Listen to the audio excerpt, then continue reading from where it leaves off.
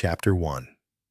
The Smell of Burnt Lavender. You wake in a room that smells faintly of lavender and something darker, like burnt silk. The wallpaper peels at the edges. The fire has long since died, and a chill has settled in the marrow of your bones. Your wrists ache, and you realize they've been bandaged. Someone has stitched your skin, not gently. The name on your lips is Raoul, but it falls into the silence like a question. You remember hands clutching yours, voices from the other side, but the rest is gone. Blank. A chasm of white noise where your mind should be. A nurse enters, pale, mechanical. Her voice is soft, unnaturally so. She calls you Miss Simone, but it doesn't feel like your name. She said there was a collapse, that you fainted during a séance, that you're lucky to be alive. You nod, though the word lucky doesn't quite sit right. There's a mirror beside the bed, but you don't dare look. Later, a man visits. He wears a long gray coat and a hat that never leaves his head. His fingers are stained with tobacco. He introduces himself as Inspector Lemaire. He asks questions you can't answer. Do you remember what happened the night of the séance? Miss Simone? No. Do you recall speaking with the spirit of Amélie Grange? That name lingers, like the scent of violets and soil. You feel something twisted inside you, a grief. Maybe, or fear. I don't know. He studies you, not with suspicion, but something colder expectation, as if he already knows you're hiding something even from yourself. Before leaving, he places a photograph on your bedside table. It shows a little girl in a white dress and a woman screaming in the background.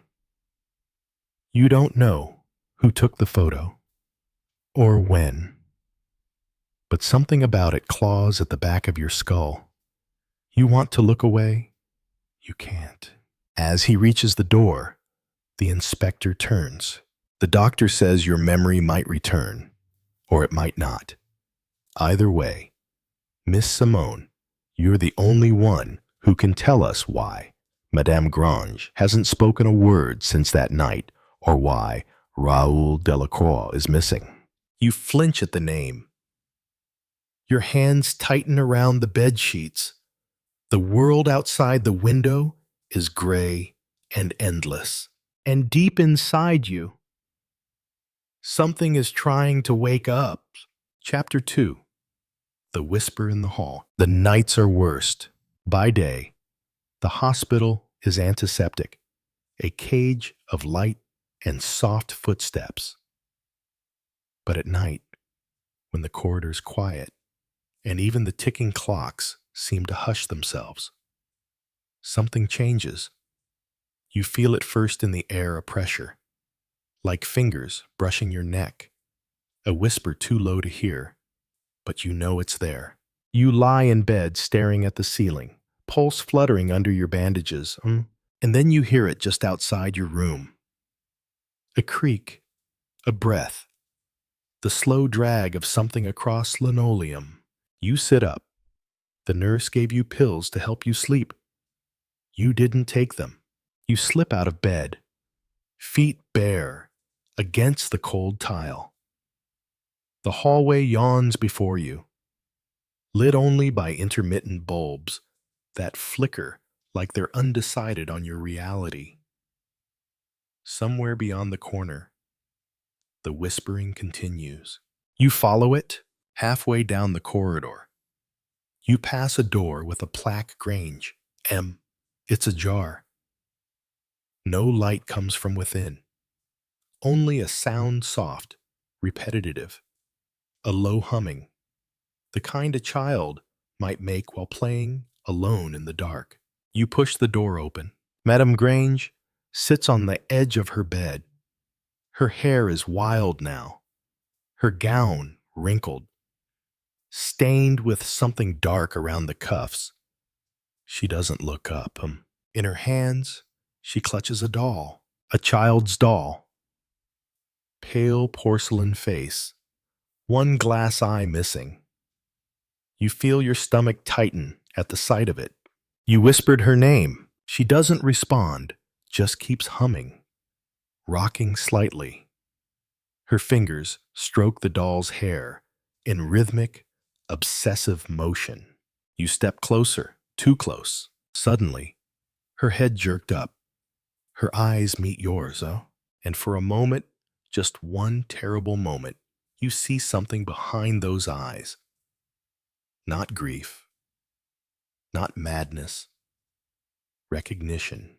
You brought her back, she rasps, and then you took her again. You shake your head. I didn't. But she's not listening. She clutches the doll tighter, her voice rising in a sing-song chant now. Seance, seance. You open the door. You left it open. A nurse appears at the door behind you. Her expression is tense. Her eyes are tired. Miss Simone, you shouldn't be here. You go away. One last glance at Madame Grange and that hideous doll. She's rocking again, humming, back in your room. The inspector's photograph still sits on the nightstand. You stare at it. The little girl in white, the mother in anguish. The shadow at the edge of the frame tall, angular, viewed. You hadn't noticed that detail before. There's a knock at the window. You spin, but there's no one there. Only your reflections. Only you. Except, your reflection is still smiling. Chapter 3. The room they never use. Morning offers little comfort. The sky outside your window is a dull pewter gray, and the hospital's corridors still feel too quiet, as if something is waiting just beyond the edge of perception. Nurses pass you with forced smiles and exhausted eyes. You catch snatches of whispering behind closed doors, but it's what isn't being said that disturbs you more. You find the inspector sitting in the sunroom, which is laughably named. The light barely seeps through the clouded glass. He's holding a file, thick and worn at the edges. When he sees you, he closes it slowly. Miss Simone, he says, how are the memories? Foggy, you replied. Then, but the nightmares aren't. He gestures to the seat across from him. You were the last person to see the girl alive. You were the medium, the one who called her forward. I didn't call her. You said, voice low. She came. He studies you. Quiet for a long moment. We looked into Madame Grange's past. He said finally, did you know she lost another daughter 20 years ago? You didn't. He opens the file and slides out an old, grainy photograph. A young girl with curls, wide eyes and sepia tone. Her name was Elodie. She drowned. The inspector said, lake near the family's estate. Her body was never recovered. You remind Madame Grange of her. You shake your head slowly. That's not the girl who came during the séance. No, it isn't. But grief does strange things. And séances. He leans in. Sometimes they open more than doors. You glanced at the window. The glass is fogged on the inside. You hadn't noticed it before. She's seeing things. You whisper. So am I. He doesn't deny it. Instead, he says, there's a room upstairs. West Wing. It was used for therapy years ago. They don't take patients in there anymore. Staff call it the room they never use. Why? He looks at you flatly. Because no one sleeps if they do. The nurse hands you a key. No explanation. No resistance. Almost as if she's been waiting for you to ask. The door, at the end of the west corridor, is painted the same dull green as every other, but it's the only one with a keyhole. Inside dust, cold, the bed is still made, a bookshelf filled with children's literature, a cracked mirror on the far walls, and on the desk, a photograph. You step closer. It's a portrait of you, but you've never been in this room before. And in the photo, you're not alone. A little girl is standing behind you. Her hands rest lightly on your shoulders, and she's smiling. Chapter 4. The girl in the mirror. You don't scream, not because you're brave, but because your voice has gone missing, lodged somewhere between disbelief and the dull throb behind your eyes. The photo trembles in your hands. You were never in this room. You've never worn the dress you see yourself wearing in the photo. And the girl, that girl, her face is pale as bone, her hair falling in limp waves across her shoulders. Her eyes meet yours, through time, through glass, through something you don't understand. Behind you, the cracked mirror breathes. You hear it before you believe it. A long exhale, like something resting after decades of holding itself still. You spin. Nothing. But the mirror isn't cracked anymore. You approach slowly, heart pounding like footsteps down a long, deserted hallway. Your reflections stare back at you. Except, it isn't quite right. You blink. The girl is behind you again, closer now.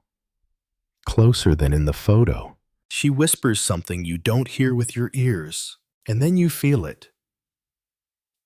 A pressure at the back of your head, like fingers brushing your hair aside. You whirl around, empty room, but the mirror laughed. A sharp, childlike giggle distorted and doubled, as though echoing from underwater. Your knees give out. You sink to the floor. The photograph remains in your hands. Later, you return to the inspector. He sees the change in your face before you speak. There's something wrong in that room. You manage. I saw myself. And a girl. Not the one from the seance. This one's different, hungrier. He doesn't dismiss you, doesn't call for a nurse. He pulled a small box from his coat pocket. Do you believe in residual memory? He asks. Iseki. You hesitate. As in, a haunting. No, he said, opening the box. Inside is an old cassette tape. As in trauma, looping back through time. The tape is labeled in faded ink, Patient number 34, Simone. Session 1. The inspector presses play on the ancient recorder. A young voice, yours, fills the room. She's always in the mirror. The tape cracks. She follows me, but only when I sleep. Your breath catches. Sometimes she copies me. Sometimes she doesn't. Sometimes she moves before I do. You clutch the arms of the chair. She wants me to come back. Click. Silence. You look at the inspector. Where did you get that? She was here before. He said, you. And suddenly, everything shifts. The memory you thought was recent was a repeat. Not the first seance, not the first sighting, not the first time. She pulled herself from the mirror and whispered your name. Chapter 5. The seance never ended. You can't move. Not because something's holding you, but because you don't know where you are anymore. The room looks the same, the faded wallpaper, the single high window letting in that dull gray light. But the weight in the air is heavy, thicker, like the moment before thunder. Or confess. The inspector sets the tape recorder down gently, as though afraid it might come alive again. She came through before, he says, his voice lower now. But we didn't know her name then. We only knew what she wanted. You swallow hard. Which was, he looks up. A body. You feel your own heartbeat press against the walls of your ribs like it's trying to run. She was part of the seance, you whisper. The last seance. She was the seance. The words hang in the room like smoke. You return to the seance room. Not because you want to, because you need to know. And she's waiting. The mirror is intact again, whole, gleaming. You light the candle like Simone used to. You don't remember how you know, but your hands move with ritual precision.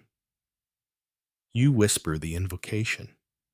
Not words you read, words you've always known. The air stills. Cold creeps up your spine, under your skin. The mirror darkens, not with shadow, but with movement. Water behind glass. And then, her face, she's no longer behind you. She's you, except she's smiling. And you are not! You step closer to the mirror, and your reflection does not. It lingers, watching, breathing softly with eyes that remember more than yours. You speak aloud. Who are you? But it's your voice that replies from the other side. I'm what's left. A cold hand brushes yours. You realize you've lifted your arm. Not you. Her. She's controlling the movement now. You step back. So does she. You breathe. So does she. But her smile remains. The door bursts open behind you. The inspector pale. Out of breath. Step away from it, he shouts. She's strong tonight. You want to run. You try. But your legs won't obey. You watch in the mirror as your reflection's hands reach forward. You feel it before you see it, her fingers pressing against the inside of the glass. The inspector grabs your arm. Say her name. You choke. I don't know, he shouted again. Say her name. Simone doesn't work. That was the vessel, not the origin. The mirror begins to crack. How am I? Thin, spidery lines like veins spreading across its surface. She's almost through. Name her. He screams. And then just before the glass breaks, you remember a single syllable, a child's voice in the dark, the name she whispered when she thought no one listened. You speak it aloud, and the mirror explodes. When the dust settles, you're alone. No inspector, no candle, no mirror. Only the photograph remains, now burnt around the edges. Amazeratis. And in the corner of the room, a child's drawing, freshly scrawled in red chalk. Two figures. One has no face, and underneath the same name you just remembered. Written backwards, written from the other side. Chapter 6. The glass remembers. You carry the drawing with you, though you don't recall picking it up. The red chalk bleeds a little onto your fingers. Not like dust, like memory. It smells faintly of iron. The inspector is gone. Or perhaps he was never here at all. You walk the empty hallways of the old seance house, every footstep muffled, as though the air is too thick to echo. It's quieter than it should be, quieter than silence, the kind of quiet that waits for you to say the wrong name. In your pocket, the name still lingers, one syllable, half forgotten. You whisper it again, not aloud, inside, and something shifts. The walls ripple. The old wallpaper peels back like skin. Behind it, not brick, not plaster, but pages. Thin sheets of paper nailed to the bones of the house. You lean closer. They're diaries, Simone's handwriting, looping and urgent. She wrote them inside the walls. She came first in dreams, but now she leaves marks. Little red smears on the mirror's edge. Sometimes, the breath on my cheek. Sometimes, it's my breath, and I'm not the one exhaling. They say mediums open a door. But what if the door opened me? I tried to stop the seance, but the girl wanted it. Not the girl who paid, the girl behind her eyes. Your hand trembles. You reach the last page. Tonight, I broke the mirror. If she crosses again, she will not leave. I must shatter her reflection before she becomes mine. But you already know how that ended. The mirror was restored, and so was she. You return to the seance room one last time. The mirror shards remain scattered like teeth across the floor. You kneel and pick one up. In its warped reflection, your face is distorted, but not your own. Her smile again. That cold, amused curve. As if she's already one step ahead. You drop the shard. The sound echoes. Finally, sound again, and something wakes up. Behind you, a child's music box begins to turn. You never touched it. The tune is warped, off-key. A lullaby you've never heard, but somehow know. You turn slowly. There's a figure in the corner. Bare feet, thin limbs, a white dress. Her head is tilted. You try to speak, but your voice stays trapped behind your teeth. She lifts a finger to her lips.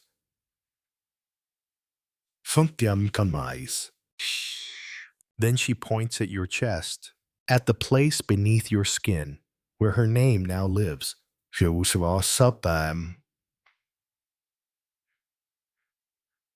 The mirror shard in your hand is warm. You turn it toward her, and she disappears, just gone, like a breath wiped from glass. But in the reflection, she's still standing there, smiling, waiting, and the music box keeps playing. Even after you smash it, even after you burn the dress, you find folded under the floorboards. Even after you bury the name deep in your own throat and promise never to say it again. Because once she knows you remember, she doesn't need mirrors anymore. Chapter 7. Her voice is not your own. There are two voices in your head now. You know one of them is yours. The other speaks in whispers, just a second behind your thoughts. Like a delay in a faulty radio transmission. But sometimes she overtakes you. And sometimes she finishes your sentences before you do. You don't tell anyone, not the inspector if he was ever real. Not the old woman who watches you from across the street. Not the clerk at the dusty occult bookshop who hands you a dog-eared volume without asking what you're looking for. You're looking for her, but couldn't find her. To seal her away, the book is handwritten, bound in skin, though you're too afraid to ask whose. It speaks of psychic impressions, mirror gates, entities born of memory, and echoes that attach to trauma like flies to meat. You underline one sentence. When a spirit is not banned at the point of entry, it anchors itself to the witness. You were the only witness.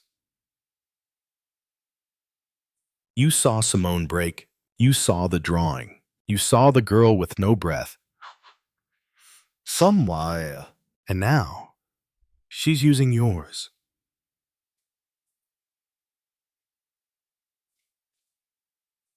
You test it in small ways. You leave a glass of water untouched overnight. In the morning, fingerprints ring the outside. Not yours. Too small. You record yourself sleeping. In the third hour, you begin speaking in a language you do not know. The voice is high-pitched, furious, childlike, but not human. Not anymore. You play it back in reverse. One sentence. I only wanted to stay. You call the old seance circle. A few names still answer. They speak in careful words, never quite saying her name. She was a vessel. They said of Simone, but something cracked her from the inside. What did she let in, you ask? They go quiet. Then one woman, voice brittle with guilt, says, not what, who, A child drowned during a seance. Years before Simone, drowned not in water, but in the veil itself. They never closed the gate. So she drifted, until Simone touched the mirror. Now it's you. You smash every mirror in your house. She laughs from inside your ears. You unplug all electronics. Still, she whispers from dripping faucets, from condensation trails, from the shine on a polished doorknob. You're running out of surfaces to hide from her. And you're starting to forget what your own voice sounds like. You go to the seance house one last time. You bring fire this time, salt, iron, the red chalk drawing, and a name you should never have learned. You say it, and the floor splits open beneath you, not physically, but within the timeline of your souls. She steps forward, wearing your memories like borrowed skin. Her voice is yours now, and yours is vanishing. Unless you do something final, unless you make the sacrifice Simone couldn't, unless you close the door. From the inside, Chapter 8. The door is still open. The ritual demands silence, but she won't stop screaming inside you. She knows what you're trying to do. She fights with every stolen breath, every flicker of your muscles, not under your control. Your hand jerks. The salt circle breaks. You freeze. The air shifts. She steps closer, not physically, but her presence thickens in the room, dense as steam in a locked bathroom. Your spine aches. Your vision doubles. Your voice begins to echo before you even speak. She is inside the acoustics now. You chant the names again, yours, Simone's, hers. You whisper, I know what you are. There is a mirror shard you missed. Just one. It's behind the boarded fireplace, tucked in the black hollow where the ashes used to go. She shows it to you gleefully. It flashes with your face, and then hers, and then neither. A child with wet hair, a throat bruised by silence, a mouth that doesn't know how to close. She says nothing now. She doesn't need to. You understand. She wants you to forget. Forget your name. Forget your voice. Forget you ever had a life before she slid into your skin like a parasite wearing lace. You remember Simone's last seance. You replay it from memory. The circle, the chant, the mirror. But this time, you're not asking for her. You're calling everything else, every lost voice, every fragment left behind by unfinished rituals, every echo ever trapped between planes. They come, not with noise, but with a pull, like gravity bleeding sideways. And she panics. You feel her recoil. You feel her scream, but she can't leave you, not yet. She's anchored to your grief, to your guilt, to the fact that deep down, you didn't stop Simone, and she knows it. So do they. The room bends, not physically. Ontologically, you're not standing in time anymore. You're folded into it. And every version of you that doubted, that feared, that hesitated, is laid bare. And she starts to feed, but this time, you let her. You open yourself wide. You give her all of it, your rage, your sorrow, your cowardice. And as she drinks, she forgets. She forgets the child she pretended to be. She forgets the language she stole. She forgets you. And that's when you strike. The circle completes, not with salt, but with intent.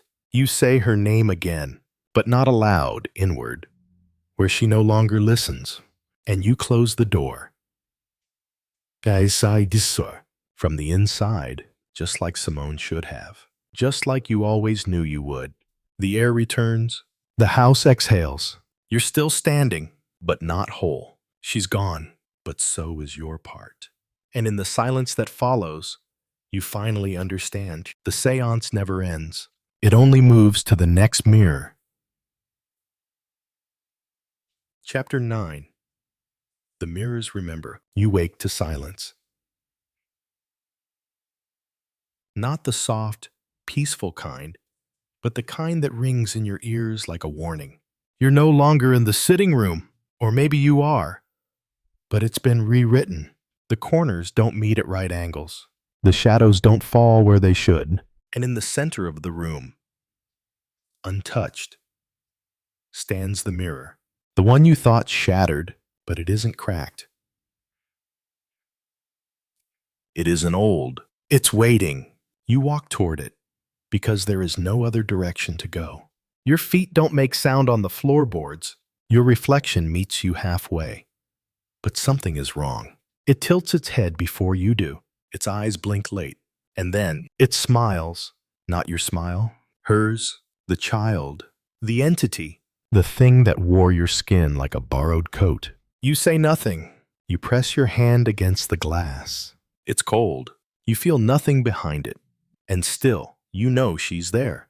Because the mirrors never forget the ones who beg to be seen.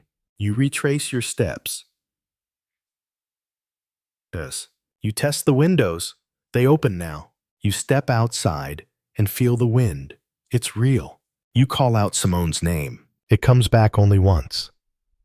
Faint, like it's been folded into the air. You check the tapes, the photos, the notes. They're blank, as if no event ever happened. But your body remembers.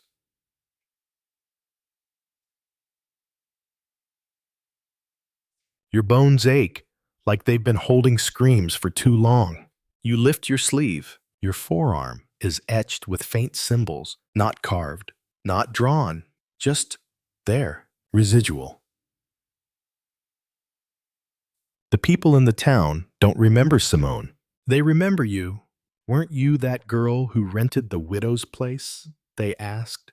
What did you say your name was again? And you can't answer because you're not sure which name will stick. Back at the house, you board up the mirrors.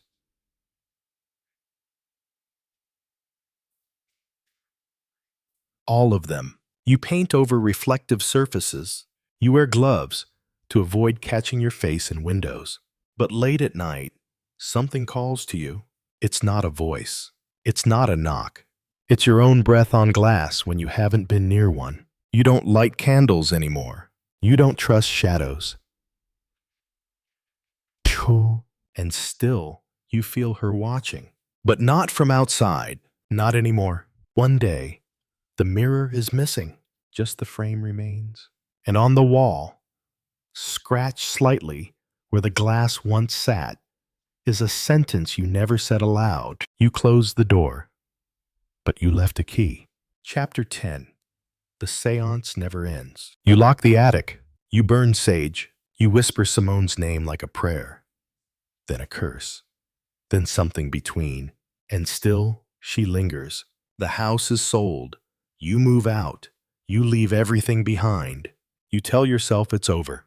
But every new place you try, mirrors warp, voices echo. And every time you look at your reflection too long, you forget which one of you blinked first. Kiss. You see her again in Paris, or someone who could be her. She's older now, your age, wearing your coat, your walk, your smile. You follow her across a busy street, but she disappears into a crowd like smoke. No one else sees her. When you ask around, people say you must have seen a ghost, but you know better. Ghosts don't grow up. You stop doing seances. You stop speaking to spirits. But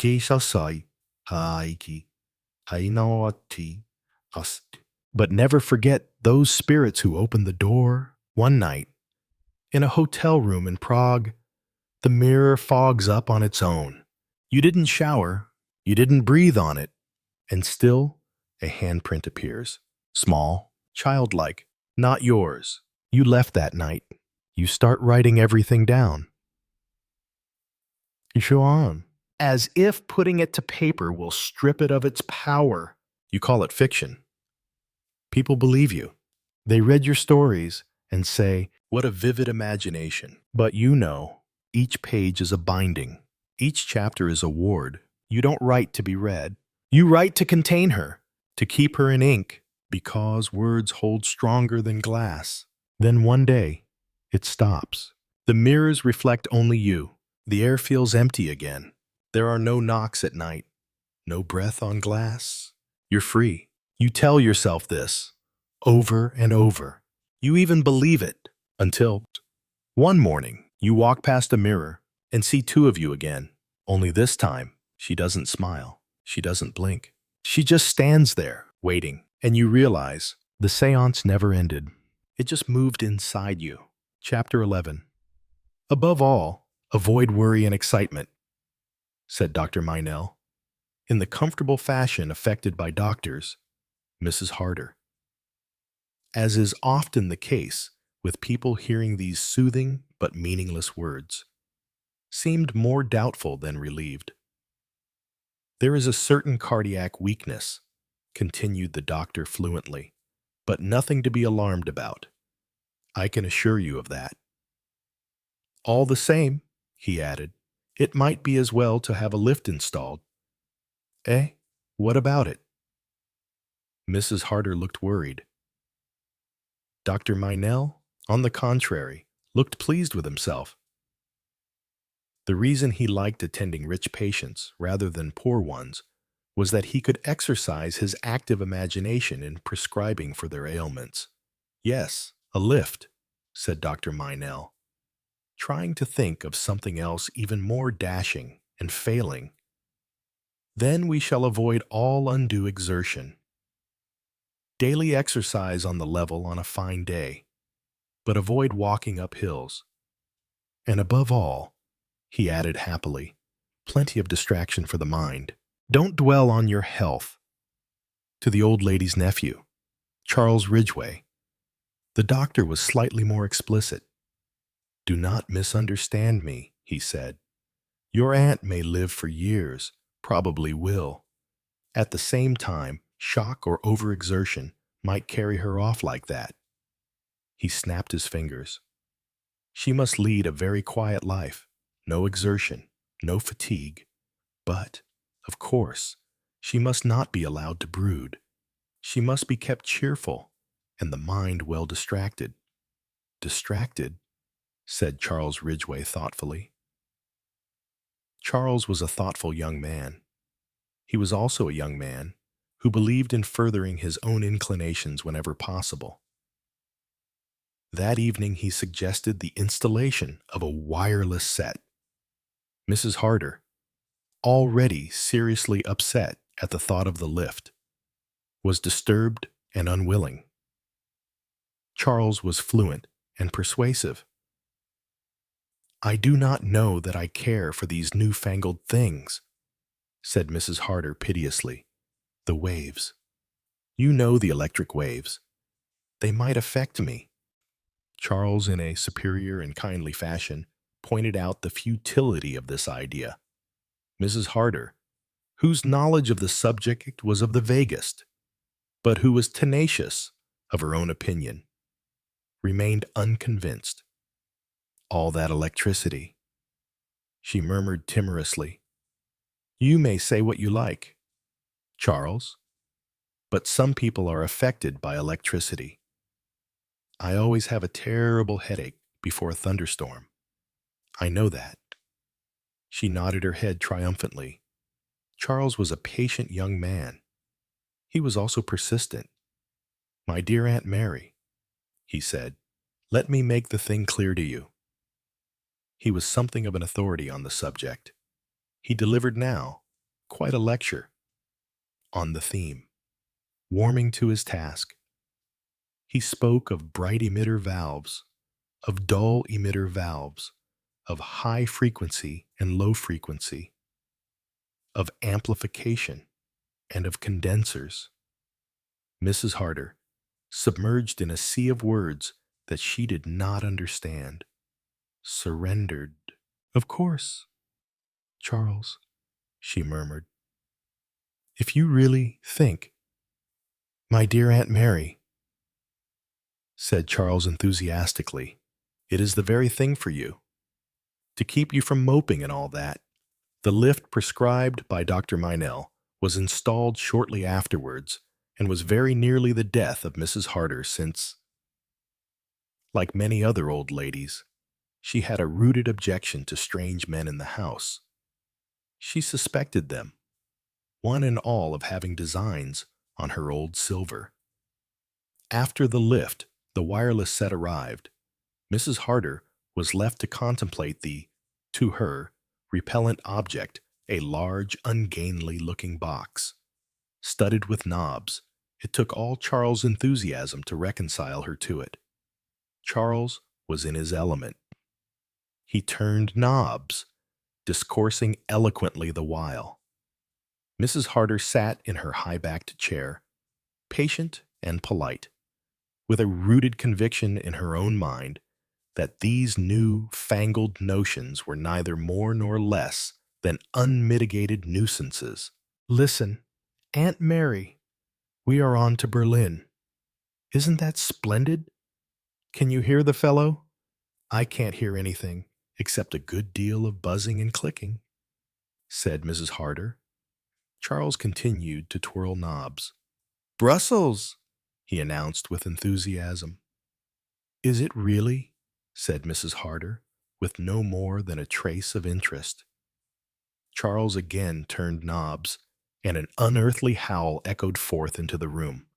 "Now we seem to be on to the dog's home," said Mrs. Harder, who was an old lady with a certain amount of spirit. "Ha, ha," said Charles. "You will have your joke, won't you, Aunt Mary?"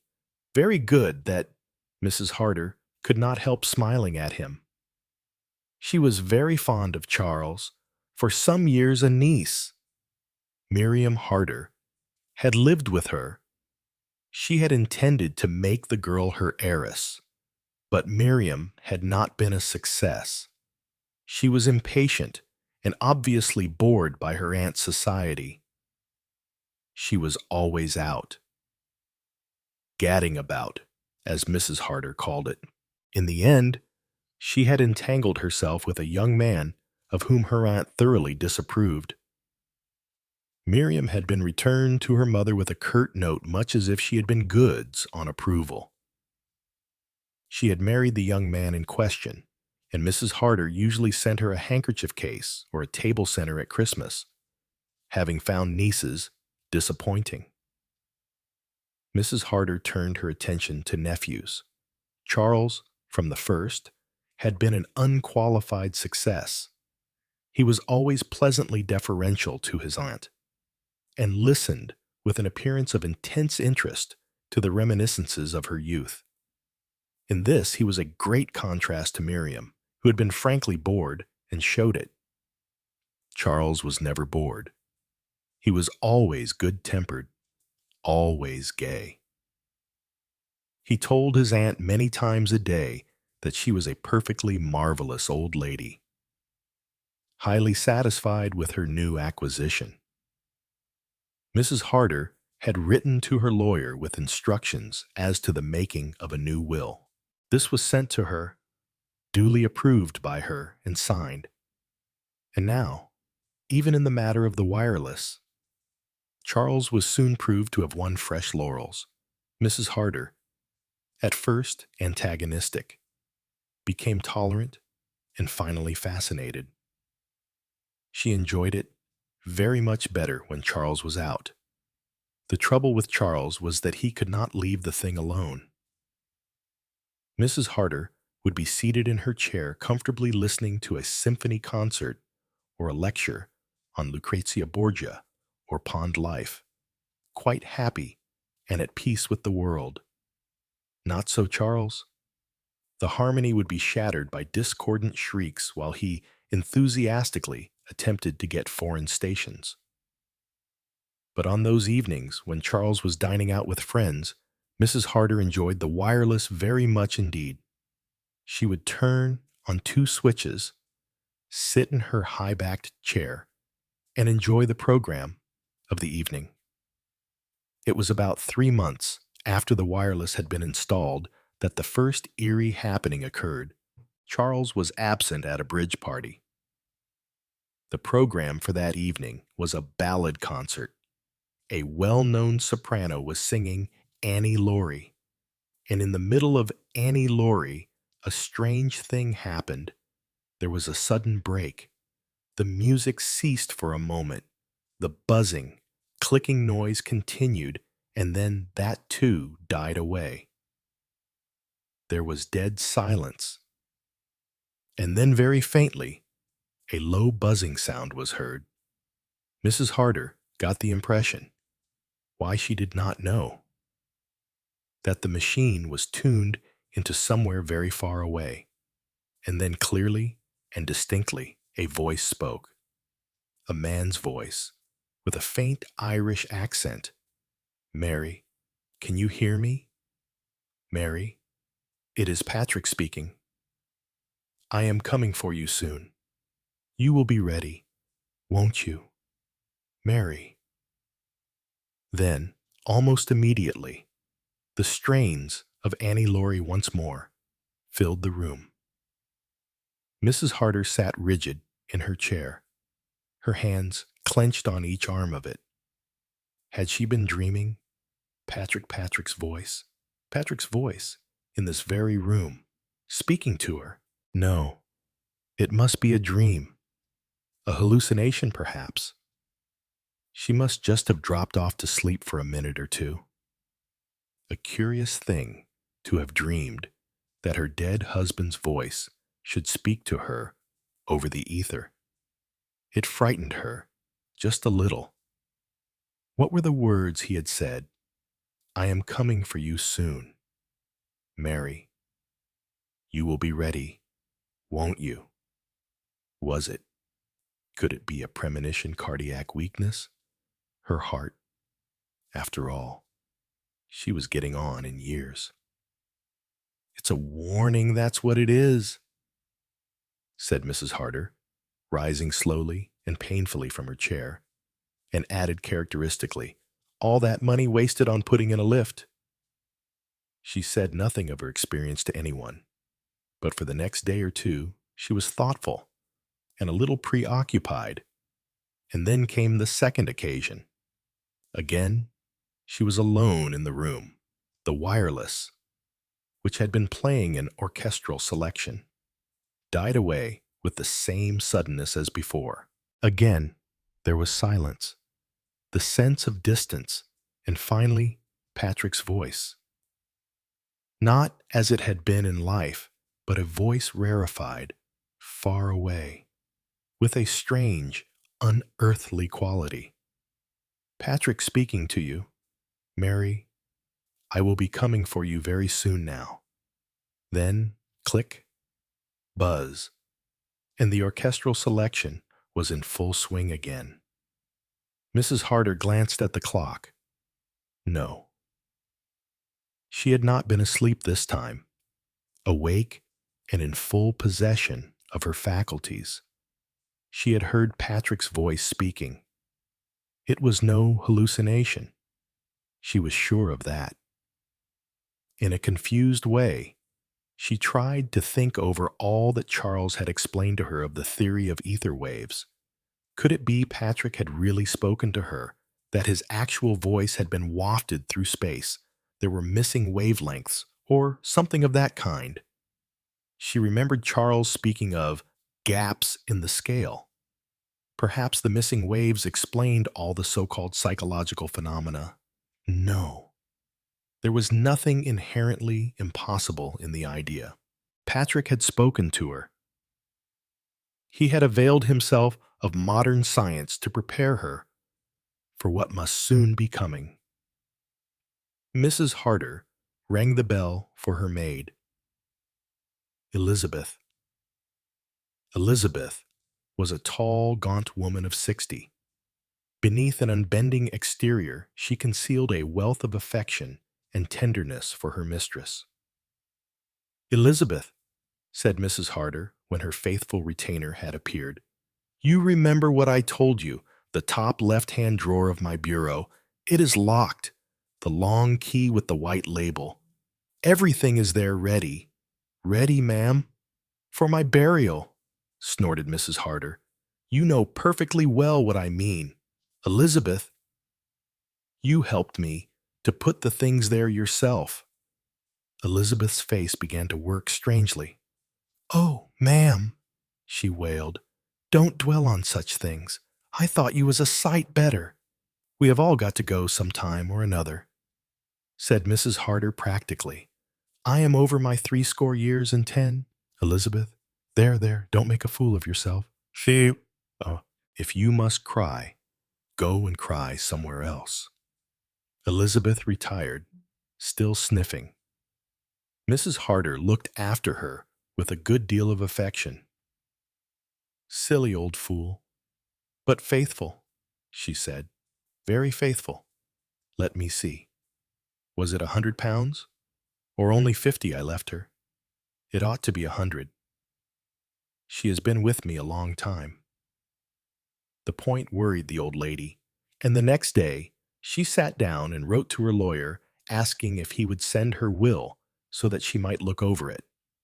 It was that same day that Charles startled her by something he said at lunch. "By the way, Aunt Mary," he said, "who is that funny old josser up in the spare room? The picture over the mantelpiece, I mean. The old Johnny with the beaver and side whiskers?" Mrs. Harder looked at him austerely. "That is your Uncle Patrick as a young man," she said. "Oh, I say, Aunt Mary, I am awfully sorry. I didn't mean to be rude." Mrs. Harder accepted the apology with a dignified bend of the head. Charles went on rather uncertainly. "I just wondered. You see—" He stopped undecidedly, and Mrs. Harder said sharply, "Well, what were you going to say?" "Nothing," said Charles hastily. "Nothing that makes sense. I mean—" For the moment, the old lady said nothing more. But later that day, when they were alone together, she returned to the subject. "I wish you would tell me, Charles, what it was made you ask me about that picture of your uncle." Charles looked embarrassed. "I told you, Aunt Mary, it was nothing but a silly fancy of mine, quite absurd." "Charles," said Mrs. Harder in her most autocratic voice, "I insist upon knowing." "Well, my dear aunt, if you will have it, I fancied I saw him, the man in the picture. I mean, looking out of the end window when I was coming up the drive last night. Some effect of the light, I suppose. I wondered who on earth he could be. The face was so early Victorian, if you know what I mean." And then Elizabeth said there was no one, no visitor or stranger in the house. And later in the evening I happened to drift into the spare room, and there was the picture over the mantelpiece, my man to the life. It is quite easily explained. Really, I expect, subconscious and all that. Must have noticed the picture before without realizing that I had noticed it, and then just fancied the face at the window. "The end window," said Mrs. Harder sharply. "Yes, why?" "Nothing," said Mrs. Harder. But she was startled all the same. That room had been her husband's dressing room, that same evening, Charles again being absent. Mrs. Harder sat listening to the wireless with feverish impatience. If for the third time she heard the mysterious voice, it would prove to her finally and without a shadow of doubt that she was really in communication with some other world. Although her heart beat faster, she was not surprised when the same break occurred, and after the usual interval of deathly silence, the faint faraway Irish voice spoke once more. "Mary, you are prepared now. On Friday, I shall come for you. Friday at 9:30. Do not be afraid. There will be no pain. Be ready." Then, almost cutting short the last word, the music of the orchestra broke out again, clamorous and discordant. Mrs. Harder sat very still for a minute or two. Her face had gone white, and she looked blue and pinched round the lips. Presently, she got up and sat down at her writing desk. In a somewhat shaky hand, she wrote the following lines. Tonight. At 9:15, I have distinctly heard the voice of my dead husband. He told me that he would come for me on Friday night at 9:30. If I should die on that day, and at that hour, I should like the facts made known so as to prove beyond question the possibility of communicating with the spirit world. Mary Harder. Mrs. Harder read over what she had written, enclosed it in an envelope and addressed the envelope. Then she rang the bell, which was promptly answered by Elizabeth. Mrs. Harder got up from her desk and gave the note she had just written to the old woman. Elizabeth, she said, if I should die on Friday night, I should like that note given to Dr. Meynell. Know, as Elizabeth appeared to be about to protest, do not argue with me. You have often told me you believe in premonitions. I have a premonition now. There is one thing more. I have left you in my will 50 sous. I should like you to have 100 sous. If I am not able to go to the bank myself before I die, Mr. Charles will see to it. As before. Mrs. Harder cut short Elizabeth's tearful protests. In pursuance of her determination, the old lady spoke to her nephew on the subject the following morning. Remember, Charles, that if anything should happen to me, Elizabeth is to have an extra 50 town. You are very gloomy these days, Aunt Mary, said Charles cheerfully. What is going to happen to you? According to Dr. Meynell, we shall be celebrating your 100th birthday in 20 years or so. Mrs. Harder smiled affectionately at him, but did not answer. After a minute or two, she said, What are you doing on Friday evening, Charles? Charles looked a trifle surprised. As a matter of fact, the Ewings asked me to go in and play bridge, but if you would rather, I stayed at home. No, said Mrs. Harder with determination. Certainly not. I mean it. Charles, on that night of all nights, I should much rather be alone. Charles looked at her curiously, but Mrs. Harder vouchsafed no further information. She was an old lady of courage and determination. She felt that she must go through with her strange experience single-handed. Friday evening found the house very silent. Mrs. Harder sat as usual in her straight-backed chair, drawn up to the fireplace. All her preparations were made. That morning she had been to the bank, had drawn out 50 M's in notes, and had handed them over to Elizabeth despite the latter's tearful protests. She had sorted and arranged all her personal belongings, and had labeled 1 or 2 pieces of jewelry with the names of friends or relations. She had also written out a list of instructions for Charles. The Worcester tea service was to go to Cousin Emma, the Sèvres jars to young William, and so on. Now she looked at the long envelope she held in her hand and drew from it a folded document. This was her will, sent to her by Mr. Hopkinson in accordance with her instructions. She had already read it carefully, but now she looked over it once more to refresh her memory. It was a short, concise document, a bequest of £50 to Elizabeth Marshall in consideration of faithful service, 2 bequests of £500 to a sister and a first cousin, and the remainder to her beloved nephew, Charles Ridgway. Mrs. Harder nodded her head several times. Charles would be a very rich man when she was dead. Well, he had been a dear good boy to her, always kind, always affectionate, and with a merry tongue which never failed to please her. She looked at the clock. 3 minutes to the half hour. Well, she was ready, and she was calm, quite calm, although she repeated these last words to herself several times. Her heart beat strangely and unevenly. She hardly realized it herself, but she was strung up to a fine point of overwrought nerves. 9:30. The wireless was switched on. What would she hear?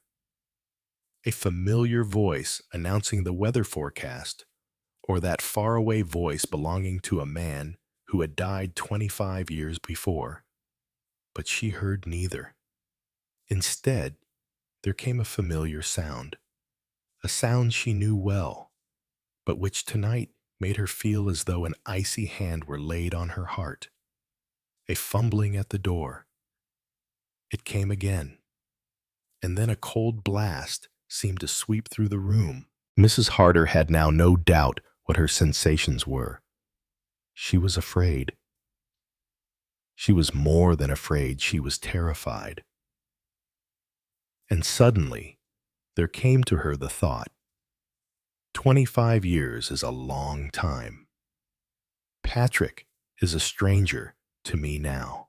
Terror. That was what was invading her. A soft step outside the door. A soft, halting footstep. Then the door swung silently open. Mrs. Harder staggered to her feet, swaying slightly from side to side, her eyes fixed on the doorway. Something slipped from her fingers into the grate. She gave a strangled cry, which died in her throat. In the dim light of the doorway stood a familiar figure with chestnut beard and whiskers and an old-fashioned Victorian coat. Patrick had come for her.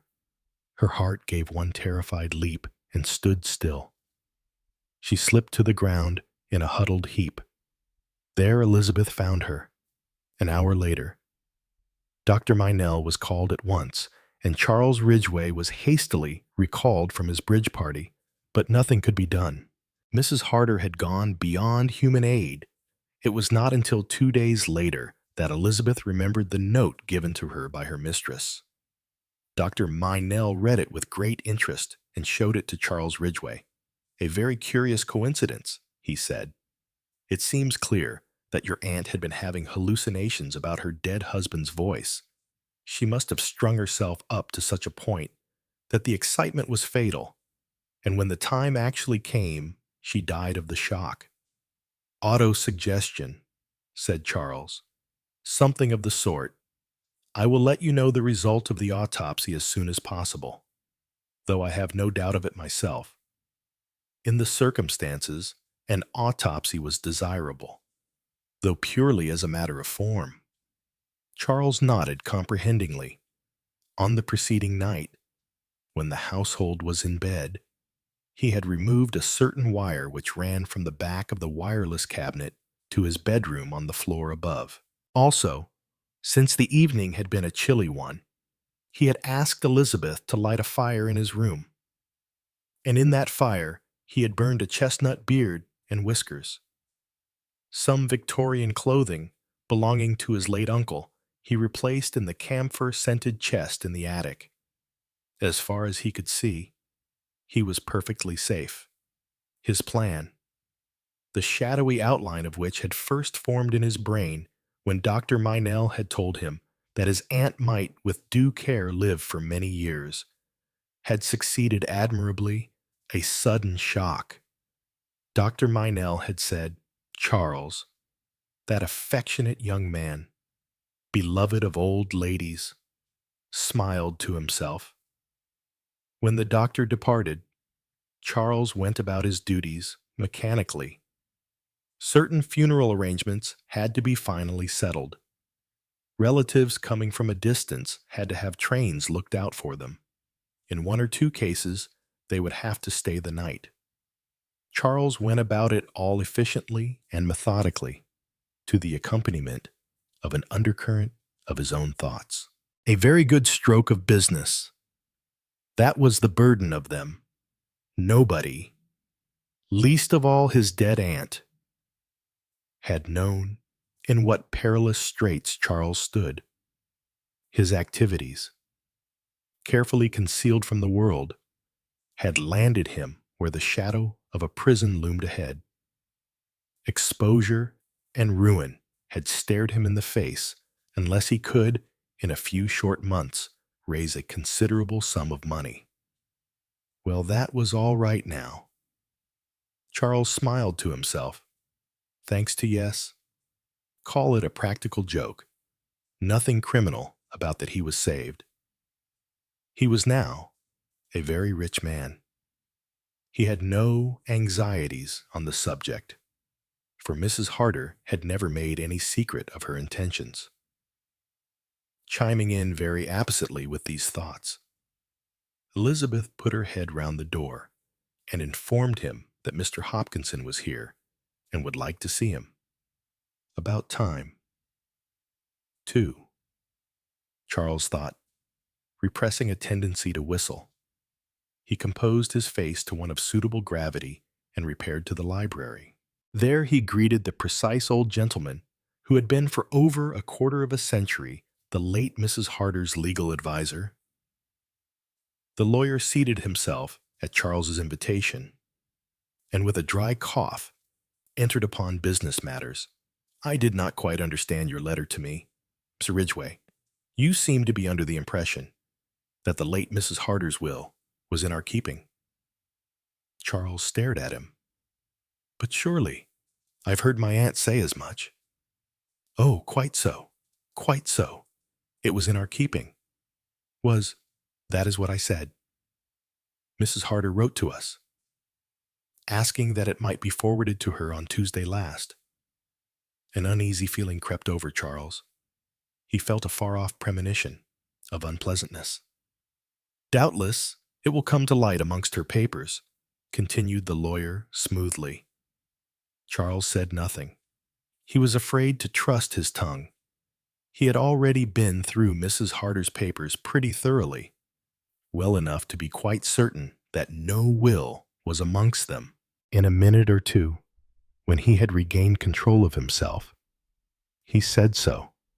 His voice sounded unreal to himself, and he had a sensation as of cold water trickling down his back. Has anyone been through her personal effects? Asked the lawyer. Charles replied that her own maid, Elizabeth, had done so. At Mr. Hopkinson's suggestion, Elizabeth was sent for.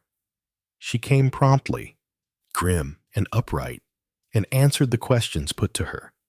She had been through all her mistress's clothes and personal belongings. She was quite sure that there had been no legal document such as a will amongst them. She knew what the will looked like. Her mistress had had it in her hand only the morning of her death. You are sure of that? Asked the lawyer sharply. Yes, sir. She told me so, and she made me take £50 in notes. The will was in a long blue envelope. Quite right, said Mr. Hopkinson. Now I come to think of it, continued Elizabeth, that same blue envelope was lying on this table the morning after, but empty. I laid it on the desk. I remember seeing it there, said Charles. He got up and went over to the desk. In a minute or two, he turned round with an envelope in his hand, which he handed to Mr. Hopkinson. The latter examined it and nodded his head. That is the envelope in which I dispatched the will on Tuesday last. Both men looked hard at Elizabeth. Is there anything more, sir? She inquired respectfully. Not at present. Thank you. Elizabeth went towards the door. 1 minute, said the lawyer. Was there a fire in the grate that evening? Yes, sir. There was always a fire. Thank you. That will do. Elizabeth went out.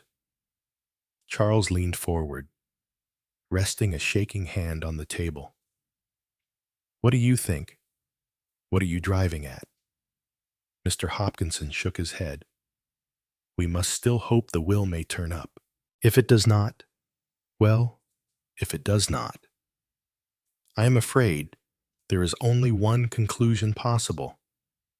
Your aunt sent for that will in order to destroy it. Not wishing Elizabeth to lose by that, she gave her the amount of her legacy in cash. But why? Cried Charles wildly. Why? Mr. Hopkinson coughed, a dry cough. You have had no disagreement with your aunt. Mr. Ridgway, he murmured. Charles gasped. No, indeed, he cried warmly. We were on the kindest, most affectionate terms, right up to the end. Ah, said Mr. Hopkinson, not looking at him. It came to Charles with a shock that the lawyer did not believe him. Who knew what this dry, old stick might not have heard? Rumors of Charles' doings might have come round to him. What more natural than that he should suppose that these same rumors had come to Mrs. Harder, and the aunt and nephew should have had an altercation on the subject? But it wasn't so. Charles knew one of the bitterest moments of his career. His lies had been believed. Now that he spoke the truth, belief was withheld. The irony of it.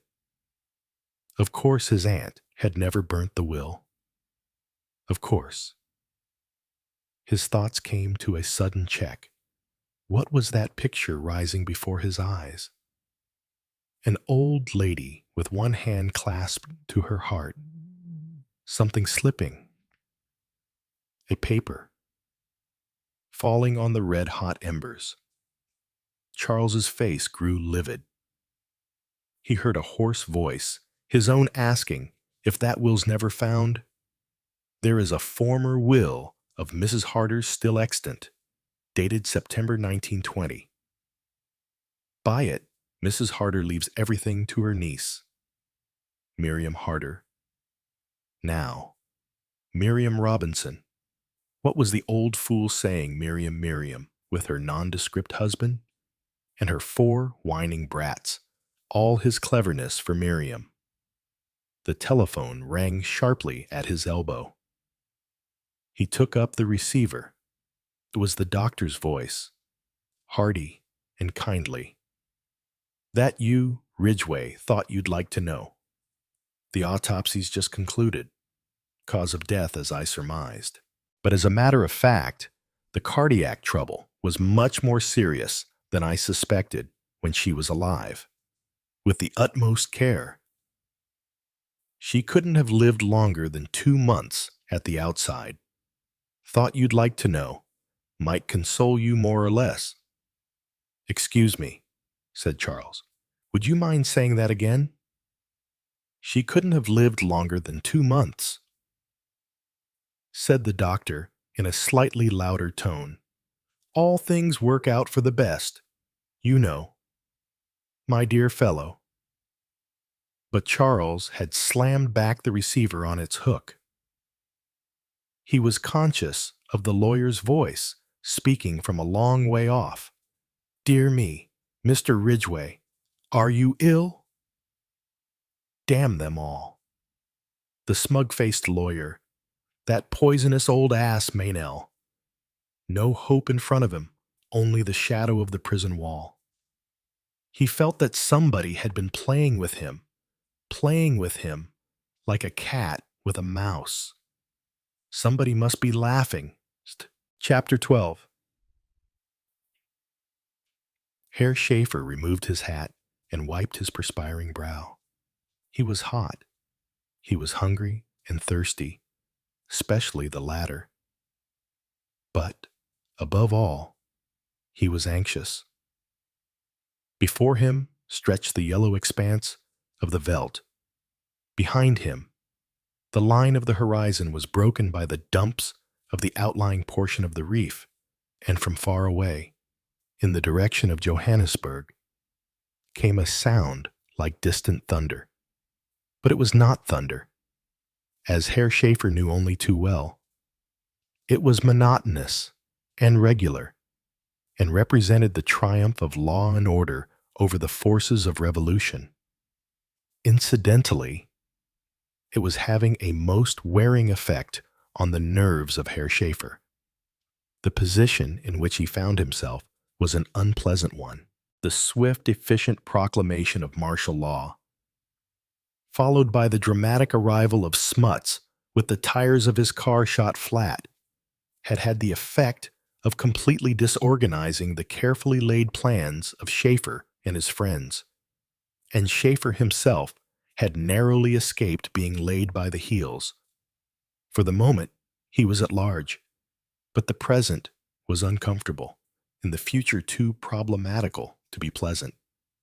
In good, sound German, Herr Schaefer cursed the country, the climate, the Rand, and all workers thereon, and most especially his late employers, the Reds.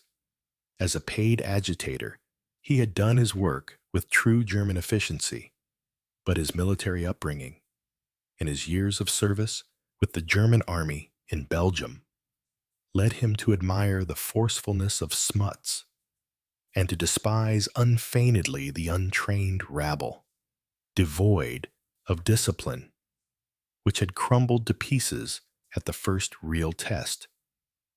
"They are scum," said Herr Schaefer, gloomily, moistening his cracked lips.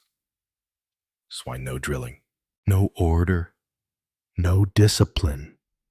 Ragged commandos riding loose about the veldt. Ah, if they had but one Prussian drill sergeant." Involuntarily, his back straightened.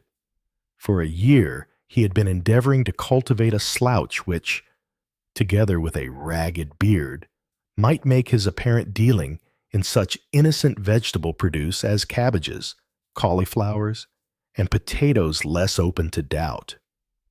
A momentary shiver went down his spine as he reflected that certain papers might even now be in the hands of the military papers whereon the word cabbage stood opposite dynamite, and potatoes were labeled detonators. The sun was nearing the horizon. Soon the cool of the evening would set in. If he could only reach a friendly farm. There were one or two hereabouts. He knew. He would find shelter for the night, and explicit directions that might set him on the road to freedom on the morrow. Suddenly, his eyes narrowed appreciatively upon a point to his extreme left. "Mealies," said Herr Schaefer. "Where there are mealies, there is a farm not far off." His reasoning proved correct. A rough track led through the cultivated belt of land. He came first to a cluster of kraals, avoided them dexterously, since he had no wish to be seen if the farm should not prove to be one of those he sought, and skirting a slight rise, came suddenly upon the farm itself. It was the usual low building with a corrugated roof and a stoop running round two sides of it.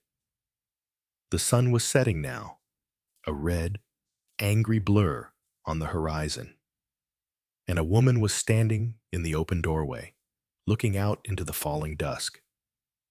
Herr Schaefer pulled his hat well over his eyes and came up the steps. "Is this by any chance the farm of Mr. Henschel?" he asked. The woman nodded without speaking, staring at him with wide blue eyes. Schaefer drew a deep breath of relief and looked back at her with a measure of appreciation. He admired the Dutch, wide-bosomed type such as this, a grand creature with her full breast and her wide hips, not young, nearer 40 than 30.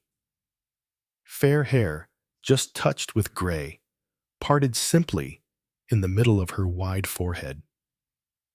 Something grand and forceful about her, like a patriarch's wife of old. A fine mother of sons, thought Herr Schaefer appreciatively. Also, let us hope, a good cook. His requirements of women were primitive and simple.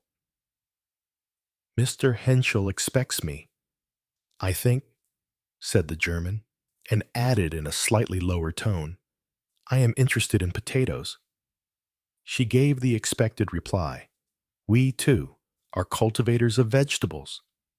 She spoke the words correctly, but with a strong accent. Her English was evidently not her strong point, and Schaefer put her down as belonging to one of those Dutch nationalist families who forbid their children to use the interloper's tongue. With a big, work-stained hand, she pointed behind him. You come from Joburg, yes. He nodded. Things are finished there. I escaped by the skin of my teeth. Then I lost myself on the veldt. It is pure chance that I found my way here. The Dutch woman shook her head. A strange, ecstatic smile irradiated her broad features. There is no chance, only God. Enter, then. Approving her sentiments. For Herr Schaefer liked a woman to be religious. He crossed the threshold. She drew back to let him pass, the smile still lingering on her face. And just for a moment, the thought that there was something here he did not quite understand flashed across Herr Schaefer's mind. He dismissed the idea as of little importance. The house was built, like most, in the form of an H, the inner hall, from which rooms opened out all round, was pleasantly cool. The table was spread in preparation for a meal. The woman showed him to a bedroom, and on his return to the hall, when he had removed the boots from his aching feet, he found Henschel awaiting him. An Englishman, this, with a mean, vacuous face, a little rat of a fellow drunk with catchwords and phrases. It was amongst such as he that most of Schaefer's work had lain, and he knew the type well. Abuse of capitalists, of the rich who batten on the poor, the iniquities of the Chamber of Mines, the heroic endurance of the miners, these were the topics on which Henschel expatiated, Schaefer nodding wearily with his mind fixed solely on food and drink. At last the woman appeared, bearing a steaming tureen of soup. They sat down together and fell to. It was good soup. Henschel continued to talk. His wife was silent. Schaefer contented himself with monosyllables and appropriate grunts. When Mrs. Henschel left the room to bring in the next course, he said appreciatively, Your wife is a good cook. You are lucky. Not all Dutch women cook well. Henschel stared at him. My wife is not Dutch. Schaefer looked his astonishment, but the shortness of Henschel's tone and some unacknowledged uneasiness in himself forbade him asking further. It was odd, though. He had been so sure that she was Dutch. After the meal, he sat on the stove in the cool dusk smoking. Somewhere in the house behind him, a door banged. It was followed by the noise of a horse's hoofs. Vaguely uneasy, he sat forward listening as they grew fainter in the distance, then started violently to find Mrs. Henschel standing at his elbow with a steaming cup of coffee. She set it down on a little table beside him. My husband has ridden over to Cloetz to make the arrangements for getting you away in the morning, she explained. Oh, I see. Curious. How his uneasiness persisted. When will he be back? Sometime after midnight. His uneasiness was not allayed. Yet what was it that he feared? Surely not that Henschel would give him up to the police. No, the man was sincere enough, a red-hot revolutionist. The fact of the matter was that he, Conrad Schaefer, had got nerves. A German soldier Schaefer, unconsciously, always thought of himself as a soldier had no business with nerves. Oh, okay. He took up the cup beside him and drank it down. making a grimace as he did so. What filthy stuff this boar coffee always was. Roasted acorns. He was sure of it. Roasted acorns. You. He put the cup down again, and as he did so, a deep sigh came from the woman standing by his side. He had almost forgotten her presence. "Will you not sit down?" he asked, making no motion, however, to rise from his own seat. She shook her head. "I have to clear away and wash the dishes and make my house straight." Schaefer nodded an approving head. "The children are already in bed, I suppose," he said genially. There was a pause before she answered, "I have no children." Schaefer was surprised. From the first moment he saw her, he had definitely associated her with motherhood. She took up the cup and walked to the entrance door with it. Then she spoke over her shoulder. "I had one child. It died." "Ach, I am sorry," said Schaefer, kindly. The woman did not answer. She stood there motionless, and suddenly Schaefer's uneasiness returned 100-fold.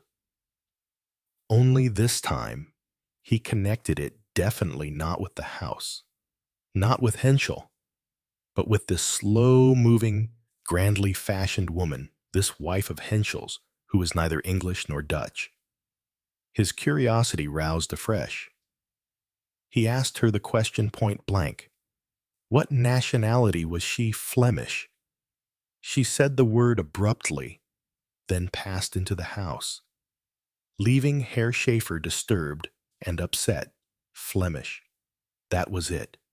Was it Flemish? His mind flew swiftly to and fro, from the mud flats of Belgium to the sun-baked plateaus of South Africa. Flemish. He didn't like it. Both the French and the Belgians were so extraordinarily unreasonable, they couldn't forget. His mind felt curiously confused. He yawned 2 or 3 times, wide, gaping yawns. He must get to bed and sleep. Bah, how bitter that coffee had been. He could taste it still. A light sprang up in the house. He got up and made his way to the door. His legs felt curiously unsteady. Inside, the big woman was sitting reading by the light of a small oil lamp. Herr Schaefer felt strangely reassured at the sight of the heavy volume on her knee, the Bible. He approved of women reading the Bible. He was a religious man himself, with a thorough belief in the German God, the God of the Old Testament, a God of blood and battles, of thunder and lightning, of material rewards and dire material vengeance, swift to anger and terrible in wrath. He stumbled to a chair. What was the matter with his legs? And in a thick, strange voice, suppressing another terrific yawn, he asked her what chapter she was reading. Her blue eyes, under their level brows, met his, something inscrutable in their depths. So might have looked a prophetess of Israel. The 4th chapter of Judges. He nodded, yawning again. He must go to bed. But the effort to rise was too much for him. His eyelids closed. The 4th chapter of Judges. What was the 4th chapter of Judges? His uneasiness returned, swelled into terror. Something was wrong. Judges. Sleep overcame him. He went down into the depths, and horror went with him. He awoke, dragging himself back to consciousness. Time had passed, much time. He felt certain of it. Where was he? He blinked up at the light. There were pains in his arms and legs.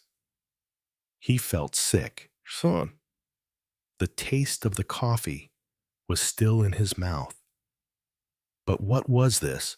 He was lying on the floor, bound hand and foot with strips of towel, and standing over him was the sinister figure of the woman who was not Dutch. His wits came back to him in a flash of sheer desperate fear. He was in danger. Great danger. She marked the growth of consciousness in his eyes and answered it as though he had actually spoken. Yes, I will tell you now. You remember passing through a place called Voog Plot in Belgium.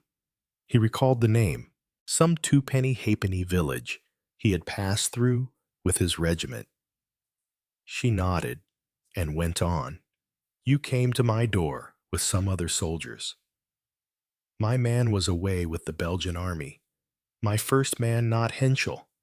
I have only been married to him 2 years, the boy, my little one. He was only 4 years of age, ran out. He began to cry, what child would not? He feared the soldiers. You ordered him to stop. He could not. You seized a chopper, ah God, and struck off his hand. You laughed and said, that hand will never wield a weapon against Germany. It is not true, cried Schaefer, shrilly. And even if it was war. She paid no heed, but went on. I struck you in the face. What mother would not have done otherwise? You caught up the child and dashed him against the wall. She stopped, her voice broken, her breast heaving. Schaefer murmured feebly, abandoning the idea of denial. It was war. It was war. The sweat stood on his brow. He was alone with this woman, miles from help. I recognized you at once this afternoon, in spite of your beard. You did not recognize me. You said it was chance led you here, but I knew it was God. Her bosom heaved. Her eyes flashed with a fanatical light. Her God was Schaefer's God, a God of vengeance. She was uplifted by the strange, stern frenzy of a priestess of old. He has delivered you into my hands. Wild words poured from Schaefer, arguments, prayers, appeals for mercy, threats, and all left her untouched. God sent me another sign. When I opened the Bible tonight, I saw what he would have me do. Blessed above women shall Jael, the wife of Heber the Kenite, be. She stooped and took from the floor a hammer and some long, shining nails. A scream burst from Schaefer's throat. He remembered now the 4th chapter of Judges, that dramatic story of black inhospitality, Sisera fleeing from his enemies, a woman standing at the door of a tent, Jael, the wife of Heber the Kenite, and sonorously, in her deep voice with the broad Flemish accent, her eyes shining as the Israelite woman's may have shone in bygone days, she spoke the words of triumph. This is the day in which the Lord hath delivered mine enemy into my hand. Yamarim. Chapter 13. Jack Hardington surveyed his top drive ruefully. Standing by the ball, he looked back to the tee, measuring the distance. His face was eloquent of the disgusted contempt which he felt. With a sigh he drew out his iron, executed 2 vicious swings with it, annihilating in turn a dandelion and a tuft of grass, and then addressed himself firmly to the ball. It is hard when you are 24 years of age, and your one ambition in life is to reduce your handicap at golf, to be forced to give time and attention to the problem of earning your living. 5.5 days out of the 7 saw Jack imprisoned in a kind of mahogany tomb in the city. Saturday afternoon and Sunday were religiously devoted to the real business of life, and in an excess of zeal, he had taken rooms at the small hotel near Stourton Heath Links, and rose daily at the hour of 6 a.m. to get in an hour's practice before catching the 8.46 to town. The only disadvantage to the plan was that he seemed constitutionally unable to hit anything at that hour in the morning. A foozled iron succeeded a muff drive. His mashie shots ran merrily along the ground, and 4 putts seemed to be the minimum on any green. Jack sighed, grasped his iron firmly, and repeated to himself the magic words, "Left arm right through, and don't look up." He swung back and then stopped, petrified, as a shrill cry rent the silence of the summer's morning. "Murder!" it called. "Help, murder!" It was a woman's voice, and it died away, at the end, into a sort of gurgling sigh. Jack flung down his club and ran in the direction of the sound. It had come from somewhere quite near at hand. This particular part of the course was quite wild country, and there were few houses about. In fact, there was only one near at hand. A small, picturesque cottage, which Jack had often noticed for its air of old-world daintiness. It was towards this cottage that he ran.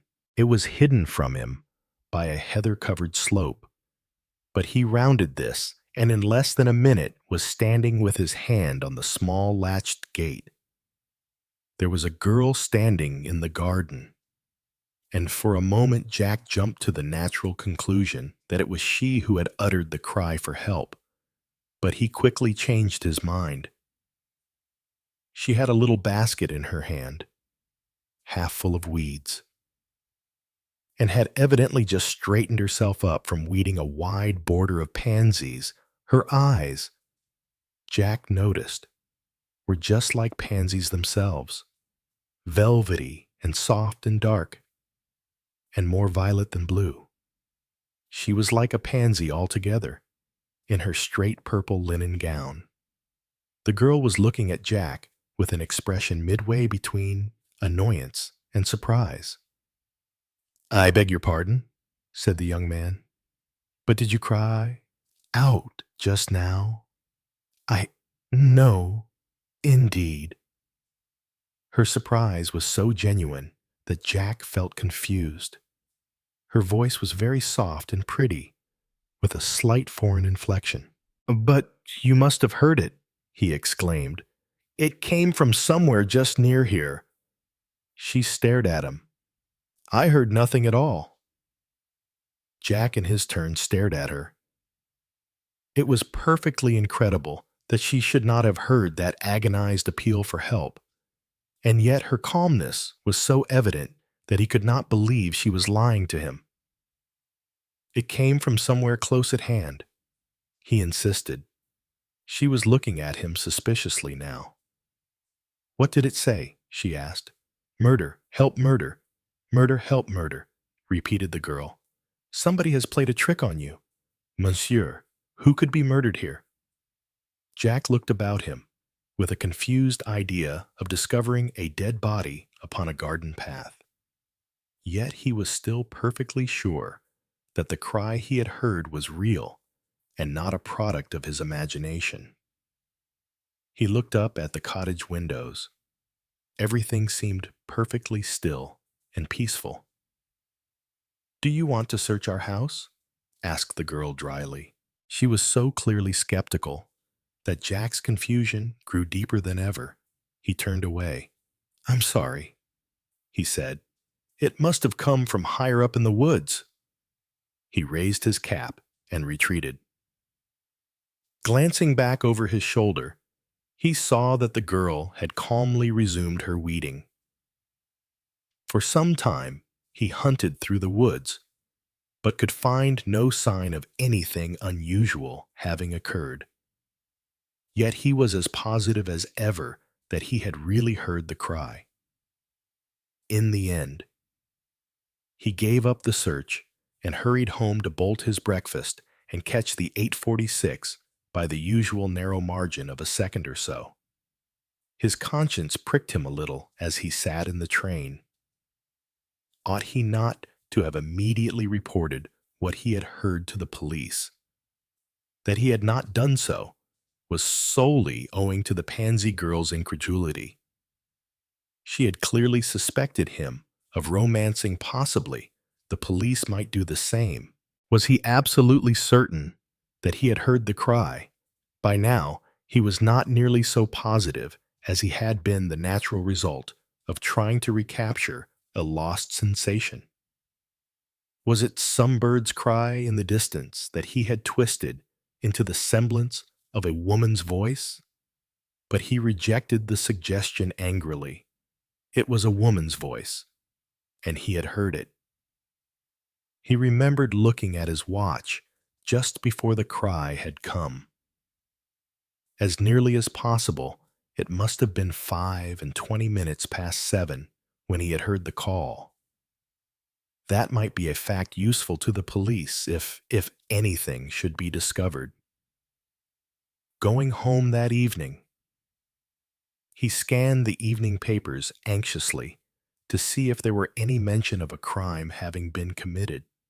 But there was nothing, and he hardly knew whether to be relieved or disappointed. The following morning was wet, so wet that even the most ardent golfer might have his enthusiasm damped. Jack rose at the last possible moment, gulped his breakfast, ran for the train, and again eagerly scanned the papers. Still no mention of any gruesome discovery having been made. The evening papers told the same tale. Queer, said Jack to himself. But there it is. Probably some blinking little boys having a game together up in the woods. He was out early the following morning. As he passed the cottage, he noted out of the tail of his eye that the girl was out in the garden again weeding. Evidently a habit of hers. He did a particularly good approach shot and hoped that she had noticed it. As he teed up on the next tee, he glanced at his watch. Just 5:20 past 7. He murmured, "I wonder." The words were frozen on his lips. From behind him came the same cry which had so startled him before. A woman's voice, in dire distress. "Murder! Help, murder!" Jack raced back. The pansy girl was standing by the gate. She looked startled, and Jack ran up to her triumphantly, crying out, "You heard it this time, anyway." Her eyes were wide with some emotion he could not fathom, but he noticed that she shrank back from him as he approached, and even glanced back at the house, as though she meditated running to it for shelter. She shook her head, staring at him. "I heard nothing at all," she said wonderingly. It was as though she had struck him a blow between the eyes. Her sincerity was so evident that he could not disbelieve her. Yet he couldn't have imagined it. He couldn't. He heard her voice speaking gently, almost with sympathy. "You have had the shell shock." "Yes." In a flash, he understood her look of fear, her glance back at the house. She thought that he suffered from delusions. "You watching say he is dead." And then, like a douche of cold water, came the horrible thought. Was she right? Did he suffer from delusions? Obsessed by the horror of the thought, he turned and stumbled away without vouchsafing a word. The girl watched him go, sighed, shook her head, and bent down to her weeding again. Jack endeavored to reason matters out with himself. "If I hear the damn thing again at 25 minutes past 7, he said to himself. It's clear that I've got hold of a hallucination of some sort, but I won't hear it. He was nervous all that day, and went to bed early, determined to put the matter to the proof the following morning. As was perhaps natural in such a case, he remained awake half the night, and finally overslept himself. It was 7:20 by the time he was clear of the hotel and running towards the links. He realized that he would not be able to get to the fatal spot by 25 past. But surely, if the voice was a hallucination pure and simple, he would hear it anywhere. He ran on, his eyes fixed on the hands of his watch. 25 past. From far off came the echo of a woman's voice, calling. The words could not be distinguished, but he was convinced that it was the same cry he had heard before, and that it came from the same spot, somewhere in the neighborhood of the cottage. Strangely enough, that fact reassured him. It might, after all, be a hoax. Unlikely as it seemed, the girl herself might be playing a trick on him. He set his shoulders resolutely and took out a club from his golf bag. He would play the few holes up to the cottage. The girl was in the garden as usual. She looked up this morning, and when he raised his cap to her, said good morning rather shyly. She looked, he thought, lovelier than ever. Nice day, isn't it? Jack called out cheerily, cursing the unavoidable banality of the observation. Yes, indeed, it is lovely. Good for the garden, I expect. The girl smiled a little, disclosing a fascinating dimple. Alas, no. For my flowers the rain is needed. See, they are all dried up. Jack accepted the invitation of her gesture and came up to the low hedge dividing the garden from the course, looking over it into the garden. They seem all right, he remarked awkwardly, conscious as he spoke of the girl's slightly pitying glance running over him. The sun is good, is it not? She said.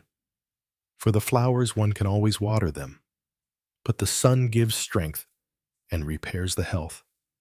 Monsieur is much better today. I can see. Her encouraging tone annoyed Jack intensely. Curse it all, he said to himself. I believe she's trying to cure me by suggestion. I'm perfectly well, he said irritably. That is good then, returned the girl quickly and soothingly. Jack had the irritating feeling that she didn't believe him.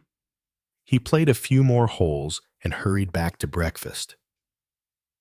As he ate it, he was conscious, not for the first time, of the close scrutiny of a man who sat at the table next to him.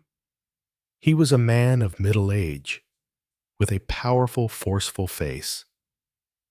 He had a small, dark beard and very piercing gray eyes, and an ease and assurance of manner which placed him among the higher ranks of the professional classes. His name, Jack knew, was Lavington, and he had heard vague rumors as to his being a well-known medical specialist. But as Jack was not a frequenter of Harley Street, the name had conveyed little or nothing to him. But this morning he was very conscious of the quiet observation under which he was being kept, and it frightened him a little. Was his secret written plainly in his face for all to see? Did this man, by reason of his professional calling, know that there was something amiss in the hidden gray matter? Jack shivered at the thought. Was it true? Was he really going mad? Was the whole thing a hallucination? Or was it a gigantic hoax? And suddenly, a very simple way of testing the solution occurred to him. He had hitherto been alone on his round. Supposing someone else was with him, then one out of three things might happen. The voice might be silent. They might both hear it. Or he only might hear it. That evening, he proceeded to carry his plan into effect. Lavington was the man he wanted with him. They fell into conversation easily enough. The older man might have been waiting for such an opening. It was clear that for some reason or other, Jack interested him. The latter was able to come quite easily and naturally to the suggestion that they might play a few holes together before breakfast. The arrangement was made for the following morning. They started out a little before 7. It was a perfect day, still and cloudless, but not too warm. The doctor was playing well, Jack wretchedly. His whole mind was intent on the forthcoming crisis. He kept glancing surreptitiously at his watch. They reached the 7th tee, between which and the hole the cottage was situated, about 20 past 7. The girl, as usual, was in the garden as they passed. She did not look up. 2 balls lay on the green, Jack's near the hole, the doctor's some little distance away. "I've got this for it," said Lavington. "I must go for it, I suppose." He bent down, judging the line he should take. Jack stood rigid, his eyes glued to his watch. It was exactly 25 minutes past 7. The ball ran swiftly along the grass, stopped on the edge of the hole, hesitated and dropped in. "Good putt," said Jack. His voice sounded hoarse and unlike himself. "Thanks, some." He shoved his wristwatch farther up his arm with a sigh of overwhelming relief. Nothing had happened. The spell was broken. "If you don't mind waiting a minute," he said, "I think I'll have a pipe." They paused a while on the 8th tee. Jack filled and lit the pipe with fingers that trembled a little in spite of himself. An enormous weight seemed to have lifted from his mind. "Lord, what a good day it is," he remarked, staring at the prospect ahead of him with great contentment. "Go on, Lavington, your swipe." And then it came, just at the very instant the doctor was hitting. A woman's voice, high and agonized. "Murder, help, murder!" The pipe fell from Jack's nerveless hand as he spun round in the direction of the sound, and then, remembering, gazed breathlessly at his companion. Lavington was looking down the course, shading his eyes. A bit short just cleared the bunker, though, I think, he had heard nothing. The world seemed to spin round with Jack. He took a step or two, lurching heavily. When he recovered himself, he was lying on the short turf, and Lavington was bending over him. "There, take it easy now. Take it easy. What did I do? You fainted, young man, or gave a very good try at it?" "My God," said Jack, and groaned. "What's the trouble?" "Something on your mind. I'll tell you in 1 minute. But I'd like to ask you something first." The doctor lit his own pipe and settled himself on the bank. "Ask anything you like," he said comfortably. "You've been watching me for the last day or 2. Why?" Lavington's eyes twinkled a little. "That's rather an awkward question. A cat can look at a king. You know. Don't put me off. I'm in earnest. Why was it? I've a vital reason for asking." Lavington's face grew serious. "I'll answer you quite honestly. I recognized in you all the signs of a man laboring under a sense of acute strain, and it intrigued me what that strain could be." "I can tell you that easily enough," said Jack bitterly. "I am going mad." He stopped dramatically. but his statement not seeming to arouse the interest and consternation he expected. He repeated it. "I tell you, I'm going mad." "Very curious," murmured Lavington. "Very curious indeed." Jack felt indignant. "I suppose that's all it does seem to you. Doctors are so damned callous. Come, come, my young friend. You're talking at random. To begin with, although I have taken my degree, I do not practice medicine. Strictly speaking, I am not a doctor of the body. That is," Jack looked at him keenly, "of the mind. Yes, in a sense, but more truly, I call myself a doctor of the soul." "Oh, I perceive the disparagement in your tone. And yet we must use some word to denote the active principle which can be separated and exist independently of its fleshy home, the body. You've got to come to terms with the soul. You know, young man, it isn't just a religious term invented by clergymen, but we'll call it the mind, or the subconscious self, or any term that suits you better. You took offense at my tone just now, but I can assure you that it really did strike me as very curious that such a well-balanced and perfectly normal young man as yourself should suffer from the delusion that he was going out of his mind. I'm out of my mind, all right. Absolutely barmy. You will forgive me for saying so, but I don't believe it. I suffer from delusions. After dinner? No. In the morning? Can't be done," said the doctor, relighting his pipe, which had gone out. "I tell you I hear things that no one else hears. One man in 1,000 can see the moons of Jupiter.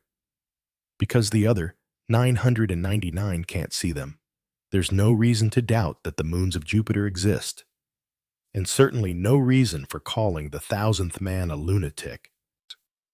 The moons of Jupiter are a proved scientific fact. It's quite possible that the delusions of today may be the proved scientific facts of tomorrow." In spite of himself, Lavington's matter-of-fact manner was having its effect upon Jack. He felt immeasurably soothed and cheered.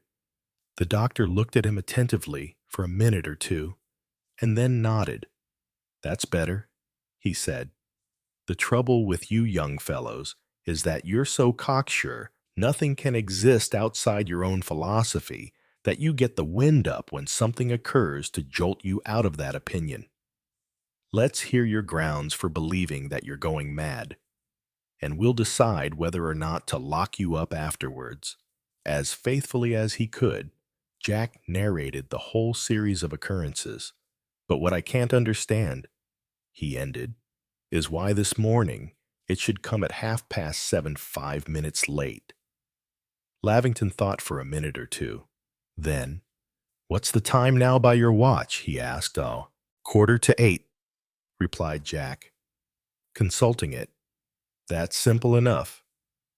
Then, "Mine says 7:20. Your watch is 5 minutes fast. That's a very interesting and important point to me. In fact, it's invaluable." "In what way?" Jack was beginning to get interested. "Well, the obvious explanation is that on the first morning you did hear some such cry. May have been a joke, may not. On the following mornings, you suggestioned yourself to hear it at exactly the same time." "I'm sure I didn't. Not consciously, of course, but the subconscious plays us some funny tricks. You know. But anyway, that explanation won't wash. If it was a case of suggestion, you would have heard the cry at 25 minutes past 7 by your watch, and you could never have heard it when the time, as you thought, was past. Well, then, well, it's obvious, isn't it?" This cry for help occupies a perfectly definite place and time and space. The place is the vicinity of that cottage, and the time is 25 minutes past 7. Yes, but why should I be the one to hear it? I don't believe in ghosts and all that spook stuff, spirits rapping and all the rest of it. Why should I hear the damn thing? Ah, that we can't tell at present. It's a curious thing that many of the best mediums are made out of confirmed skeptics. It isn't the people who are interested in occult phenomena who get the manifestations. Some people see and hear things that other people don't. We don't know why. And 9 times out of 10, they don't want to see or hear them. And he's thought are convinced that they are suffering from delusions just as you were. It's like electricity. Some substances are good conductors. Others are non-conductors. And for a long time, we didn't know why and had to be content just to accept the fact. Nowadays, we do know why. Someday, no doubt, we shall know why. You hear this thing, and I and the girl don't. Everything's governed by natural law. You know there's no such thing really as the supernatural. Finding out the laws that govern so-called psychic phenomena is going to be a tough job, but every little helps. But what am I going to do? Asked Jack. Lavington chuckled. Practical. I see. Well, my young friend, you are going to have a good breakfast and get off to the city without worrying your head further about things you don't understand. I, on the other hand, am going to poke about and see what I can find out about that cottage back there. That's where the mystery centers, I dare swear. Jack rose to his feet. Right, sir, I'm on. But, I say, yes. Jack flushed awkwardly. I'm sure the girl's all right, he muttered. Lavington looked amused. You didn't tell me she was a pretty girl. Well, cheer up. I think the mystery started before her time. Jack arrived home that evening in a perfect fever of curiosity. He was by now pinning his faith blindly to Lavington. The doctor had accepted the matter so naturally, had been so matter-of-fact and unperturbed by it, that Jack was impressed.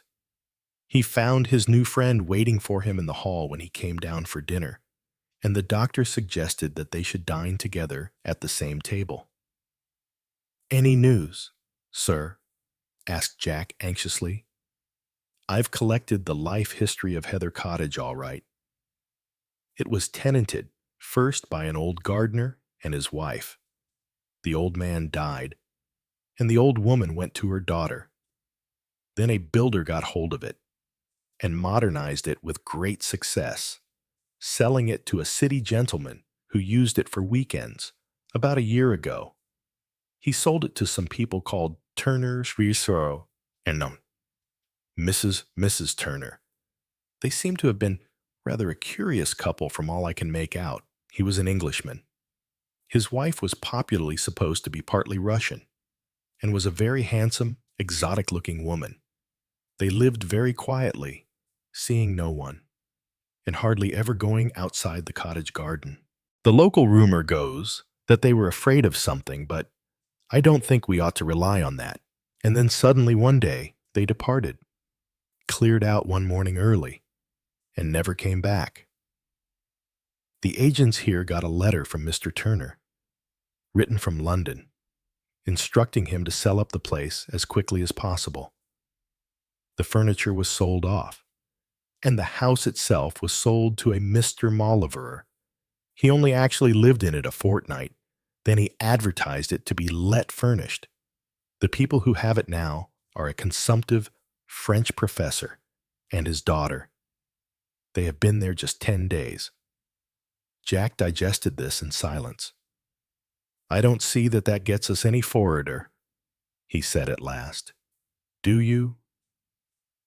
I rather want to know more about the Turners, said Lavington quietly. They left very early in the morning. You remember, as far as I can make out. Nobody actually saw them go. Mr. Turner has been seen since, but I can't find anybody who has seen Mrs. Turner. Jack paled. It can't be. You don't mean. Don't excite yourself, young man. The influence of anyone at the point of death, and especially a violent death upon their surroundings, is very strong. Those surroundings might conceivably absorb that influence, transmitting it in turn to a suitably tuned receiver, in this case yourself. But why me? Murmured Jack rebelliously. Why not someone who could do some good? You are regarding the force as intelligent and purposeful, instead of blind and mechanical. I do not believe myself in earthbound spirits, haunting a spot for one particular purpose. But the thing I have seen, again and again, until I can hardly believe it to be pure coincidence, is a kind of blind groping towards justice, a subterranean moving of blind forces, always working obscurely towards that end. He shook himself as though casting off some obsession that preoccupied him, and turned to Jack with a ready smile. Let us banish the subject for tonight at all events, he suggested. Jack agreed readily enough, but did not find it so easy to banish the subject from his own mind. During the weekend, he made vigorous inquiries of his own, but succeeded in eliciting little more than the doctor had done. He had definitely given up playing golf before breakfast. The next link in the chain came from an unexpected quarter. On getting back one day, Jack was informed that a young lady was waiting to see him. To his intense surprise, it proved to be the girl of the garden, the pansy girl, as he always called her in his own mind. She was very nervous and confused. You will forgive me, monsieur, for coming to seek you like this, but there is something I want to tell you. She looked round uncertainly. Come in here, said Jack promptly, leading the way into the now deserted ladies' drawing room of the hotel. A dreary apartment with a good deal of red plush about it. Now, sit down, Miss Marchot. Monsieur Felice Marchot. Sit down, Mademoiselle Marchot, and tell me all about it. Felice sat down obediently. She was dressed in dark green today, and the beauty and charm of the proud little face was more evident than ever. Jack's heart beat faster as he sat down beside her. It is like this, explained Felice. We have been here but a short time, and from the beginning we hear the house, our so sweet little house, is haunted. No servant will stay in it. That does not matter so much me. I can do the ménage and cook easily enough. Angel, thought the infatuated young man. She's wonderful. But he maintained an outward semblance of businesslike attention. This talk of ghosts, I think it is all folly. That is until 4 days ago, monsieur. 4 nights running. I have had the same dream. A lady stands there.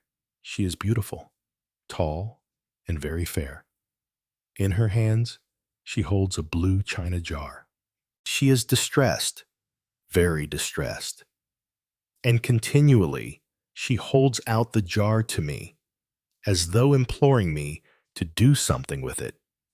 But alas, she cannot speak, and I do not know what she asks.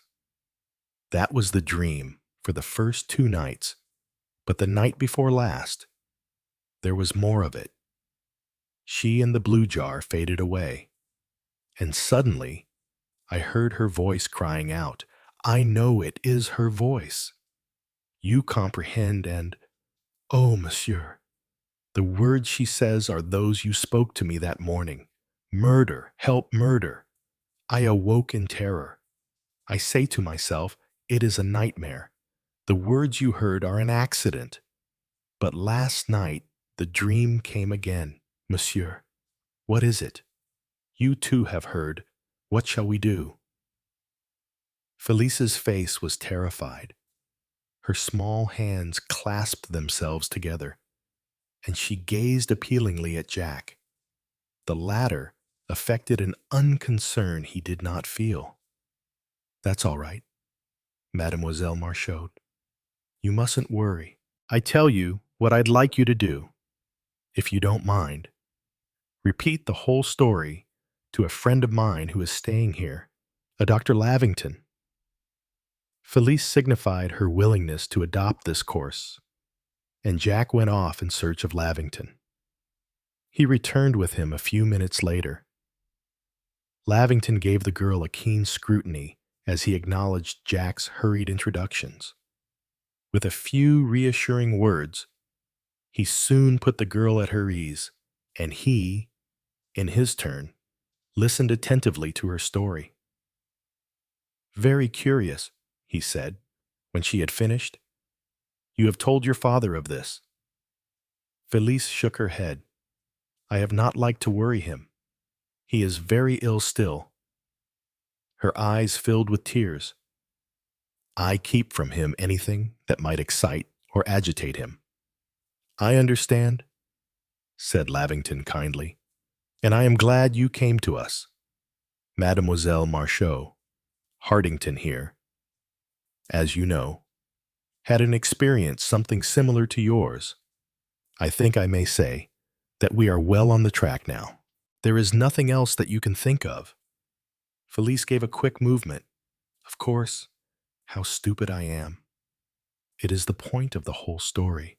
Look, monsieur, at what I found at the back of one of the cupboards where it had slipped behind the shelf.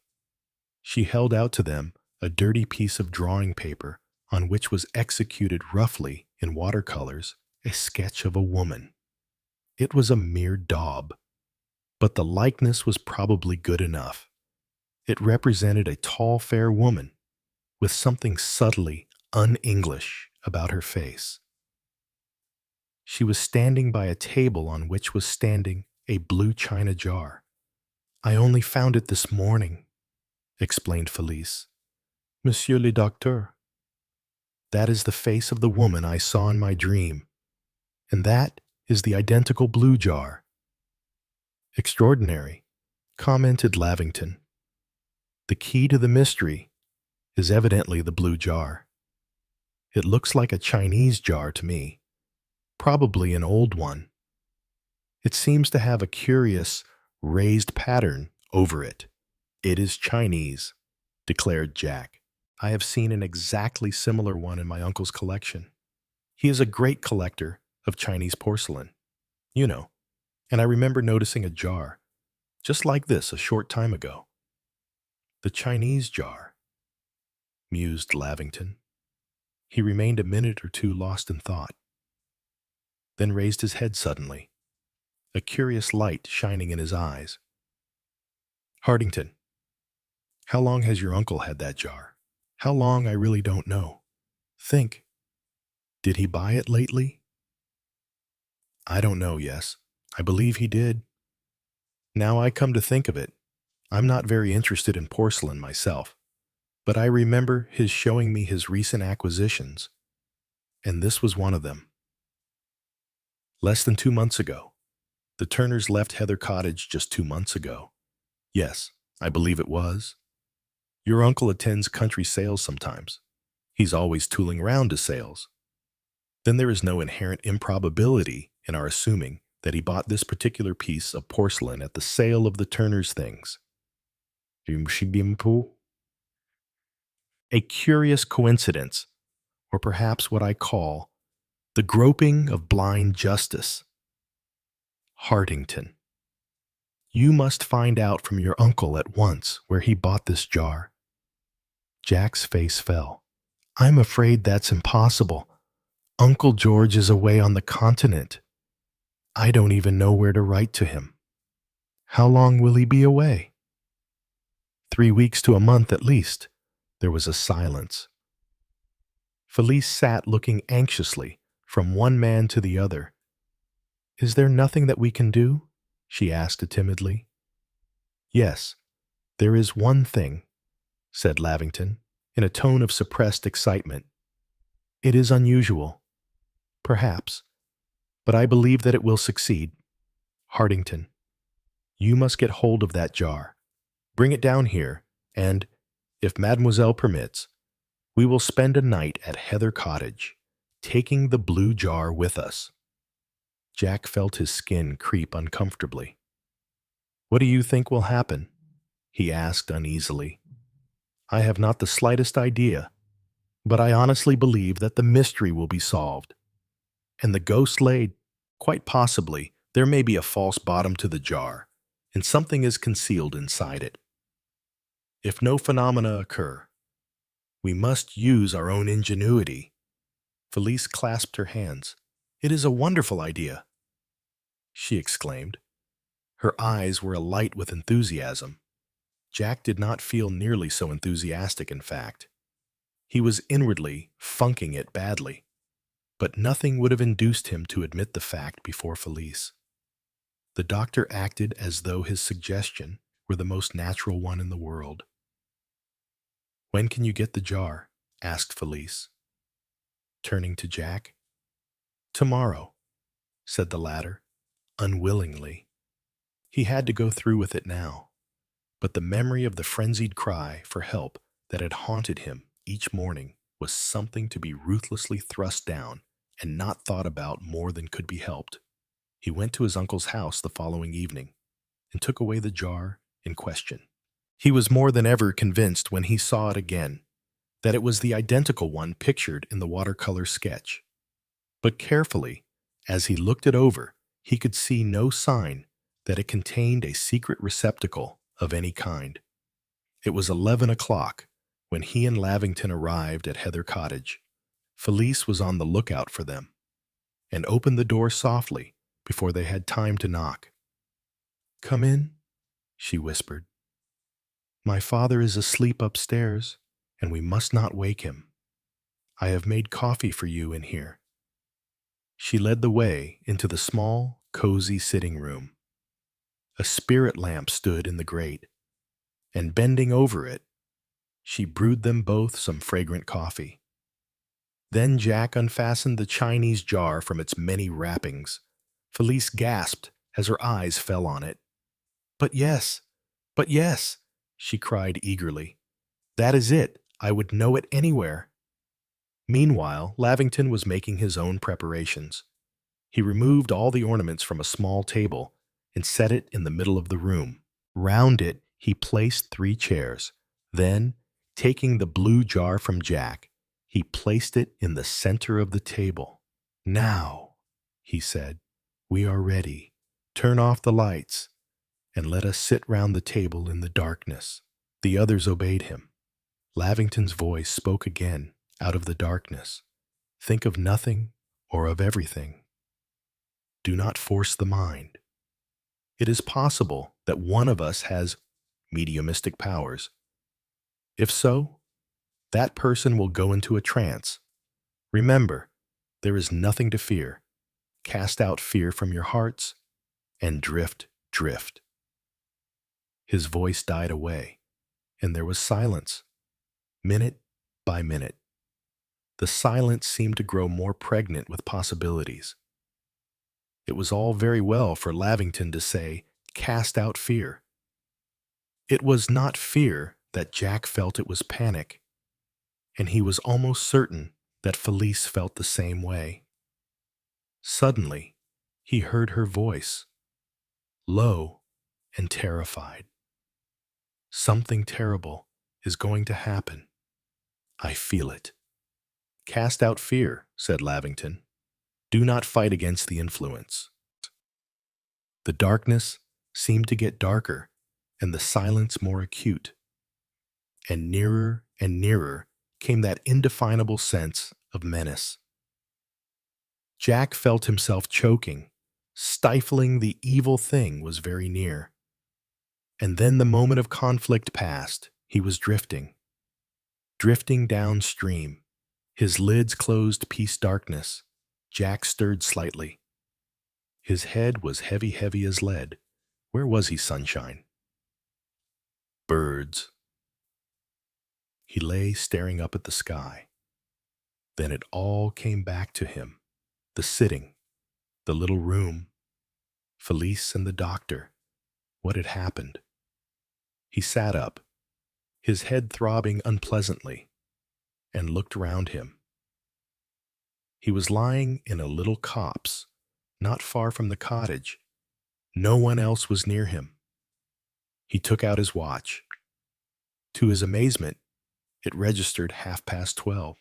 Jack struggled to his feet and ran as fast as he could in the direction of the cottage. They must have been alarmed by his failure to come out of the trance and carried him out into the open air. Arrived at the cottage, he knocked loudly on the door, but there was no answer and no signs of life about it. They must have gone off to get help, or else Jack felt an indefinable fear invade him. What had happened last night? He made his way back to the hotel as quickly as possible. He was about to make some inquiries at the office when he was diverted by a colossal punch in the ribs which nearly knocked him off his feet. Turning in some indignation, he beheld a white-haired old gentleman wheezing with mirth. "Didn't expect me, my boy? Didn't expect me? Hey," said this individual. "Why, Uncle George, I thought you were miles away in Italy somewhere." But I wasn't. Landed at Dover last night. Thought I'd motor up to town and stop here to see you on the way. And what did I find out all night? Hey, nice goings-on. Uncle George?" Jack checked him firmly. "I've got the most extraordinary story to tell you. I dare say you won't believe it." "I dare say I shan't," laughed the old man. "But do your best, my boy." "But I must have something to eat," continued Jack. "I'm famished." He led the way to the dining room, and over a substantial repast, he narrated the whole story, and God knows what's become of them. He ended. His uncle seemed on the verge of apoplexy. "The jar," he managed to ejaculate at last. "The blue jar, what's become of that?" Jack stared at him in non-comprehension, but submerged in the torrent of words that followed, he began to understand. It came with a rush. Ming unique gem of my collection, worth £10,000. At least offer from Hoggenheimer, the American millionaire, only one of its kind in the world. Confound it, sir. What have you done with my blue jar? Jack rushed from the room. He must find Lavington. The young lady at the office eyed him coldly. "Dr. Lavington left late last night by motor. He left a note for you." Jack tore it open. It was short and to the point. "My dear young friend, is the day of the supernatural over? Not quite, especially when tricked out in new scientific language. Kindest regards from Felice, invalid father, and myself. We have 12 hours start, which ought to be ample. Yours ever, Ambrose Lavington, Doctor of the Soul." Chapter 14. Taken from the notes of the late Dr. Edward Carstairs, M.D., the eminent psychologist. I am perfectly aware that there are two distinct ways of looking at the strange and tragic events which I have set down here. My own opinion has never wavered. I have been persuaded to write the story out in full. And indeed, I believe it to be due to science that such strange and inexplicable facts should not be buried in oblivion. It was a wire from my friend, Dr. Settle, that first introduced me to the matter. Beyond mentioning the name Carmichael, the wire was not explicit, but in obedience to it, I took the 12:20 train from Paddington to Walden, in Herefordshire. The name of Carmichael was not unfamiliar to me. I had been slightly acquainted with the late Sir William Carmichael of Walden, though I had seen nothing of him for the last 11 years. He had, I knew, one son, the present baronet, who must now be a young man of about 23. I remembered vaguely having heard some rumors about Sir William's second marriage, but could recall nothing definite unless it were a vague impression, detrimental to the second Lady Carmichael. Settle met me at the station. "Good of you to come," he said as he wrung my hand. "Not at all. I understand this is something in my line. Very much so. A mental case. Then," I hazarded, "possessing some unusual features." We had collected my luggage by this time, and were seated in a dog-cart driving away from the station in the direction of Walden, which lay about 3 miles away. Settle did not answer for a minute or two. Then he burst out suddenly. "The whole thing's incomprehensible. Here is a young man, 23 years of age, thoroughly normal in every respect, a pleasant, amiable boy, with no more than his fair share of conceit. Not brilliant intellectually, perhaps, but an excellent type of the ordinary upper-class young Englishman. Goes to bed in his usual health one evening, and is found the next morning wandering about the village in a semi-idiotic condition, incapable of recognizing his nearest and dearest. Ah, I said, stimulated. This case promised to be interesting. Complete loss of memory. And this occurred yesterday morning, the 9th of August, and there has been nothing, no shock that you know of, to account for this state. Nothing. I had a sudden suspicion. Are you keeping anything back? And no. His hesitation confirmed my suspicion. I must know everything. It's nothing to do with Arthur. It's to do with the house. With the house, I repeated, astonished. You've had a great deal to do with that sort of thing, haven't you? Carstairs, you've tested so-called haunted houses. What's your opinion of the whole thing? In 9 cases out of 10, fraud, I replied. But the 10th, well, I have come across phenomena that are absolutely unexplainable from the ordinary materialistic standpoint. I'm a believer in the occult. Settle nodded. We were just turning in at the park gates. He pointed with his whip at a low-lying white mansion on the side of a hill. "That's the house," he said. "And there's something in that house. Something uncanny, horrible. We all feel it. And I'm not a superstitious man." "What form does it take?" I asked. He looked straight in front of him. "I'd rather you knew nothing.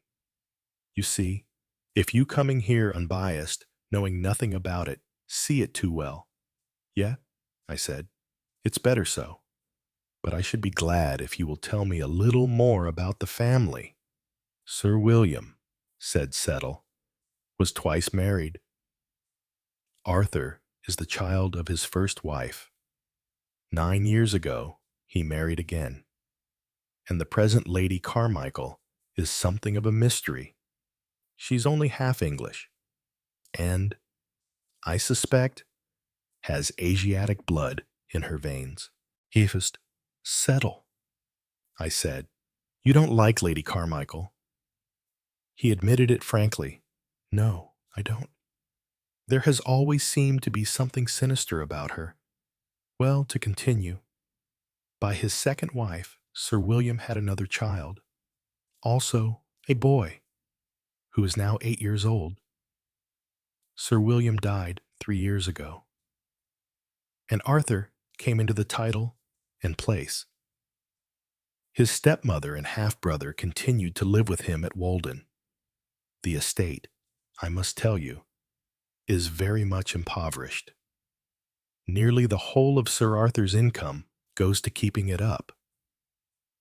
A few hundreds a year was all Sir William could leave his wife.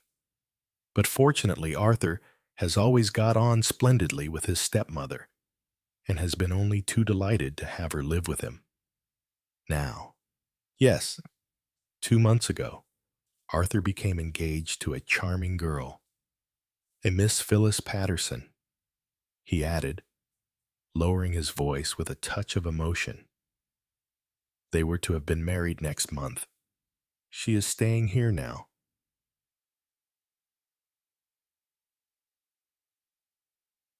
You can imagine her distress. I bowed my head silently. We were driving up close to the house now. On our right, the green lawn sloped gently away. And suddenly, I saw a most charming picture. A young girl was coming slowly across the lawn to the house. She wore no hat, and the sunlight enhanced the gleam of her glorious golden hair.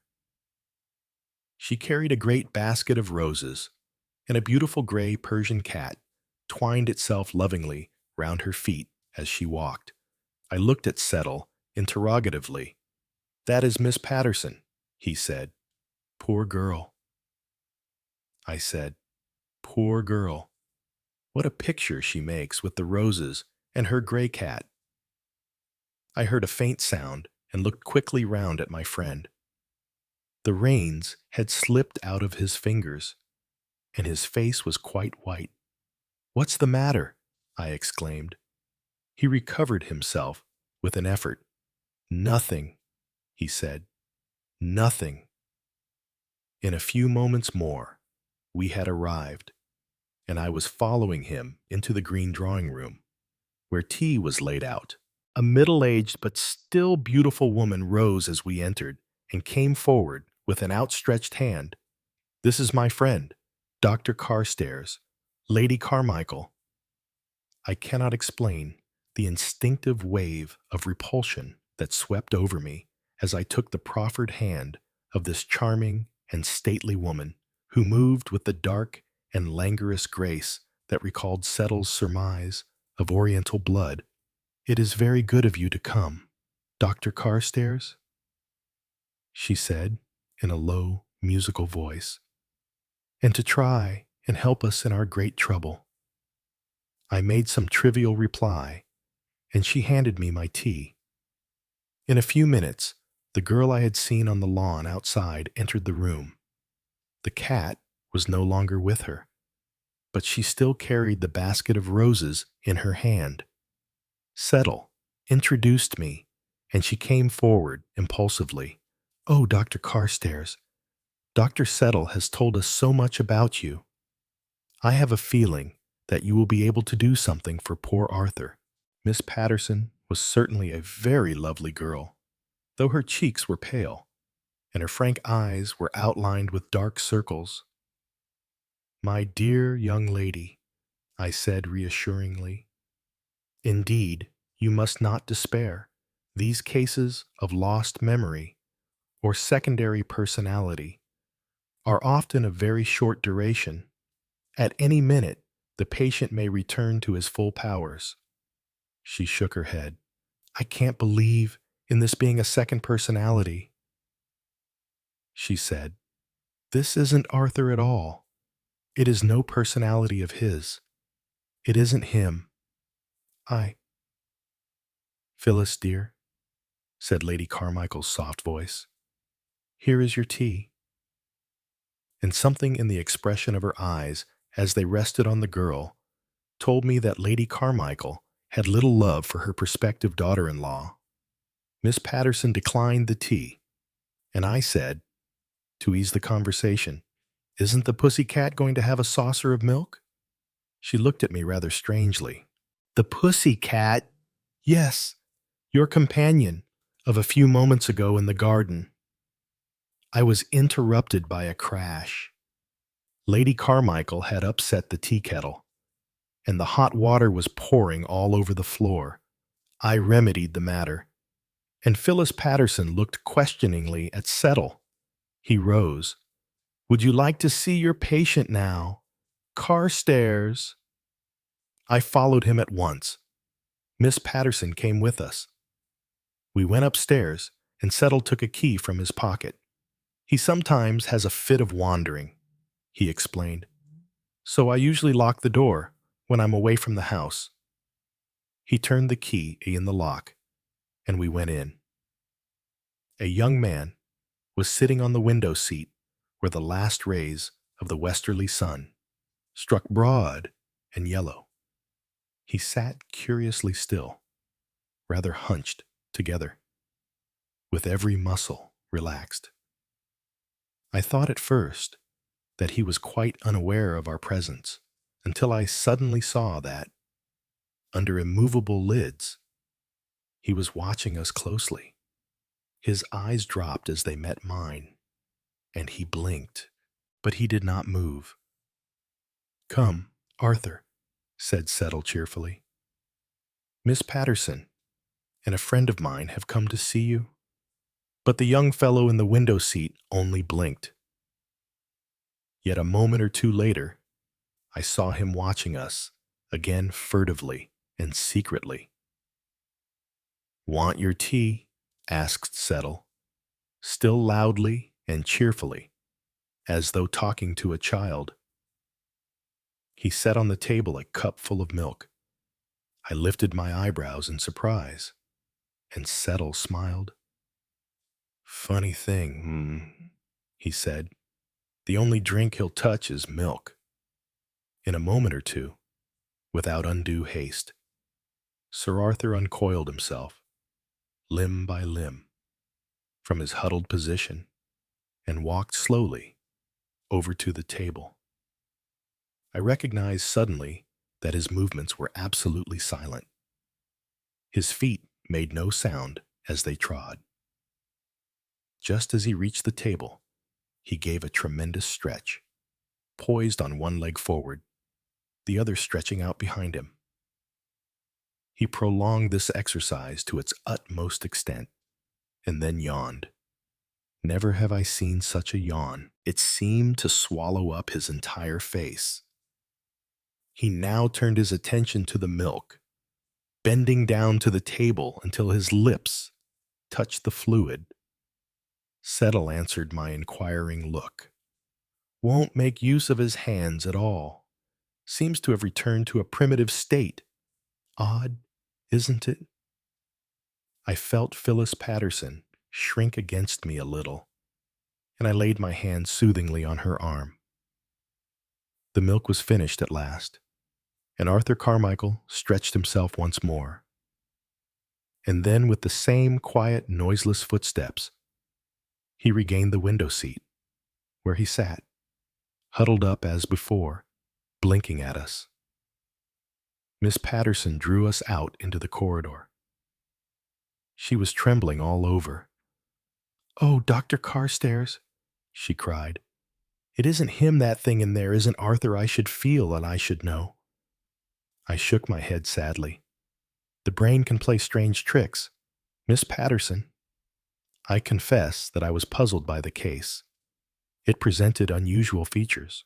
Though I had never seen young Carmichael before, there was something about his peculiar manner of walking and the way he blinked that reminded me of someone or something that I could not quite place.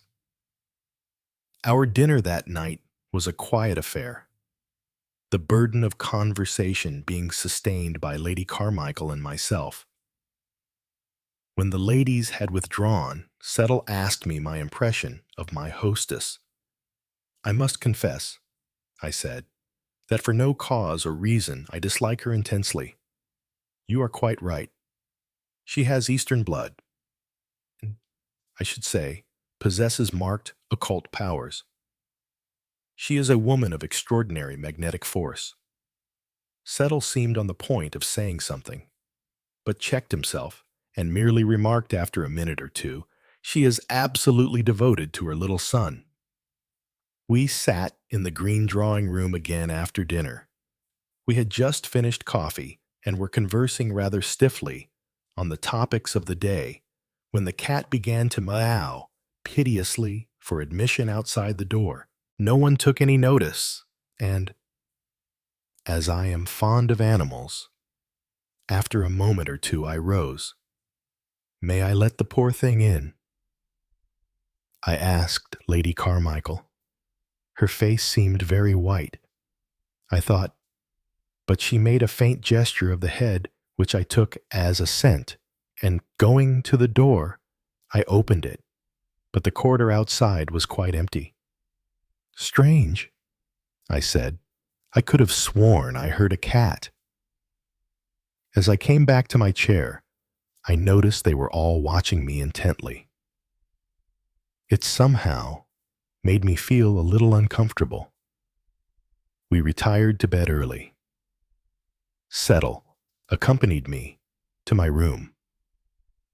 "Got everything you want?" he asked, looking around. "Yes, thanks." He still lingered rather awkwardly, as though there was something he wanted to say, but could not quite get out. "By the way," I remarked, "you said there was something uncanny about this house. As yet it seems most normal. You call it a cheerful house. Hardly that, under the circumstances. It is obviously under the shadow of a great sorrow.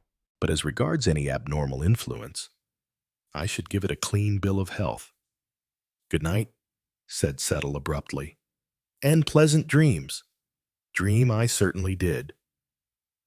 Miss Patterson's gray cat seemed to have impressed itself upon my brain. All night long, it seemed to me, I dreamt of the wretched animal, awaking with a start. I suddenly realized what had brought the cat so forcibly into my thoughts. The creature was meowing persistently outside my door.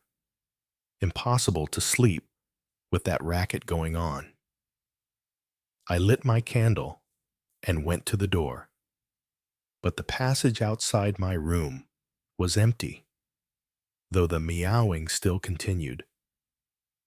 A new idea struck me. The unfortunate animal was shut up somewhere, unable to get out.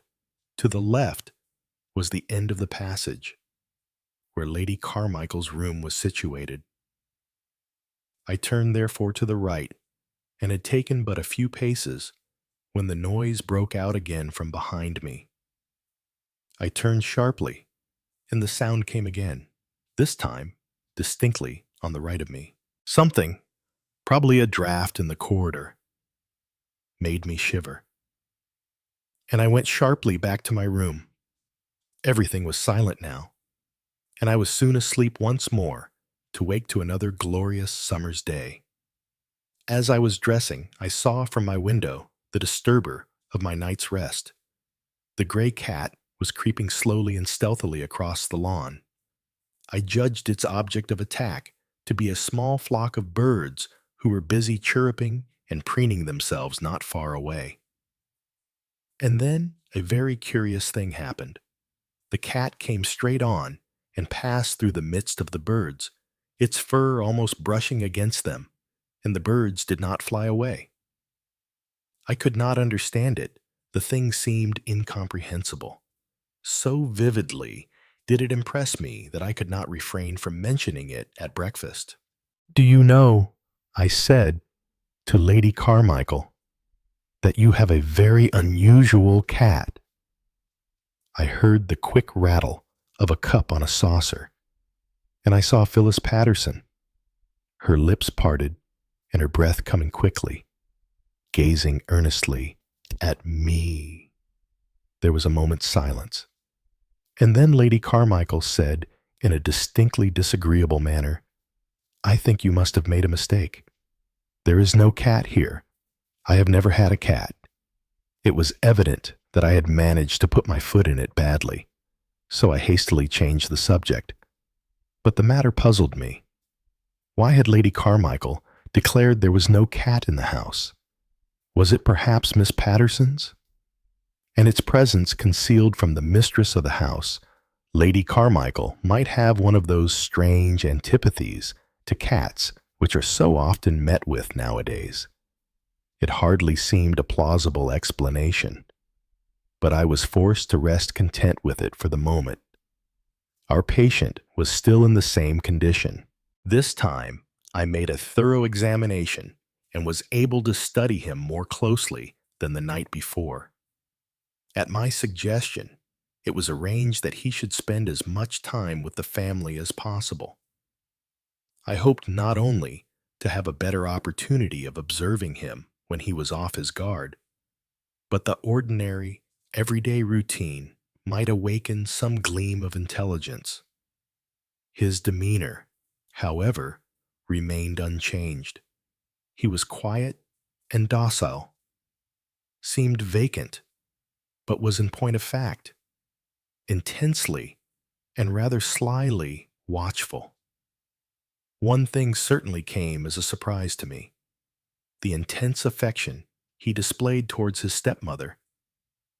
Miss Patterson he ignored completely, but he always managed to sit as near Lady Carmichael as possible, and once I saw him rub his head against her shoulder in a dumb expression of love. I was worried about the case. I could not but feel that there was some clue to the whole matter which had so far escaped me. "This is a very strange case," I said to Settle. "Yes, well," said he. "It's very suggestive." He looked at me rather furtively. I thought, "Tell me," he said. "He doesn't remind you of anything." The word struck me disagreeably, reminding me of my impression of the day before. "Remind me of what?" "Oh," I asked. He shook his head. "Perhaps it's my fancy," he muttered. "Just my fancy." And he would say no more on the matter. Altogether, there was mystery shrouding the affair. I was still obsessed with that baffling feeling of having missed the clue that should elucidate it to me. And concerning a lesser matter, there was also mystery. I mean that trifling affair of the gray cat.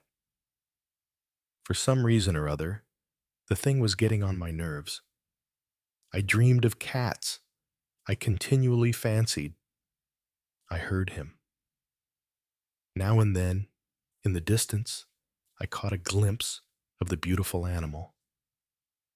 And the fact that there was some mystery connected with it fretted me unbearably. On a sudden impulse, I applied one afternoon to the footman for information. "Can you tell me anything?" I said. "About the cat?" "I see. The cat, sir." He appeared politely surprised.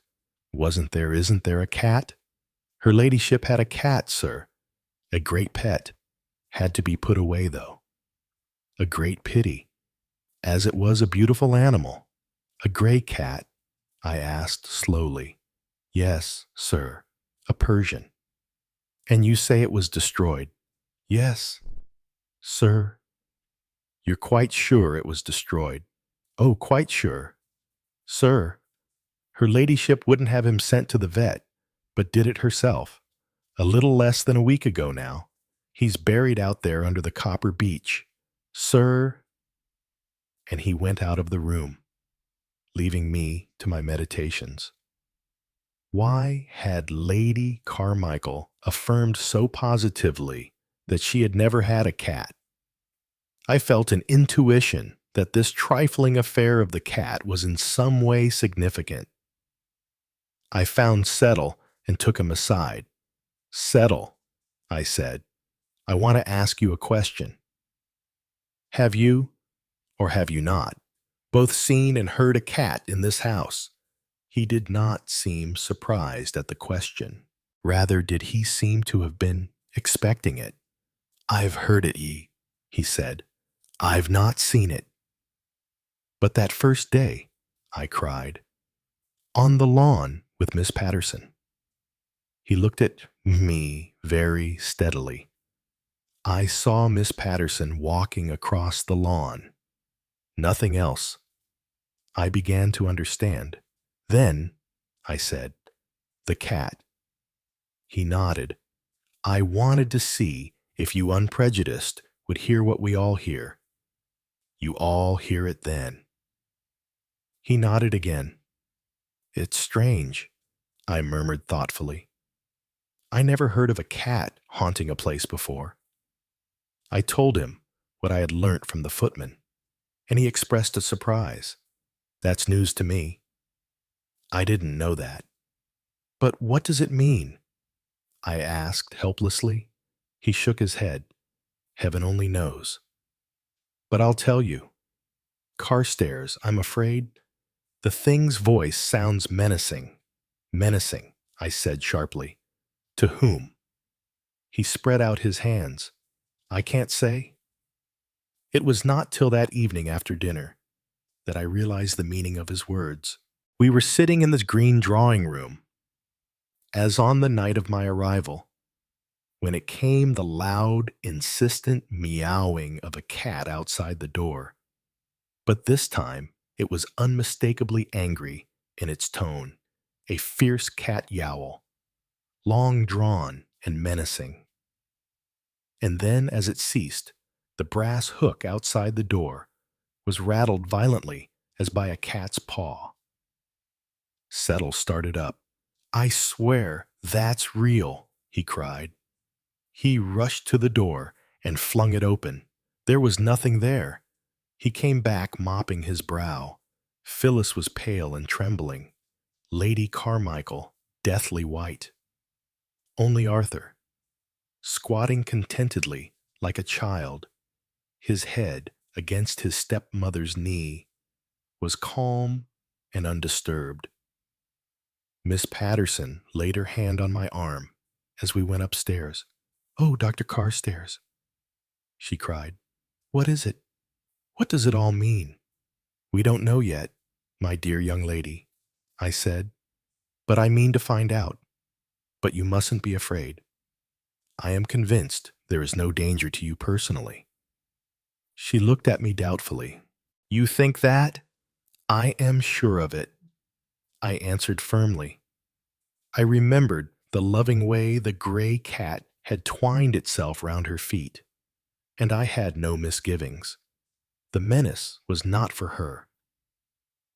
I was some time dropping off to sleep, but at length I fell into an uneasy slumber, from which I awoke with a sense of shock. I heard a scratching, sputtering noise as of something being violently ripped or torn. I sprang out of bed and rushed out into the passage. At the same moment, Settle burst out of his room opposite. The sound came from our left. "You hear it? Carstairs," he cried. "You hear it." We came swiftly up to Lady Carmichael's door. Nothing had passed us, but the noise had ceased. Our candles glittered blankly on the shiny panels of Lady Carmichael's door. We stared at one another. "You know what it was?" he half whispered. I nodded. "A cat's claws ripping and tearing something." I shivered a little. Suddenly I gave an exclamation and lowered the candle I held. "Look here. Settle." Here was a chair that rested against the wall, and the seat of it was ripped and torn in long strips. We examined it closely. He looked at me, and I nodded. "Cat's claws," he said, drawing in his breath sharply. "Unmistakable." His eyes went from the chair to the closed door. "That's the person who is menaced. Lady Carmichael." I slept no more that night. Things had come to a pass where something must be done. As far as I knew, there was only one person who had the key to the situation. I suspected Lady Carmichael of knowing more than she chose to tell. She was deathly pale when she came down the next morning, and only toyed with the food on her plate. I was sure that only an iron determination kept her from breaking down. After breakfast, I requested a few words with her. I went straight to the point. "Lady Carmichael," I said, "I have reason to believe that you are in very grave danger. Indeed." She braved it out with wonderful unconcern. There is in this house, I continued, a thing, a presence, that is obviously hostile to you. What nonsense, she murmured scornfully, as if I believed in any rubbish of that kind. The chair outside your door, I remarked dryly, was ripped to ribbons last night. Indeed. With raised eyebrows, she pretended surprise. But I saw that I had told her nothing she did not know. Some stupid practical joke, I suppose. It was not that, I replied with some feeling. And I want you to tell me for your own sake. I paused. Tell you what? She queried. Anything that can throw light on the matter, I said gravely. She laughed. I know nothing, she said. Absolutely nothing, and no warnings of danger could induce her to relax the statement. Yet I was convinced that she did know a great deal more than any of us, and held some clue to the affair of which we were absolutely ignorant. But I saw that it was quite impossible to make her speak. Kaiskoi, I determined, however, to take every precaution that I could, convinced as I was that she was menaced by a very real and immediate danger. Before she went to her room the following night, Settle and I made a thorough examination of it. We had agreed that we would take it in turns to watch in the passage. I took the first watch, which passed without incident, and at 3 o'clock, Settle relieved me.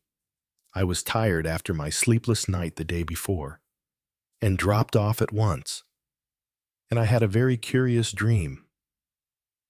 I dreamed that the gray cat was sitting at the foot of my bed, and that its eyes were fixed on mine with a curious pleading. Then, with the ease of dreams, I knew that the creature wanted me to follow it. I did so, and it led me down the great staircase and right to the opposite wing of the house to a room which was obviously the library. It paused there at one side of the room and raised its front paws till they rested on one of the lower shelves of books, while it gazed at me once more with that same moving look of appeal.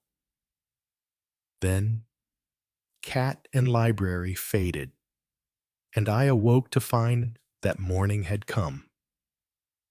Settle's watch had passed without incident, but he was keenly interested to hear of my dream. At my request, he took me to the library, which coincided in every particular with my vision of it.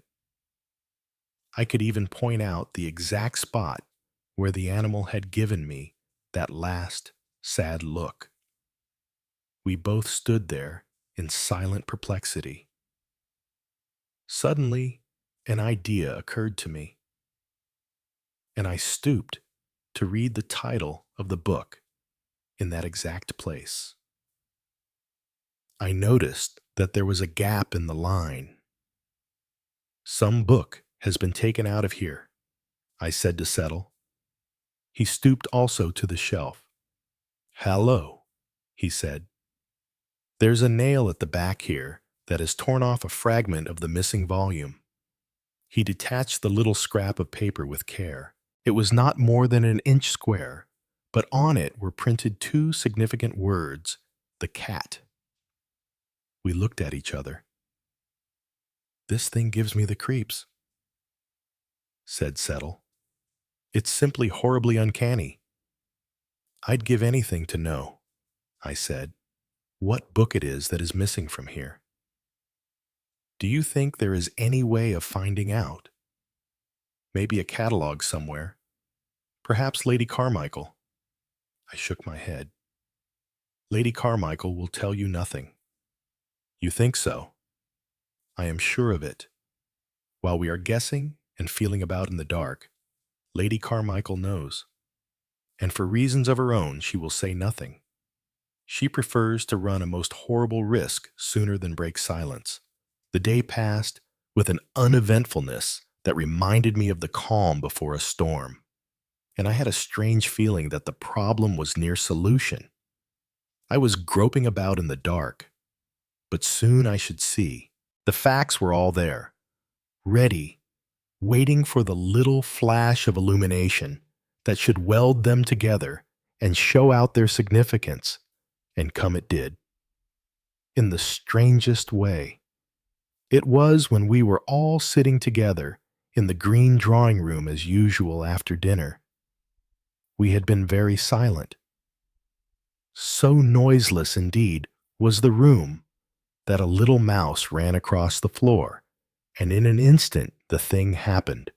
With one long spring, Arthur Carmichael leapt from his chair. His quivering body was swift as an arrow on the mouse's track. It had disappeared behind the wainscoting. And there he crouched, watchful, his body still trembling with eagerness. It was horrible. I have never known such a paralyzing moment. I was no longer puzzled as to that something that Arthur Carmichael reminded me of with his stealthy feet and watching eyes, and in a flash, an explanation. Wild, incredible, unbelievable, swept into my mind. I rejected it as impossible, unthinkable, but I could not dismiss it from my thoughts. I hardly remember what happened next. The whole thing seemed blurred and unreal. I know that somehow we got upstairs and said our goodnights briefly, almost with a dread of meeting each other's eyes, lest we should see there some confirmation of our own fears. Settle established himself outside Lady Carmichael's door to take the first watch, arranging to call me at 3 a.m. I had no special fears for Lady Carmichael. I was too taken up with my fantastic impossible theory. I told myself it was impossible, but my mind returned to it, fascinated. And then suddenly, the stillness of the night was disturbed. Settle's voice rose in a shout, calling me. I rushed out into the corridor. He was hammering and pounding with all his might on Lady Carmichael's door. "Devil take the woman," he cried. "She's locked it. But it's in there. Man in with her. Can't you hear it?" From behind the locked door, a long-drawn cat yowl sounded fiercely, and then following it a horrible scream, and another. I recognized Lady Carmichael's voice. "The door!" I yelled. "We must break it in. In another minute we shall be too late." We set our shoulders against it, and heaved with all our might. It gave with a crash, and we almost fell into the room. Lady Carmichael lay on the bed, bathed in blood. I have seldom seen a more horrible sight. Her heart was still beating, but her injuries were terrible, for the skin of the throat was all ripped and torn. Shuddering, I whispered, "The claws."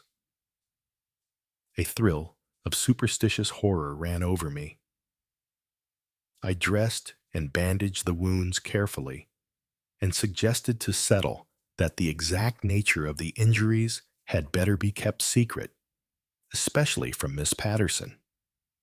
I wrote out a telegram for a hospital nurse, to be dispatched as soon as the telegraph office was open. The dawn was now stealing in at the window. I looked out on the lawn below, on the "Get dressed and come out," I said abruptly to Settle. "Lady Carmichael will be all right now." He was soon ready, and we went out into the garden together. "What are you going to do?" "Dig up the cat's body," I said briefly. "I must be sure." I found a spade in a tool shed, and we set to work beneath the large copper beech tree. At last our digging was rewarded. It was not a pleasant job. The animal had been dead a week, but I saw what I wanted to see. "That's the cat," I said. The identical cat I saw the first day I came here. Settle sniffed. An odor of bitter almonds was still perceptible. Prussic acid, he said. I nodded. What are you thinking? He asked curiously. What you think too. My surmise was no new one to him. It had passed through his brain also.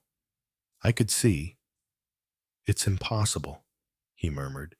Impossible. It's against all science, all nature. His voice tailed off in a shudder. That mouse last night, he said. But oh, it couldn't be. Lady Carmichael, I said, is a very strange woman. She has occult powers, hypnotic powers. Her forebears came from the East. Can we know what use she might have made of these powers over a weak, lovable nature such as Arthur Carmichael's? And remember, settle. If Arthur Carmichael remains a hopeless imbecile, devoted to her, the whole property is practically hers and her son's, whom you have told me she adores. And Arthur was going to be married. But what are we going to do? Carstairs? There's nothing to be done, I said. We'll do our best, though, to stand between Lady Carmichael and vengeance. Lady Carmichael improved slowly. Her injuries healed themselves as well as could be expected. The scars of that terrible assault she would probably bear to the end of her life. I had never felt more helpless. The power that defeated us was still at large, undefeated. And though quiescent, for the minute, we could hardly regard it as doing otherwise than biding its time. I was determined upon one thing. As soon as Lady Carmichael was well enough to be moved, she must be taken away from Walden. There was just a chance that the terrible manifestation might be unable to follow her, so the days went on. I had fixed September 18th as the date of Lady Carmichael's removal. It was on the morning of the 14th when the unexpected crisis arose. I was in the library discussing details of Lady Carmichael's case with Settle when an agitated housemaid rushed into the room. "Oh, sir," she cried. "Be quick, Mr. Arthur. He's fallen into the pond. He stepped on the punt, and it pushed off with him. And he overbalanced and fell in. I saw it from the window." I waited for no more, but ran straight out of the room, followed by Settle. Phyllis was just outside and had heard the maid's story. She ran with us. "But you needn't be afraid," she cried. "Arthur is a magnificent swimmer." I felt forebodings, however, and redoubled my pace. The surface of the pond was unruffled. The empty punt floated lazily about, but of Arthur there was no sign. Settle pulled off his coat and his boots. "I'm going in," he said. "You take the boat hook and fish about from the other punt. It's not very deep. Very long the time seemed as we searched vainly. Minute followed minute. And then, just as we were despairing, we found him and bore the apparently lifeless body of Arthur Carmichael to shore. As long as I live, I shall never forget the hopeless agony of Phyllis's face. Not. Her lips refused to frame the dreadful word. "No, no, my dear," I cried. "We'll bring him round, never fear." But inwardly I had little hope. He had been under water for half an hour. I sent off Settle to the house for hot blankets and other necessaries, and began myself to apply artificial respiration. We worked vigorously with him for over an hour, but there was no sign of life. I motioned to Settle to take my place again, and I approached Phyllis. I'm afraid," I said gently, that it is no good.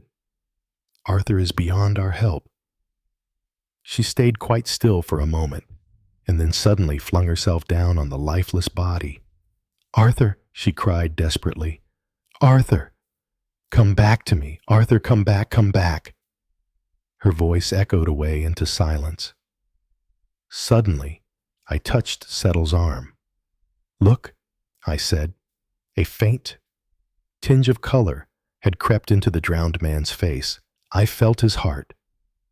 "Go on with the respiration," I cried. "He's coming round." The moments seemed to fly now. In a marvelously short time, his eyes opened. Then suddenly, I realized a difference. These were intelligent eyes, human eyes. They rested on Phyllis. "Hello, Phil," he said weakly. "Is it you? I thought you weren't coming until tomorrow." She could not yet trust herself to speak, but she smiled at him. He looked round with increasing bewilderment. "But, I say, where am I? And how rotten I feel. What's the matter with me? Hello." Mr. Settle. "You've been nearly drowned? That's what's the matter," returned Settle grimly. Sir Arthur made a grimace. "I've always heard it was beastly coming back afterwards. But how did it happen? Was I walking in my sleep?" Settle shook his head. "We must get him to the house," I said, stepping forward. He stared at me, and Phyllis introduced me. "Dr. Carstairs, who is staying here." We supported him between us and started for the house. He looked up suddenly, as though struck by an idea. "I say, Doctor, this won't knock me up for the 12th, will it?" "The 12th?" I said slowly. "You mean the 12th of August?" "Yes, next Friday." "Today is the 14th of September," said Settle abruptly. His bewilderment was evident. But I thought it was the 8th of August. I must have been ill then." Phyllis interposed rather quickly in her gentle voice. "Yes," she said. "You've been very ill." He frowned. "I can't understand it. I was perfectly all right when I went to bed last night. At least, of course, it wasn't really last night. I had dreams, though. I remember. Dreams." His brow furrowed itself still more as he strove to remember. Something, what was it? Something dreadful. Someone had done it to me, and I was angry, desperate. And then I dreamed I was a cat, yes, a cat. Funny, wasn't it? But it wasn't a funny dream. It was more horrible, but I can't remember. It all goes when I think. I laid my hand on his shoulder. "Don't try to think, Sir Arthur," I said gravely. "Be content to forget." He looked at me in a puzzled way and nodded. I heard Phyllis draw a breath of relief. We had reached the house. "By the way," said Sir Arthur suddenly, "where's the mater?" "She has been ill," said Phyllis after a momentary pause. "Oh, poor old mater." His voice rang with genuine concern. "Where is she? In her room?" "Yes," I said. "But you had better not disturb." The words froze on my lips. The door of the drawing room opened, and Lady Carmichael, wrapped in a dressing gown, came out into the hall. Her eyes were fixed on Arthur, and if ever I have seen a look of absolute guilt-stricken terror, I saw it then. Her face was hardly human in its frenzied terror. Her hand went to her throat. Arthur advanced towards her with boyish affection. "Hello, mater. So you've been knocked up too, have they? I'm awfully sorry." She shrank back before him, her eyes dilating. Then suddenly, with a shriek of a doomed soul, she fell backwards through the open door. I rushed and bent over her, then beckoned to Settle. "Hush, I said. Take him upstairs quietly, and then come down again. Lady Carmichael is dead. He returned in a few minutes. What was it? He asked. What caused it? Shock, I said grimly. The shock of seeing Arthur Carmichael. The real Arthur Carmichael. Restored to life. Or you may call it, as I prefer to, the judgment of God. You mean? He hesitated. I looked at him in the eyes so that he understood. A life for a life, I said significantly. But, oh, I know that a strange and unforeseen accident permitted the spirit of Arthur Carmichael to return to his body. But, nevertheless, Arthur Carmichael was murdered. He looked at me half fearfully. With prussic acid? He asked in a low tone. Yes, I answered, with prussic acid. Settle, and I have never spoken of our belief. It is not one likely to be credited. According to the orthodox point of view, Arthur Carmichael merely suffered from loss of memory. Lady Carmichael lacerated her own throat in a temporary fit of mania, and the apparition of the gray cat was mere imagination. But there are two facts that to my mind are unmistakable. One is the ripped chair in the corridor. The other is even more significant. A catalog of the library was found, and after exhaustive search, it was proved that the missing volume was an ancient and curious work on the possibilities of the metamorphosis of human beings into animals. One thing more. I am thankful to say that Arthur knows nothing. Phyllis has locked the secret of those weeks in her own heart, and she will never, I am sure, reveal them to the husband she loves so dearly, and who came back across the barrier of the grave at the call of her voice. Chapter 15. When I was down here last year, said Sir Henry Clithering, and stopped, his hostess, Mrs. Bantry, looked at him curiously. The ex-commissioner of Scotland Yard was staying with old friends of his, Colonel and Mrs. Bantry, who lived near St. Mary Mead. Mrs. Bantry, pen in hand, had just asked his advice as to who should be invited to make a sixth guest at dinner that evening. Yes, said Mrs. Bantry encouragingly. When you were here last year, tell me, said Sir Henry, do you know a Miss Marple? Mrs. Bantry was surprised. It was the last thing she had expected. No, Miss Marple, who doesn't, the typical old maid of fiction, quite a dear, but hopelessly behind the times. Do you mean you would like me to ask her to dinner? You are surprised. A little. I must confess, I should hardly have thought you, but perhaps there's an explanation. The explanation is simple enough. When I was down here last year, we got into the habit of discussing unsolved mysteries. There were 5 or 6 of us. Raymond West, the novelist, started it. We each supplied a story to which we knew the answer, but nobody else did. It was supposed to be an exercise in the deductive faculties to see who could get nearest the truth. Well, like in the old story, we hardly realized that Miss Marple was playing. But we were very polite about it, didn't want to hurt the old dear's feelings. And now comes the cream of the jest. The old lady outdid us every time. What? I assure you, straight to the truth like a homing pigeon. But how extraordinary. Why? Dear old Miss Marple has hardly ever been out of St. Mary Mead. Ah, but according to her, that has given her unlimited opportunities of observing human nature under the microscope, as it were. I suppose there's something in that, conceded Mrs. Bantry. One would at least know the petty side of people, but I don't think we have any really exciting criminals in our midst. I think we must try her with Arthur's ghost story after dinner. I'd be thankful if she'd find a solution to that. I didn't know that Arthur believed in ghosts. Oh, he doesn't. That's what worries him so.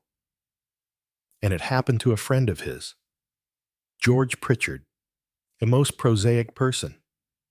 It's really rather tragic for poor George.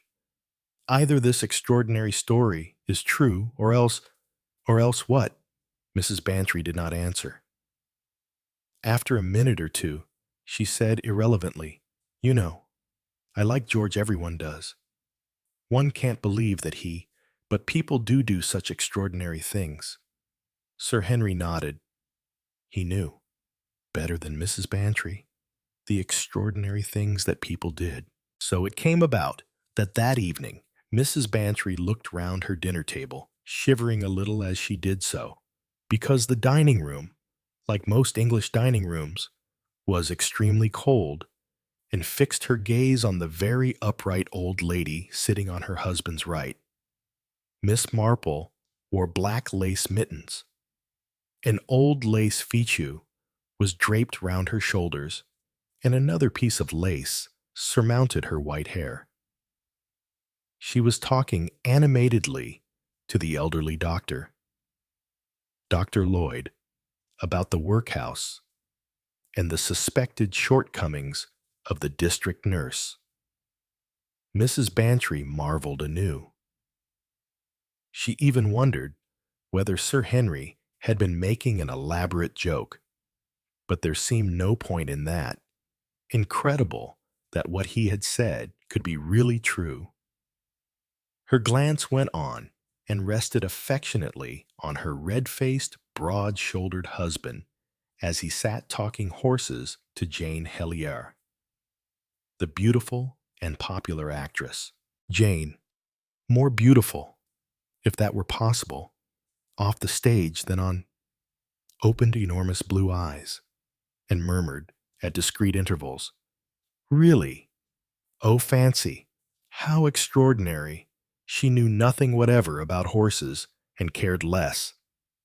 "Arthur," said Mrs. Bantry, "you're boring poor Jane to distraction. Leave horses alone and tell her your ghost story instead. You know." "George Pritchard." "Eh, Dolly." "Oh, but I don't know." "Sir Henry wants to hear it too. I was telling him something about it this morning. It would be interesting to hear what everyone has to say about it." "Oh, do," said Jane. "I love ghost stories."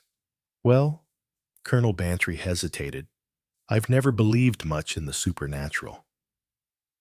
But this, I don't think any of you know George Pritchard. He's one of the best. His wife, well, she's dead now. Poor woman. I'll just say this much. She didn't give George any too easy a time when she was alive. She was one of those semi-invalids. I believe she had really something wrong with her. But whatever it was, she played it for all it was worth. She was capricious, exacting, unreasonable. She complained from morning to night. George was expected to wait on her hand and foot, and everything he did was always wrong, and he got cursed for it. Most men, I'm fully convinced, would have hit her over the head with a hatchet long ago. Eh, Dolly, isn't that so?" "She was a dreadful woman," said Mrs. Bantry with conviction. "If George Pritchard had brained her with a hatchet, and there had been any woman on the jury, he would have been triumphantly acquitted. I don't quite know how this business started. George was rather vague about it. I gather Mrs. Pritchard had always had a weakness for fortune-tellers, palmists, clairvoyantes, anything of that sort. George didn't mind. If she found amusement in it, well and good. But he refused to go into rhapsodies himself, and that was another grievance. A succession of hospital nurses was always passing through the house, Mrs. Pritchard usually becoming dissatisfied with them after a few weeks.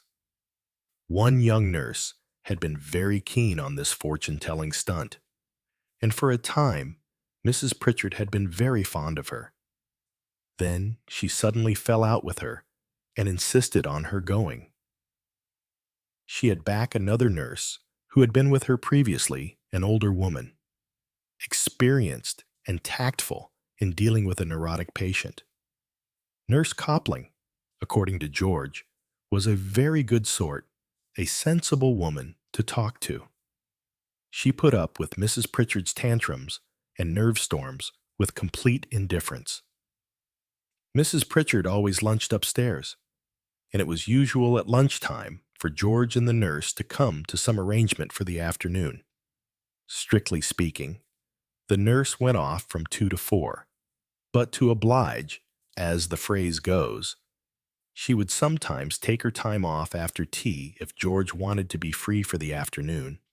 On this occasion, she mentioned that she was going to see a sister at Golders Green and might be a little late returning. George's face fell, for he had arranged to play a round of golf. Nurse Copling, however, reassured him. "We'll neither of us be missed, Mr. Pritchard." A twinkle came into her eye. "Mrs. Pritchard's going to have more exciting company than ours." "Who's that?" "Wait a minute." Nurse Copling's eyes twinkled more than ever. "Let me get it right. Zarita, psychic reader of the future." "Oh, Lord," groaned George. "That's a new one, isn't it?"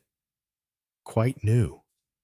I believe my predecessor, Nurse Carstairs, sent her along." "Mrs. Pritchard hasn't seen her yet.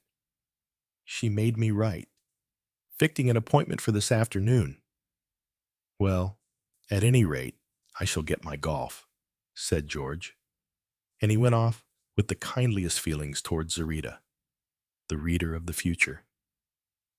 On his return to the house, he found Mrs. Pritchard in a state of great agitation. She was, as usual, lying on her invalid couch, and she had a bottle of smelling salts in her hand, which she sniffed at frequent intervals. "George," she exclaimed, "what did I tell you about this house? The moment I came into it, I felt there was something wrong. Didn't I tell you so at the time?" Repressing his desire to reply, "You always do." George said, "No, I can't say I remember it." "You never do remember anything that has to do with me. Men are all extraordinarily callous, but I really believe that you're even more insensitive than most. Oh, come now. Mary, dear, that's not fair." "Well, as I was telling you, this woman knew at once. She actually blenched, if you know what I mean, as she came in at the door. And she said, 'There is evil here, evil and danger. I feel it.'" "Very, very unwisely," George laughed. "Well, you have had your money's worth this afternoon." His wife closed her eyes and took a long sniff from her smelling bottle. "How you hate me. You would jeer and laugh if I were dying." George protested, and after a minute or two she went on, "You may laugh, but I shall tell you the whole thing. This house is definitely dangerous to me. The woman said so." George's formerly kind feeling towards Zarita underwent a change. He knew his wife was perfectly capable of insisting on moving to a new house if the caprice got hold of her. "What else did she say?" he asked. "She couldn't tell me very much. She was so upset. One thing she did say: 'I had some violets in a glass.' She pointed at them and cried out, 'Take those away. No blue flowers never have blue flowers. Blue flowers are fatal to you, remember that.' And you know," added Mrs. Pritchard, "I always have told you that blue as a color is repellent to me. I feel a natural, instinctive sort of warning against—" George was much too wise to remark that he had never heard her say so before. Instead, he asked what the mysterious Zarita was like. Mrs. Pritchard entered with gusto upon a description. Black hair in coiled knobs over her ears, her eyes were half closed, great black rims round them. She had a black veil over her mouth and chin, and she spoke in a kind of singing voice with a marked foreign accent. Spanish, I think. In fact, all the usual stock in trade, said George cheerfully. His wife immediately closed her eyes. I feel extremely ill. She said, ring for nurse. Unkindness upsets me, as you know only too well. It was 2 days later that Nurse Copling came to George with a grave face. Will you come to Mrs. Pritchard, please? She has had a letter which upsets her greatly. He found his wife with the letter in her hand. She held it out to him. Read it, she said. George read it. It was on heavily scented paper, and the writing was big and black. I have seen the future. Be warned before it is too late. Beware of the full moon. The blue primrose means warning. The blue hollyhock means danger. The blue geranium means death. Just about to burst out laughing, George caught Nurse Copling's eye. She made a quick warning gesture. He said rather awkwardly, the woman's probably trying to frighten you, Mary. Anyway, there aren't such things as blue primroses and blue geraniums. But Mrs. Pritchard began to cry and say her days were numbered. Nurse Copling came out with George upon the landing. Of all the silly tomfoolery, he burst out, I suppose it is. Something in the nurse's tone struck him, and he stared at her in amazement. Surely, nurse, you don't believe— No, Mr. Pritchard, I don't believe in reading the future. That's nonsense. What puzzles me is the meaning of this. Fortune tellers are usually out for what they can get.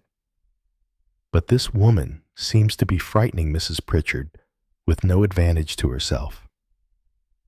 I can't see the point. There's another thing. Yes. Mrs. Pritchard says that something about Zarita was faintly familiar to her. Well, I don't like it, Mr. Pritchard, that's all. I didn't know you were so superstitious. Nurse, I'm not superstitious, but I know when a thing is fishy. It was about 4 days after this that the first incident happened. To explain it to you, I shall have to describe Mrs. Pritchard's room. You'd better let me do that, interrupted Mrs. Bantry. It was papered with one of those new wallpapers where you apply clumps of flowers to make a kind of herbaceous border. The effect is almost like being in a garden, though. Of course, the flowers are all wrong. I mean, they simply couldn't be in bloom all at the same time. Don't let a passion for horticultural accuracy run away with you. Dolly, said her husband, we all know you're an enthusiastic gardener. Well, it is absurd, protested Mrs. Bantry, to have bluebells and daffodils and lupins and hollyhocks and Michaelmas daisies all grouped together. Most unscientific, said Sir Henry. But to proceed with the story, well, among these massed flowers were primroses, clumps of yellow and pink primroses, and oh, go on. Arthur, this is your story. Colonel Bantry took up the tale. Mrs. Pritchard rang her bell violently one morning. The household came running, thought she was in extremis. Not at all. She was violently excited and pointing at the wallpaper, and there sure enough was one blue primrose in the midst of the others. Oh, said Miss Hellier, how creepy. The question was, hadn't the blue primrose always been there? That was George's suggestion, and the nurse's, but Mrs. Pritchard wouldn't have it at any price.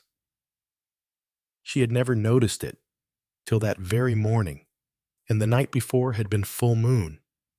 She was very upset about it. I met George Pritchard that same day, and he told me about it. said Mrs. Bantry. I went to see Mrs. Pritchard and did my best to ridicule the whole thing, but without success. I came away really concerned, and I remember I met Jean Instow and told her about it. Jean is a queer girl. She said, "So she's really upset about it." I told her that I thought the woman was perfectly capable of dying of fright.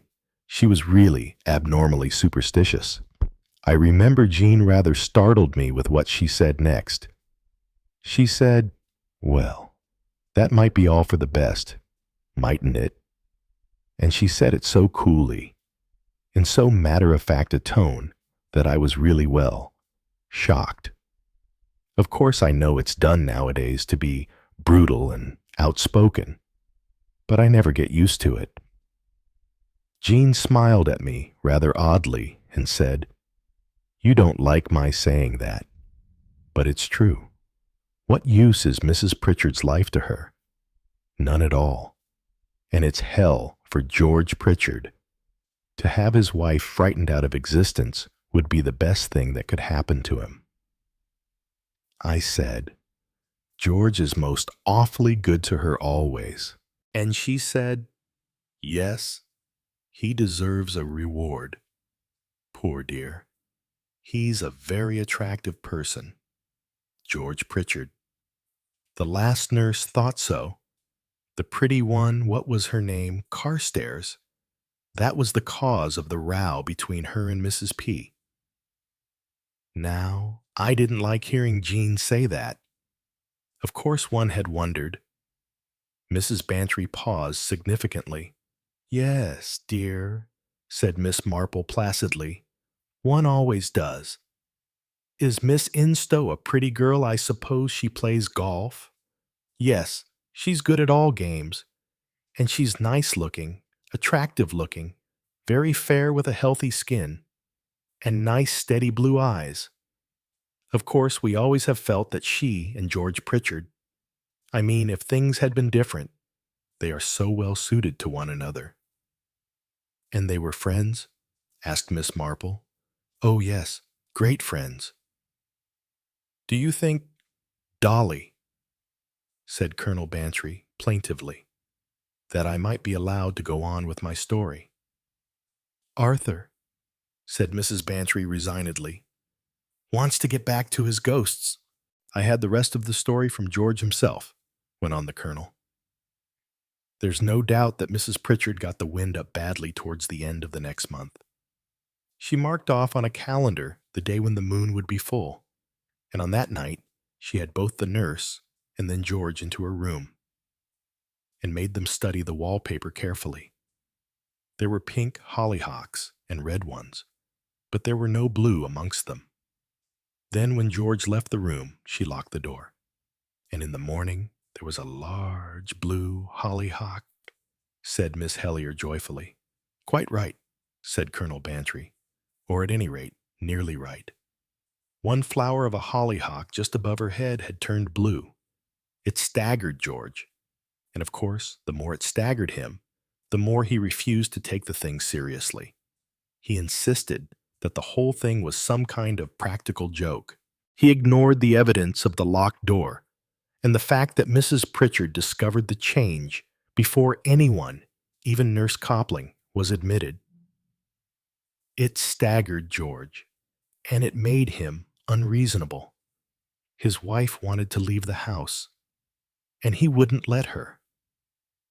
He was inclined to believe in the supernatural for the first time, but he wasn't going to admit it. He usually gave in to his wife, but this time he wouldn't. Mary was not to make a fool of herself. He said the whole thing was the most infernal nonsense, and so the next month sped away. Mrs. Pritchard made less protest than one would have imagined. I think she was superstitious enough to believe that she couldn't escape her fate. She repeated again and again, the blue primrose warning, the blue hollyhock danger, the blue geranium death. And she would lie looking at the clump of pinky red geraniums nearest her bed. The whole business was pretty nervy. Even the nurse caught the infection. She came to George 2 days before full moon and begged him to take Mrs. Pritchard away. George was angry. If all the flowers on that damned wall turned into blue devils, it couldn't kill anyone, he shouted. It might. Shock has killed people before now. Nonsense, said George. George has always been a shade pig-headed. You can't drive him. I believe he had a secret idea that his wife worked the change herself and that it was all some morbid, hysterical plan of hers. Well, the fatal night came. Mrs. Pritchard locked the door as usual. She was very calm, in almost an exalted state of mind. The nurse was worried by her state, wanted to give her a stimulant, an injection of strychnine, but Mrs. Pritchard refused. In a way, I believe she was enjoying herself. George said she was. I think that's quite possible, said Mrs. Bantry.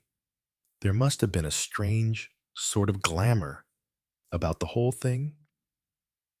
There was no violent ringing of a bell the next morning. Mrs. Pritchard usually woke about 8, when, at 8:30, there was no sign from her. Nurse rapped loudly on the door, getting no reply.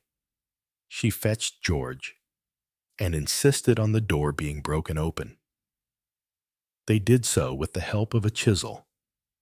One look at the still figure on the bed was enough for Nurse Copling. She sent George to telephone for the doctor, but it was too late. Mrs. Pritchard, he said, must have been dead at least 8 hours. Her smelling salts lay by her hand on the bed, and on the wall beside her, one of the pinky red geraniums was a bright deep blue. Horrible, said Miss Helier with a shiver. Sir Henry was frowning. No additional details. Colonel Bantry shook his head, but Mrs. Bantry spoke quickly. The gas? What about the gas? Asked Sir Henry.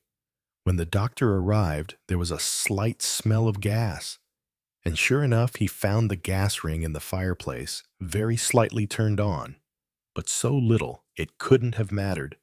Did Mr. Pritchard and the nurse not notice it when they first went in? The nurse said she did notice a slight smell. George said he didn't notice gas, but something made him feel very queer and overcome. But he put that down to shock, and probably it was. At any rate, there was no question of gas poisoning. The smell was scarcely noticeable. And that's the end of the story. No, it isn't. One way and another. There was a lot of talk. The servants, you see, had overheard things had heard. For instance, Mrs. Pritchard telling her husband that he hated her and would jeer if she were dying. And also, more recent remarks she had said one day, apropos of his refusing to leave the house. Very well. When I am dead, I hope everyone will realize that you have killed me. And as ill luck would have it, he had been mixing some weed killer for the garden paths the day before. One of the younger servants had seen him, and had afterwards seen him taking up a glass of hot milk for his wife. The talk spread and grew. The doctor had given a certificate, I don't know exactly in what terms, shock, syncope, heart failure, probably some medical terms meaning nothing much. However, the poor lady had not been a month in her grave before an exhumation order was applied for and granted. And the result of the autopsy was nil. I remember, said Sir Henry gravely, a case, for once, of smoke without fire. The whole thing is really very curious, said Mrs. Bantry. That fortune-teller, for instance, Zarita, at the address where she was supposed to be, no one had ever heard of any such person. She appeared once out of the blue, said her husband, and then utterly vanished. Out of the blue, that's rather good. And what is more, continued Mrs. Bantry. Little Nurse Carstairs, who was supposed to have recommended her, had never even heard of her. They looked at each other. "It's a mysterious story," said Dr. Lloyd. "One can make guesses, but to guess—" He shook his head. "Has Mr. Pritchard married Miss Instow?" asked Miss Marple in her gentle voice. "Now why do you ask that?" inquired Sir Henry. Miss Marple opened the gentle blue eyes. "It seems to me so important," she said. "Have they married?" Colonel Bantry shook his head. We expected something of the kind, but it's 18 months now. I don't believe they even see much of each other." "That is important," said Miss Marple. "Very important." "Then you think the same as I do," said Mrs. Bantry. "You think—" "Now, Dolly," said her husband, "it's unjustifiable what you're going to say. You can't go about accusing people without a shadow of proof. Don't be so manly, Arthur. Men are always afraid to say anything. Anyway, this is all between ourselves. It's just a wild, fantastic idea of mine that only possibly Jean Instow disguised herself as a fortune-teller. Mind you, she may have done it for a joke. I don't for a minute think that she meant any harm, but if she did do it, and if Mrs. Pritchard was foolish enough to die of fright, well, that's what Miss Marple meant, wasn't it?" "No, dear, not quite," said Miss Marple. "You see, if I were going to kill anyone, which, of course, I wouldn't dream of doing for a minute, because it would be very wicked. And besides, I don't like killing not even wasps, though I know it has to be, and I'm sure the gardener does it as humanely as possible. Let me see. What was I saying?" "If you wish to kill anyone," prompted Sir Henry. "Oh, yes. Well, if I did, I shouldn't be at all satisfied to trust to fright. I know one reads of people dying of it, but it seems a very uncertain sort of thing, and the most nervous people are far more brave than one really thinks they are. I should like something definite and certain, and make a thoroughly good plan about it."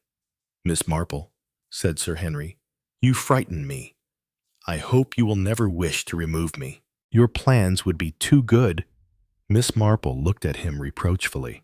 "I thought I had made it clear that I would never contemplate such wickedness," she said. "No, I was trying to put myself in the place of a certain person." "Do you mean George Pritchard?" asked Colonel Bantry. "I'll never believe it of George, though. Mind you, even the nurse believes it. I went and saw her about a month afterwards, at the time of the exhumation. She didn't know how it was done, in fact. She wouldn't say anything at all, but it was clear enough that she believed George to be in some way responsible for his wife's death. She was convinced of it." "Well," said Dr. Lloyd, "perhaps she wasn't so far wrong. And mind you, a nurse often knows. She can't say she's got no proof, but she knows." Sir Henry leant forward. "Come now, Miss Marple," he said persuasively. "You're lost in a daydream. Won't you tell us all about it?" Miss Marple started and turned pink. "I beg your pardon," she said. "I was just thinking about our district nurse. A most difficult problem. More difficult than the problem of the blue geranium." "It really depends on the primroses," said Miss Marple. "I mean, Mrs. Bantry said they were yellow and pink. If it was a pink primrose that turned blue, of course, that fits in perfectly. But if it happened to be a yellow one—" "It was a pink one," said Mrs. Bantry. She stared. They all stared at Miss Marple. "Then that seems to settle it," said Miss Marple. She shook her head regretfully. "And the wasp season and everything. And of course the gas. It reminds you, I suppose, of countless village tragedies, said Sir Henry. Not tragedies, said Miss Marple, and certainly nothing criminal. But it does remind me a little of the trouble we are having with the district nurse. After all, nurses are human beings, and what with having to be so correct in their behavior and wearing those uncomfortable collars and being so thrown with the family well, can you wonder that things sometimes happen? A glimmer of light broke upon Sir Henry. You mean Nurse Carstairs? Oh, no, not Nurse Carstairs, Nurse Copling. You see, she had been there before, and very much thrown with Mr. Pritchard, who you say is an attractive man. I dare say she thought, poor thing, well, we needn't go into that. I don't suppose she knew about Miss Instow. And of course afterwards, when she found out, it turned her against him, and she tried to do all the harm she could. Of course, the letter really gave her away. Didn't it? What letter? Well, she wrote to the fortune-teller at Mrs. Pritchard's request, and the fortune-teller came, apparently in answer to the letter. But later it was discovered that there never had been such a person at that address. So that shows that Nurse Copling was in it. She only pretended to write, so what could be more likely than that she was the fortune-teller herself? I never saw the point about the letter, said Sir Henry. That's a most important point, of course. Rather a bold step to take, said Miss Marple, because Mrs. Pritchard might have recognized her, in spite of the disguise, though. Of course, if she had, the nurse could have pretended it was a joke. What did you mean, said Sir Henry, when you said that if you were a certain person, you would not have trusted to fright? One couldn't be sure that way, said Miss Marple. No. I think that the warnings and the blue flowers were, if I may use a military term. She laughed self-consciously. Just camouflage. And the real thing, I know, said Miss Marple apologetically, that I've got wasps on the brain. Poor things. Destroyed in their thousands, and usually on such a beautiful summer's day. But I remember thinking, when I saw the gardener shaking up the cyanide of potassium in a bottle with water, how like smelling salts it looked. And if it were put in a smelling salt bottle and substituted for the real one, well, the poor lady was in the habit of using her smelling salts. Indeed, you said they were found by her hand. Then, of course, while Mr. Pritchard went to telephone to the doctor, the nurse would change it for the real bottle. And she'd just turn on the gas a little bit to mask any smell of almonds, and in case anyone felt queer. And I always have heard that cyanide leaves no trace if you wait long enough. But, of course, I may be wrong. And it may have been something entirely different in the bottle. But that doesn't really matter, does it? Miss Marple paused, a little out of breath. Jane Hellier leant forward and said, But the blue geranium and the other flowers. Nurses always have litmus paper, don't they? Said Miss Marple. For testing. Not a very pleasant subject. We won't dwell on it. I have done a little nursing myself. She grew delicately pink. Blue turns red with acids, and red turns blue with alkalis. So easy to paste some red litmus over a red flower near the bed, of course. And then, when the poor lady used her smelling salts, the strong ammonia fumes would turn it blue. Really most ingenious. Of course, the geranium wasn't blue when they first broke into the room. Nobody noticed it till afterwards. When Nurse changed the bottles, she held the sal ammoniac against the wallpaper for a minute, I expect. You might have been there, Miss Marple, said Sir Henry. What worries me, said Miss Marple, Is poor Mr. Pritchard and that nice girl, Miss Instow, probably both suspecting each other and keeping apart, and life so very short?" She shook her head.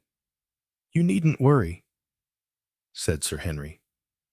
"As a matter of fact, I have something up my sleeve. A nurse has been arrested on a charge of murdering an elderly patient who had left her a legacy. It was done with cyanide A of potassium, substituted for smelling salts. Nurse Copling, trying the same trick again. Miss Instow and Mr. Pritchard need have no doubts as to the truth." "Now isn't that nice?" cried Miss Marple. "I don't mean about the new murder. Of course, that's very sad, and shows how much wickedness there is in the world, and that if once you give way, which reminds me I must finish my little conversation with Dr. Lloyd about the village nurse." Chapter 16. Silas Hamer heard it first on a wintry night in February. He and Dick Barrow had walked from a dinner given by Bernard Selden, the nerve specialist.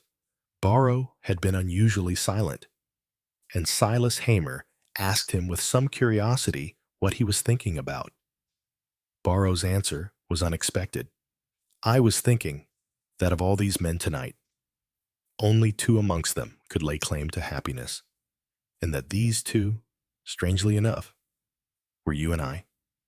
The word strangely was apposite, for no two men could be more dissimilar than Richard Barrow, the hard-working East End parson, and Silas Hamer, the sleek, complacent man whose millions were a matter of household knowledge. "It's odd, you know," mused Barrow. "I believe you're the only contented millionaire I've ever met." Hamer was silent a moment. When he spoke, his tone had altered. "I used to be a wretched, shivering little newspaper boy. I wanted then what I've got now, the comfort and the luxury of money. Not its power. I wanted money, not to wield as a force, but to spend lavishly on myself. I'm frank about it. You see, money can't buy everything. They say, very true, but it can buy everything I want. Therefore, I'm satisfied. I am a materialist. Barrow, out and out a materialist." The broad glare of the lighted thoroughfare confirmed this confession of faith. The sleek lines of Silas Hamer's body were amplified by the heavy fur-lined coat, and the white light emphasized the thick rolls of flesh beneath his chin. In contrast to him walked Dick Barrow, with the thin, ascetic face and the star-gazing, fanatical eyes. "It's you," said Hamer with emphasis, "that I can't understand." Barrow smiled. "I live in the midst of misery, want, starvation, all the ills of the flesh, and a predominant vision upholds me. It's not easy to understand unless you believe in visions, which I gather you don't."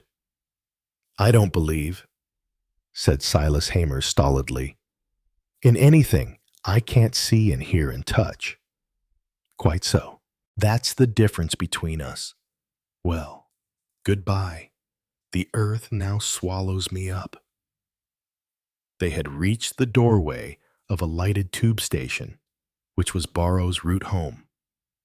Hamer proceeded alone. He was glad he had sent away the car tonight and elected to walk home. The air was keen and frosty. His senses were delightfully conscious of the enveloping warmth of the fur-lined coat. He paused for an instant on the curbstone before crossing the road. A great motor bus was heavily plowing its way towards him. Hamer, with the feeling of infinite leisure, waited for it to pass. If he were to cross in front of it, he would have to hurry, and hurry was distasteful to him. By his side, a battered derelict of the human race rolled drunkenly off the pavement. Hamer was aware of a shout, an ineffectual swerve of the motor bus, and then he was looking stupidly, with a gradually awakening horror, at a limp, inert heap of rags in the middle of the road. A crowd gathered magically, with a couple of policemen and the bus driver as its nucleus. But Hamer's eyes were riveted in horrified fascination on that lifeless bundle that had once been a man like himself.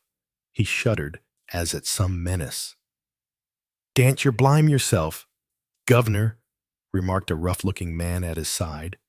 "Yer couldn't ha' done nothin'. He was done for anyways." Hamer stared at him. The idea that it was possible in any way to save the man had quite honestly never occurred to him. He scouted the notion now as an absurdity. Why, if he had been so foolish? He might at this moment. His thoughts broke off abruptly, and he walked away from the crowd.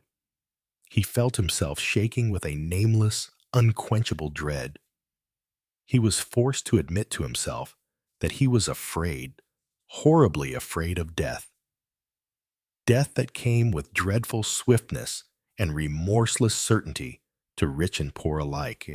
He walked faster, but the new fear was still with him, enveloping him in its cold and chilling grasp. He wondered at himself, for he knew that by nature he was no coward. 5 years ago, he reflected, this fear would not have attacked him, for then life had not been so sweet. Yes, that was it. Love of life was the key to the mystery. The zest of living was at its height for him. It knew but one menace: death, the destroyer. He turned out of the lighted thoroughfare, a narrow passageway between high walls, offered a shortcut to the square where his house, famous for its art treasures, was situated. The noise of the street behind him lessened and faded. The soft thud of his own footsteps was the only sound to be heard. And then, out of the gloom in front of him, came another sound. Sitting against the wall was a man playing the flute, one of the enormous tribe of street musicians, of course. But why had he chosen such a peculiar spot?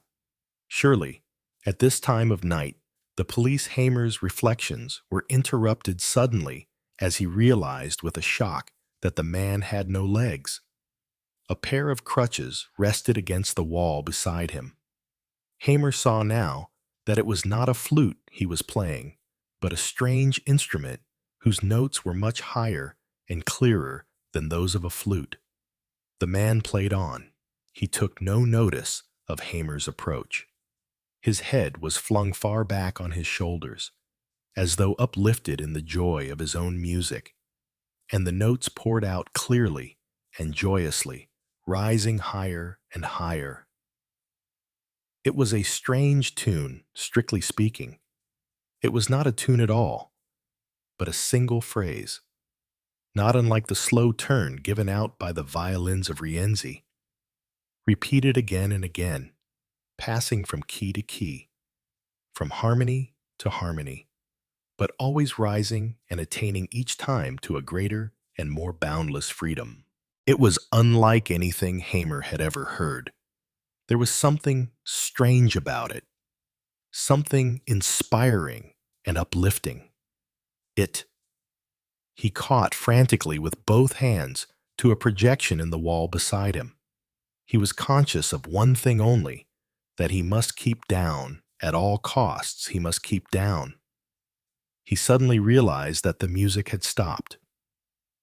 The legless man was reaching out for his crutches, and here was he, Silas Hamer, clutching like a lunatic at a stone buttress, for the simple reason that he had had the utterly preposterous notion, absurd on the face of it, that he was rising from the ground that the music was carrying him upwards. He laughed. What a wholly mad idea. Of course, his feet had never left the earth for a moment. But what a strange hallucination. The quick tap-tapping of wood on the pavement told him that the cripple was moving away. He looked after him until the man's figure was swallowed up in the gloom. An odd fellow. He proceeded on his way more slowly. He could not efface from his mind the memory of that strange, impossible sensation when the ground had failed beneath his feet. And then, on an impulse, he turned and followed hurriedly in the direction the other had taken. The man could not have gone far. He would soon overtake him. He shouted as soon as he caught sight of the maimed figure swinging itself slowly along. Hi, 1 minute. The man stopped and stood motionless until Hamer came abreast of him. A lamp burned just over his head and revealed every feature. Silas Hamer caught his breath in involuntary surprise. The man possessed the most singularly beautiful head he had ever seen. He might have been any age. Assuredly, he was not a boy.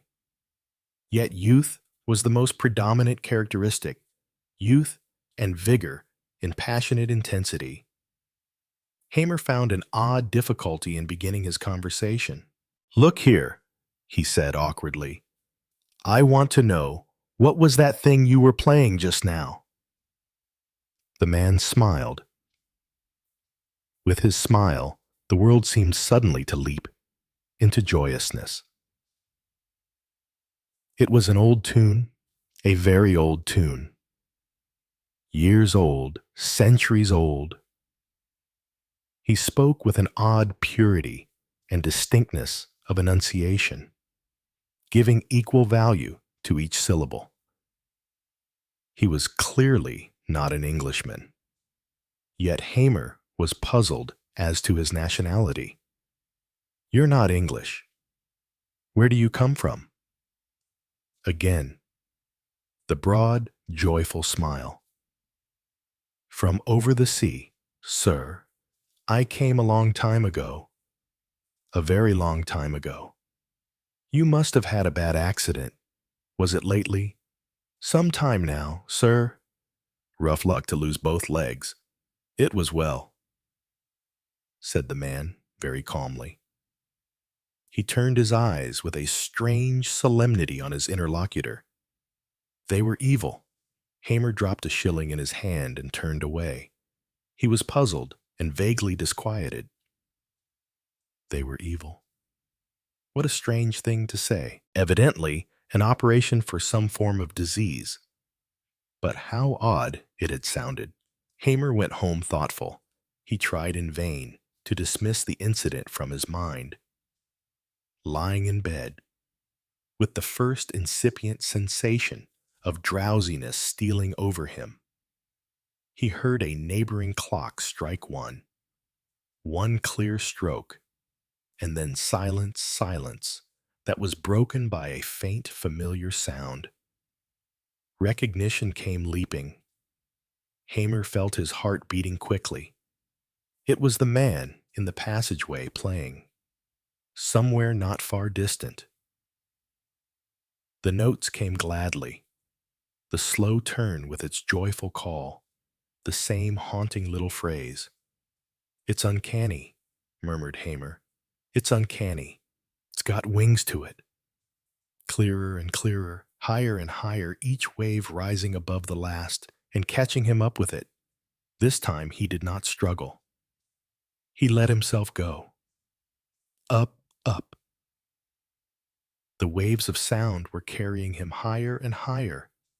Triumphant and free, they swept on, higher and higher. They had passed the limits of human sound now, but they still continued rising, ever rising. Would they reach the final goal? The full perfection of height rising? Something was pulling him downwards. Something big and heavy and insistent. It pulled, remorselessly, pulled him back and down, down. He lay in bed, gazing at the window opposite. Then, breathing heavily and painfully, he stretched an arm out of bed. The movement seemed curiously cumbrous to him. The softness of the bed was oppressive. Oppressive, too, were the heavy curtains over the window that blocked out the light and air. The ceiling seemed to press down upon him. He felt stifled and choked. He moved slightly under the bedclothes, and the weight of his body seemed to him the most oppressive of all. "I want your advice, Selden." Selden pushed back his chair an inch or so from the table. He had been wondering what was the object of this tete-a-tete dinner. He had seen little of Hamer since the winter, and he was aware tonight of some indefinable change in his friend. "It's just this," said the millionaire. "I'm worried about myself." Selden smiled as he looked across the table. "You're looking in the pink of condition." "It's not that." Hamer paused a minute, then added quietly, "I'm afraid I'm going mad." The nerve specialist glanced up with a sudden keen interest. He poured himself out a glass of port with a rather slow movement, and then said quietly, but with a sharp glance at the other man, "What makes you think that?" "Something that's happened to me. Something inexplicable, unbelievable. It can't be true. So I must be going mad." "Take your time," said Selden, "and tell me about it." "I don't believe in the supernatural," began Hamer. "I never have. But this thing, well, I'd better tell you the whole story from the beginning. It began last winter, one evening after I had dined with you." Then briefly and concisely he narrated the events of his walk home and the strange sequel. That was the beginning of it all. I can't explain it to you properly, the feeling. But it was wonderful. Unlike anything I've ever felt or dreamed. Well, it's gone on ever since. Not every night. Just now and then. The music. The feeling of being uplifted. The soaring flight. And then the terrible drag. The pull back to earth. And afterwards, the pain.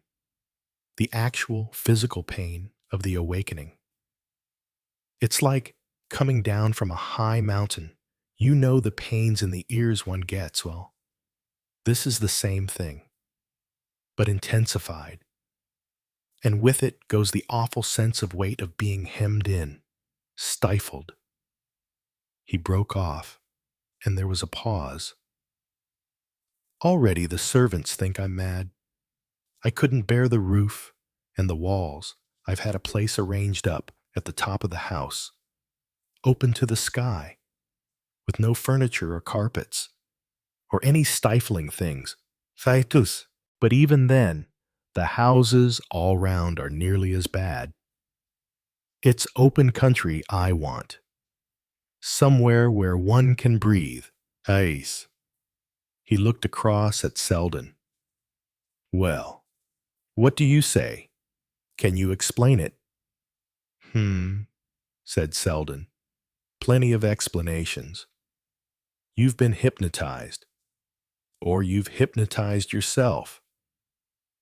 Your nerves have gone wrong. Or it may be merely a dream." Hamer shook his head. "None of those explanations will do." "And there are others," said Selden slowly. "But they're not generally admitted. You are prepared to admit them." "On the whole, yes. There's a great deal we can't understand, which can't possibly be explained normally. We've any amount to find out still. And I, for one, believe in keeping an open mind." What do you advise me to do? Asked Hamer after a silence. Selden leaned forward briskly. One of several things. Go away from London. Seek out your open country. The dreams may cease. I can't do that, said Hamer quickly. It's come to this, that I can't do without them. I don't want to do without them. Ah, I guessed as much. Another alternative. Find this fellow, this cripple. You're endowing him now with all sorts of supernatural attributes. Talk to him. Break the spell. Hamer shook his head again. Why not? I'm afraid, said Hamer simply. Selden made a gesture of impatience. Don't believe in it, all so blindly. This tune now. The medium that starts it all, what is it like? Hamer hummed it. And Selden listened with a puzzled frown. Rather like a bit out of the overture to Rienzi. There is something uplifting about it. It has wings. But I'm not carried off the earth now. These flights of yours, are they all exactly the same? No, no.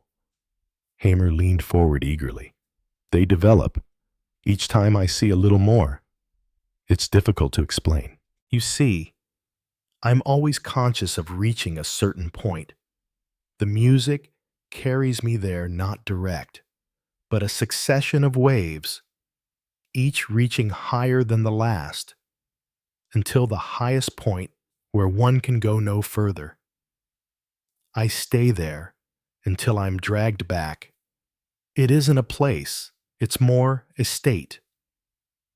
Well, not just at first, but after a little while, I began to understand that there were other things all round me, waiting until I was able to perceive them. Think of a kitten. It has eyes, but at first it can't see with them. It's blind and has to learn to see. Well, that was what it was to me. Mortal eyes and ears were no good to me, but there was something corresponding to them that hadn't yet been developed, something that wasn't bodily at all. And little by little, that grew. There were sensations of light, then of sound, then of color, all very vague and unformulated. It was more the knowledge of things than seeing or hearing them. First, it was light, a light that grew stronger and clearer. Then sand, great stretches of reddish sand. See, and here and there, straight long lines of water, like canals. Selden drew in his breath sharply. Canals. That's interesting. Go on. But these things didn't matter. They didn't count any longer. The real things were the things I couldn't see yet, but I heard them. It was a sound like the rushing of wings. Somehow, I can't explain why. It was glorious. There's nothing like it here. And then came another glory. I saw them, the wings. Oh, Selden, the wings. But what were they, men? Angels, birds? I don't know. I couldn't see, not yet. But the color of them, wing color. We haven't got it here. It's a wonderful color. Wing color, repeated Selden. What's it like? Hamer flung up his hands impatiently. How can I tell you? Explain the color blue to a blind person. It's a color you've never seen. Wing color. Well, that's all. That's as far as I've got. But each time the coming back has been worse, more painful. I can't understand that. I'm convinced my body never leaves the bed. In this place I get to, I'm convinced I've got no physical presence. Why should it hurt so confoundedly then? Selden shook his head in silence. It's something awful, the coming back, the pull of it, Then the pain in every limb and every nerve, and my ears feel as though they were bursting. Then everything presses so, the weight of it all, the dreadful sense of imprisonment. I want light, air, space above all space to breathe in, and I want freedom. And what, asked Selden, of all the other things that used to mean so much to you? That's the worst of it. I care for them still as much as, if not more than, ever. And these things, comfort, luxury, pleasure, seem to pull opposite ways to the wings. It's a perpetual struggle between them, and I can't see how it's going to end. Selden sat silent.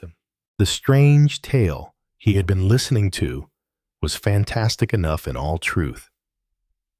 Was it all a delusion? A wild hallucination? Or could it by any possibility be true? And if so, why Hamer, of all men? Surely the materialist, the man who loved the flesh and denied the spirit, was the last man to see the sights of another world. Across the table, Hamer watched him anxiously. I suppose, said Selden slowly, that you can only wait and see what happens. I can't, I tell you I can't. Your saying that shows you don't understand. It's tearing me in two. This awful struggle, this killing, long drawn-out fight between, he hesitated. The flesh and the spirit, suggested Selden. Hamer stared heavily in front of him.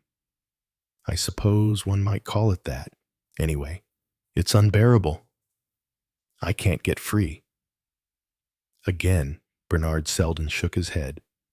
He was caught up in the grip of the inexplicable. He made one more suggestion. If I were you, he advised, I would get hold of that cripple. But as he went home, he muttered to himself, Canals, I wonder? Silas Hamer went out of the house the following morning with a new determination in his step. He had decided to take Selden's advice and find the legless man. Yet inwardly, he was convinced that his search would be in vain, and that the man would have vanished as completely as though the earth had swallowed him up. The dark buildings on either side of the passageway shut out the sunlight and left it dark and mysterious. Only in one place. Halfway up it, there was a break in the wall, and through it there fell a shaft of golden light that illuminated with radiance a figure sitting on the ground. A figure, yes. It was the man. The instrument of pipes leaned against the wall beside his crutches, and he was covering the paving stones with designs in colored chalk. Chico. 2 were completed. Sylvan scenes of marvelous beauty and delicacy. Swaying trees and a leaping brook that seemed alive. And again, Hamer doubted. Was this man a mere street musician, a pavement artist, or was he something more? Sudden, the millionaire's self-control broke down, and he cried fiercely and angrily, Who are you, for God's sake? Who are you? The man's eyes met his, smiling. Why don't you answer? Speak, man, speak. Then he noticed that the man was drawing with incredible rapidity on a bare slab of stone. Hamer followed the movement with his eyes. A few bold strokes, and giant trees took form. Then, seated on a boulder, a man, playing an instrument of pipes. A man with a strangely beautiful face and goat's legs. The cripple's hand made a swift movement. The man still sat on the rock, but the goat's legs were gone. Again, his eyes met Hamer's. They were evil. he said. Hamer stared, fascinated, for the face before him was the face of the picture, but strangely and incredibly beautified, purified from all but an intense and exquisite joy of living. Hamer turned and almost fled down the passageway into the bright sunlight, repeating to himself incessantly, "It's impossible, impossible. I'm mad dreaming." But the face haunted him, the face of Pan. He went into the park and sat on a chair. It was a deserted hour. A few nursemaids with their charges sat in the shade of the trees, and dotted here and there in the stretches of green, like islands in a sea, lay the recumbent forms of men. The words, "a wretched tramp," were to Hamer an epitome of misery, but suddenly, today, he envied them. They seemed to him, of all created beings, the only free ones, the earth beneath them, the sky above them, the world to wander in. They were not hemmed in or chained. Like a flash, it came to him that that which bound him so remorselessly was the thing he had worshipped and prized above all others. Wealth, he had thought it the strongest thing on earth. And now, wrapped round by its golden strength, he saw the truth of his words. It was his money that held him in bondage. But was it? Was that really it? Was there a deeper and more pointed truth that he had not seen? Was it the money, or was it his own love of the money he was bound in fetters of his own making? Not wealth itself, but love of wealth was the chain. He knew now clearly the two forces that were tearing at him: the warm composite strength of materialism that enclosed and surrounded him, and, opposed to it, the clear imperative call, he named it to himself, the call of the wings. And while the one fought and clung, the other scorned war, and would not stoop to struggle. It only called unceasingly. He heard it so clearly that it almost spoke in words. "You cannot make terms with me." It seemed to say, "For I am above all other things. If you follow my call, you must give up all else and cut away the forces that hold you. For only the free shall follow where I lead." "I can't!" cried Hamer. "I can't!" A few people turned to look at the big man who sat talking to himself. So sacrifice was being asked of him. The sacrifice of that which was most dear to him, that which was part of himself. Part of himself, he remembered the man without legs. "What in the name of fortune brings you here?" asked Borrow. Indeed, the East End mission was an unfamiliar background to Hamer. "I've listened to a good many sermons," said the millionaire, "all saying what could be done if you people had funds. I've come to tell you this: you can have funds." "Very good of you," answered Borrow, with some surprise. "A big subscription, eh?" Hamer smiled dryly. "I should say so. Just every penny I've got." "What?" Hamer rapped out details in a brisk, businesslike manner. Borrow's head was whirling. You mean to say that you're making over your entire fortune to be devoted to the relief of the poor in the East End with myself appointed as trustee? That's it. But why, I can't explain," said Hamer slowly. "Remember our talk about visions last February? Well, a vision has got hold of me. It's splendid." Borrow leaned forward, his eyes gleaming. "There's nothing particularly splendid about it," said Hamer grimly. "I don't care a button about poverty in the East End. All they want is grit. I was poor enough, and I got out of it. But I've got to get rid of the money. and these tomfool societies shan't get hold of it. You're a man I can trust. Feed bodies or souls with it, preferably the former. I've been hungry, but you can do as you like.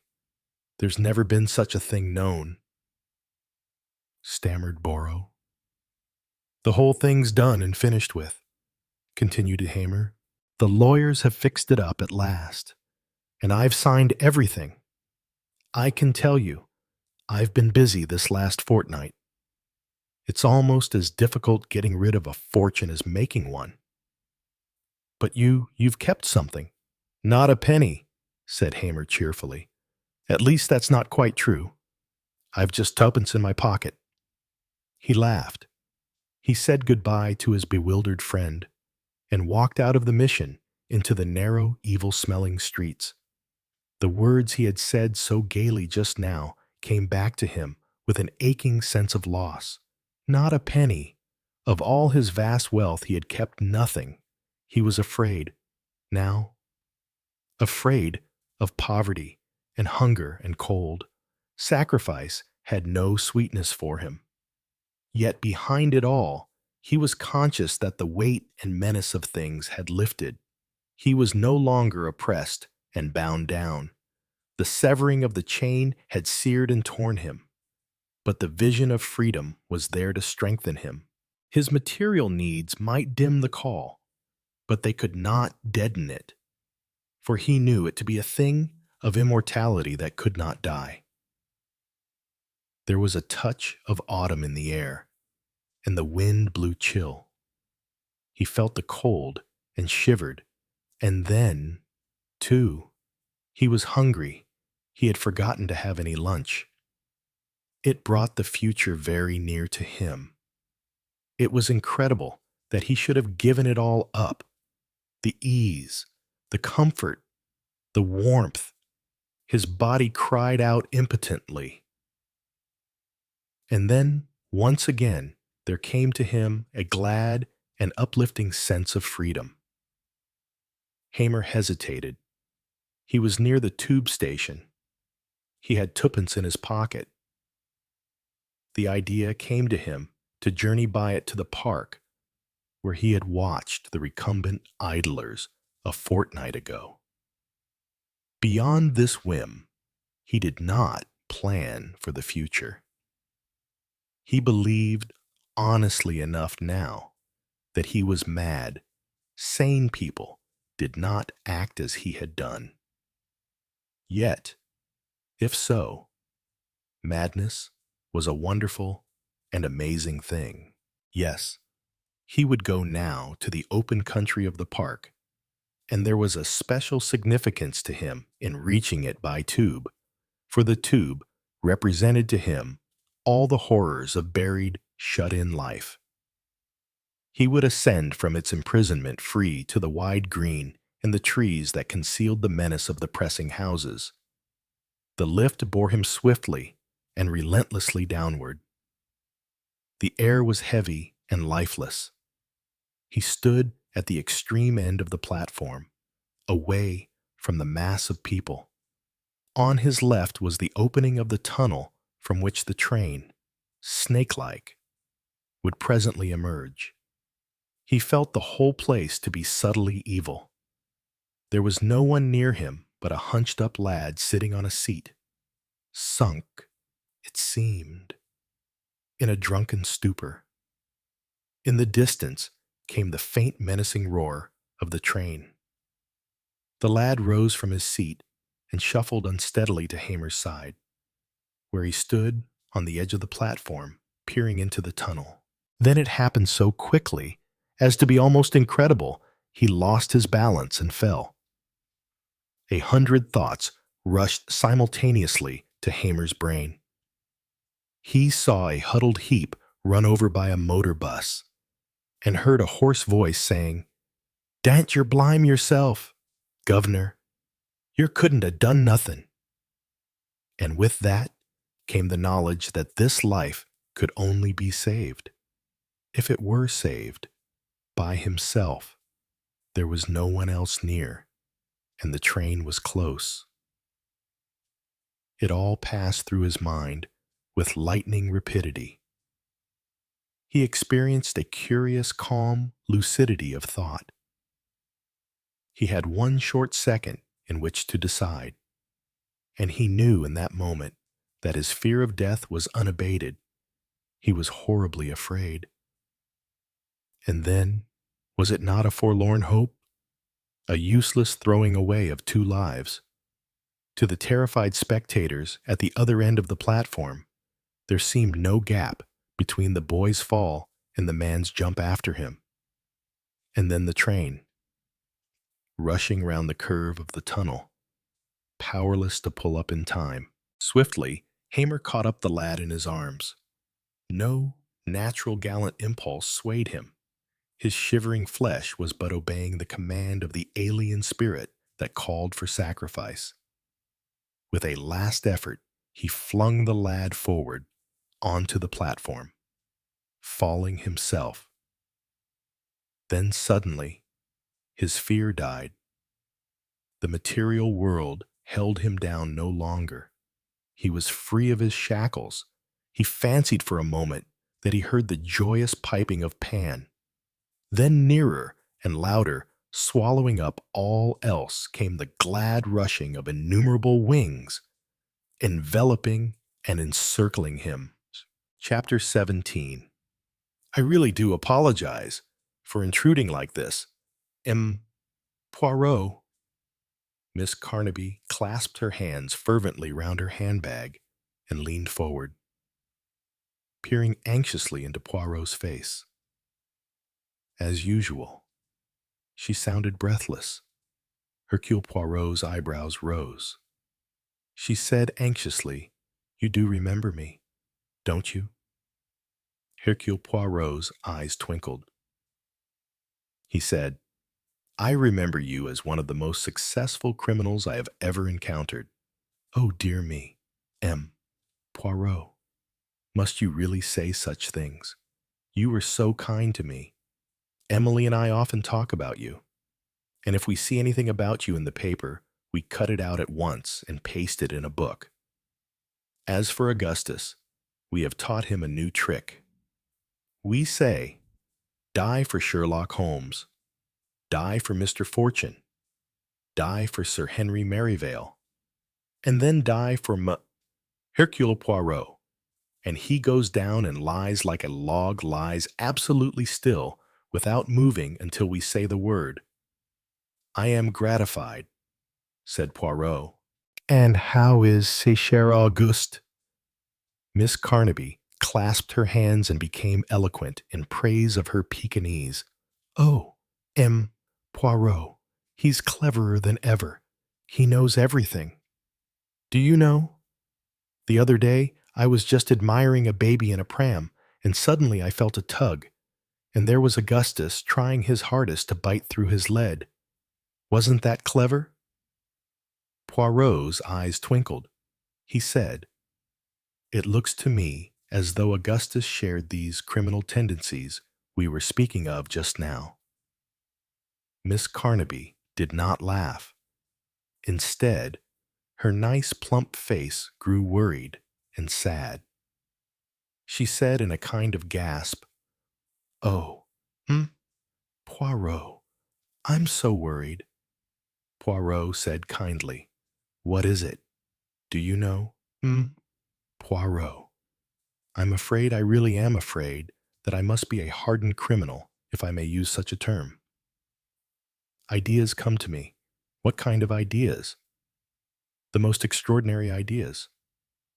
For instance, yesterday, a really most practical scheme for robbing a post office came into my head.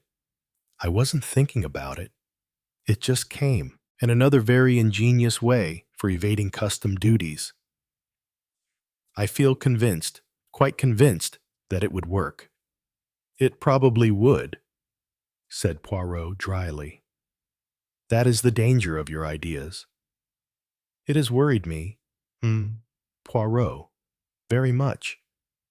Having been brought up with strict principles, as I have been, it is most disturbing that such lawless, such really wicked ideas should come to me.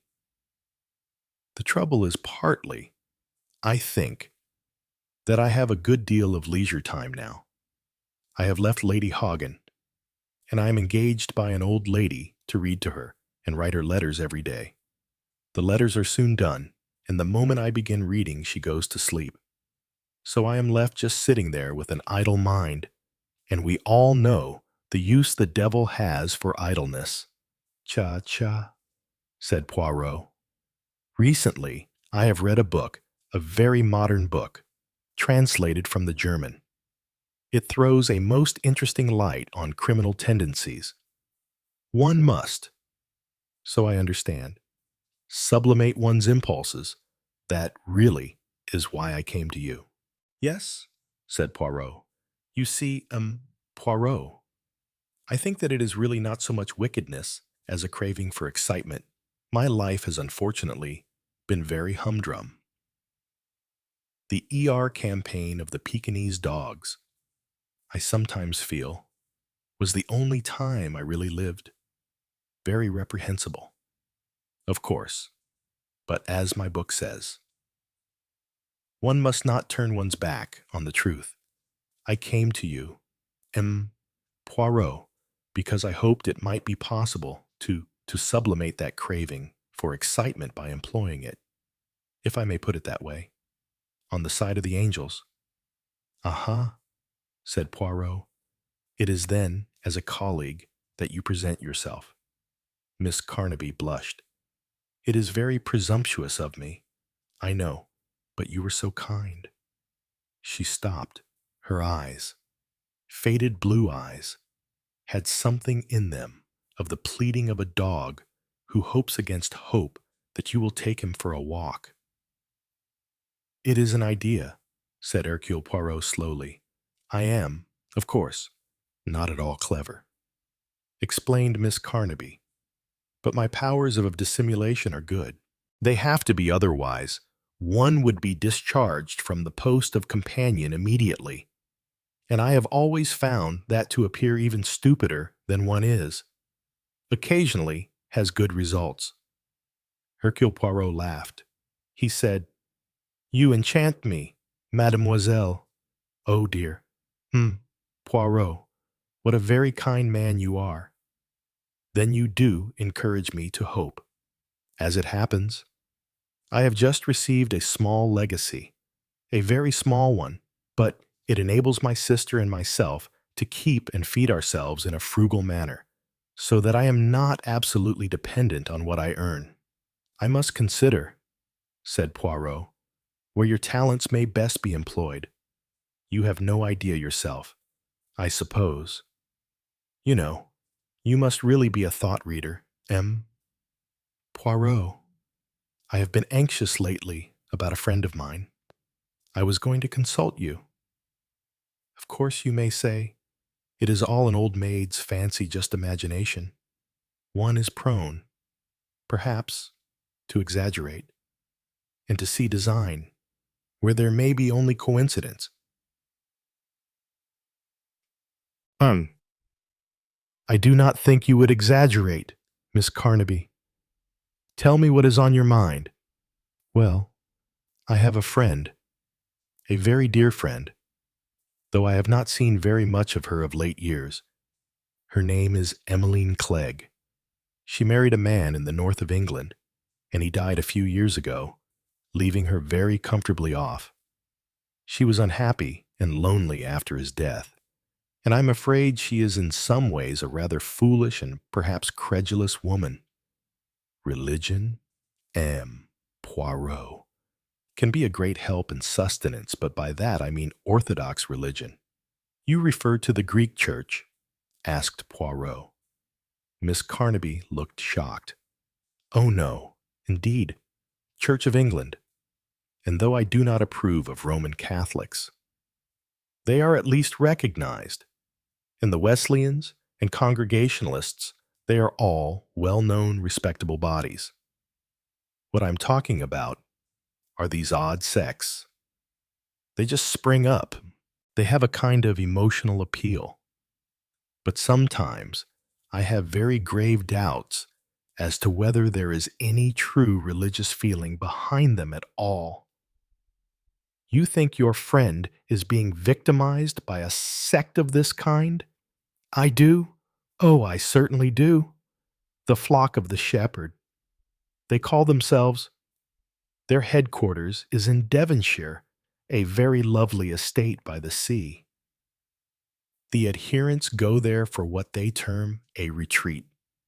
That is a period of a fortnight with religious services and rituals.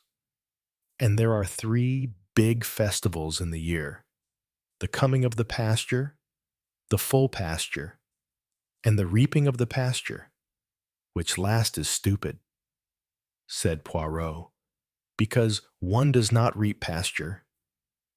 The whole thing is stupid, said Miss Carnaby with warmth. The whole sect centers round the head of the movement, the great shepherd. He is called a Dr. Anderson, a very handsome-looking man, I believe, with a presence, which is attractive to the women. Yes, I am afraid so. Miss Carnaby sighed. My father was a very handsome man. Sometimes it was most awkward in the parish, the rivalry in embroidering vestments, and the division of church work. She shook her head reminiscently. Are the members of the great flock mostly women? At least 3/4 of them, I gather. What men there are mostly cranks. It is upon the women that the success of the movement depends, and on the funds they supply. Ah, said Poirot, now we come to it. Frankly, you think the whole thing is a ramp. Frankly, Poirot, I do. And another thing worries me. I happen to know that my poor friend is so bound up in this religion that she has recently made a will, leaving all her property to the movement, Poirot said sharply. Was that suggested to her? In all fairness, no. It was entirely her own idea. The great shepherd had shown her a new way of life, so all that she had was to go on her death to the great cause. What really worries me is, yes, go on. Several wealthy women have been among the devotees. In the last year, 3 of them, no less, have died, leaving all their money to the sect. Yes. Their relations have made no protest. I should have thought it likely that there might have been litigation. You see, Poirot, it is usually lonely women who belong to this gathering, people who have no very near relations. Or friends? Poirot nodded thoughtfully. Miss Carnaby hurried on. Of course, I've no right to suggest anything at all. From what I have been able to find out, there was nothing wrong about any of these deaths. One, I believe, was pneumonia following influenza, and another was attributed to gastric ulcer. There were absolutely no suspicious circumstances, if you know what I mean. And the deaths did not take place at Green Hill Sanctuary, but at their own homes. I've no doubt it is quite all right. But all the same, I shouldn't like anything to happen to Emmy. She clasped her hands. Her eyes appealed to Poirot. Poirot himself was silent for some minutes. When he spoke, there was a change in his voice. It was grave and deep. He said, Will you give me, or will you find out for me, the names and addresses of these members of the sect who have recently died? Yes, indeed, Poirot, Poirot said slowly. Mademoiselle, I think you are a woman of great courage and determination. You have good histrionic powers. Would you be willing to undertake a piece of work that may be attended with considerable danger? I should like nothing better, said the adventurous Miss Carnaby. Poirot said warningly, If there is a risk at all, it will be a grave one. You comprehend either this is a mare's nest or it is serious. To find out which it is, It will be necessary for you yourself to become a member of the great flock. I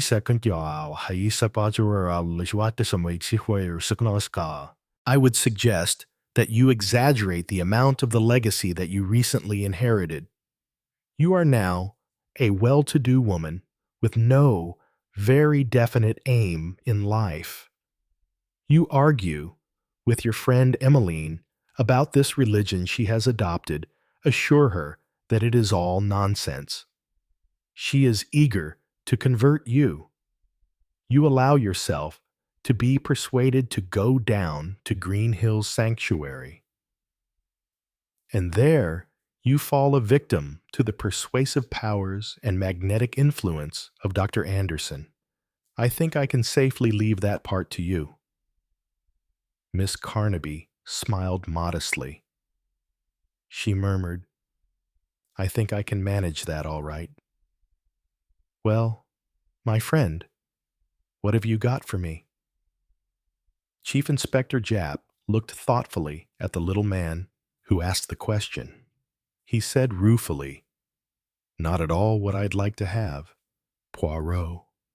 I hate these long-haired, religious cranks like poison, filling up women with a lot of mumbo-jumbo. But this fellow's being careful. There's nothing one can get hold of. All sounds a bit batty but harmless. Have you learned anything about this Dr. Anderson? I've looked up his past history.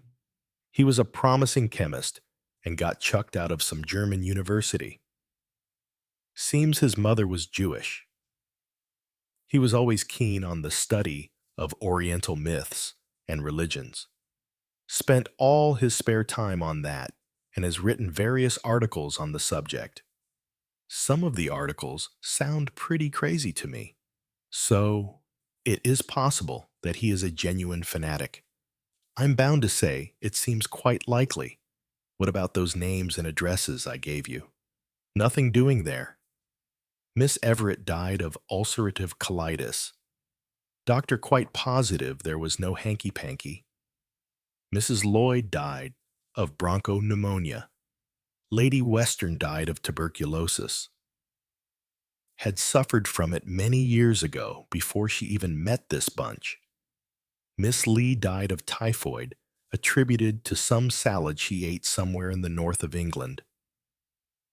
3 of them got ill and died in their own homes. And Mrs. Lloyd died in a hotel in the south of France. As far as those deaths go, there's nothing to connect them with the great flock or with Anderson's place down in Devonshire. Must be pure coincidence. All absolutely okay. And according to Cocker, Hercule Poirot sighed. He said, And yet, mon cher, I have a feeling that this is the 10th labor of Hercules, and that this Dr. Anderson is the monster Geryon, whom it is my mission to destroy. Japp looked at him anxiously. Look here, Poirot. You haven't been reading any queer literature yourself lately, have you? Poirot said with dignity. My remarks are, as always, apt, sound, and to the point. You might start a new religion yourself, said Japp, with the creed, there is no one so clever as Hercule Poirot. Amen. D.C. Repeat ad lib. It is the peace here that I find so wonderful, said Miss Carnaby, breathing heavily and ecstatically. I told you so. Amy, said Emmeline Clegg. The 2 friends were sitting on the slope of a hillside overlooking a deep and lovely blue sea. The grass was vivid green, the earth and the cliffs a deep, glowing red. The little estate now known as Green Hills Sanctuary was a promontory comprising about 6 acres. Only a narrow neck of land joined it to the mainland, so that it was almost an island. Mrs. Clegg murmured sentimentally, the red land, the land of glow and promise, where threefold destiny is to be accomplished. Miss Carnaby sighed deeply and said, I thought the master put it all so beautifully at the service last night. Wait, said her friend. "For the festival tonight, the full growth of the pasture." "I'm looking forward to it," said Miss Carnaby. "You will find it a wonderful spiritual experience," her friend promised her. Miss Carnaby had arrived at Green Hills Sanctuary a week previously. Her attitude on arrival had been, "Now what's all this nonsense? Really? Emmy, a sensible woman like you, etc." At a preliminary interview with Dr. Anderson, she had conscientiously made her position quite clear. "I don't want to feel that I am here under false pretenses. Dr. Anderson, my father was a clergyman of the Church of England, and I have never wavered in my faith. I don't hold with heathen doctrines." The big, golden-haired man had smiled at her, a very sweet and understanding smile. He had looked indulgently at the plump, rather belligerent figure sitting so squarely in her chair. "Dear Miss Carnaby," he said, "you are Mrs. Clegg's friend, and as such welcome.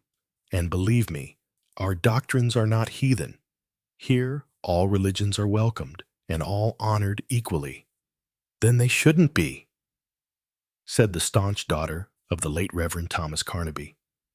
Leaning back in his chair, the master murmured in his rich voice, "In my father's house are many mansions. Remember that, Miss Carnaby." As they left the presence, Miss Carnaby murmured to her friend, "He really is a very handsome man." "Yes," said Emmeline Clegg, "and so wonderfully spiritual." Miss Carnaby agreed. It was true. She had felt it an aura of unworldliness, of spirituality. She took a grip upon herself. She was not here to fall a prey to the fascination, spiritual or otherwise, of the great shepherd. She conjured up a vision of Hercule Poirot.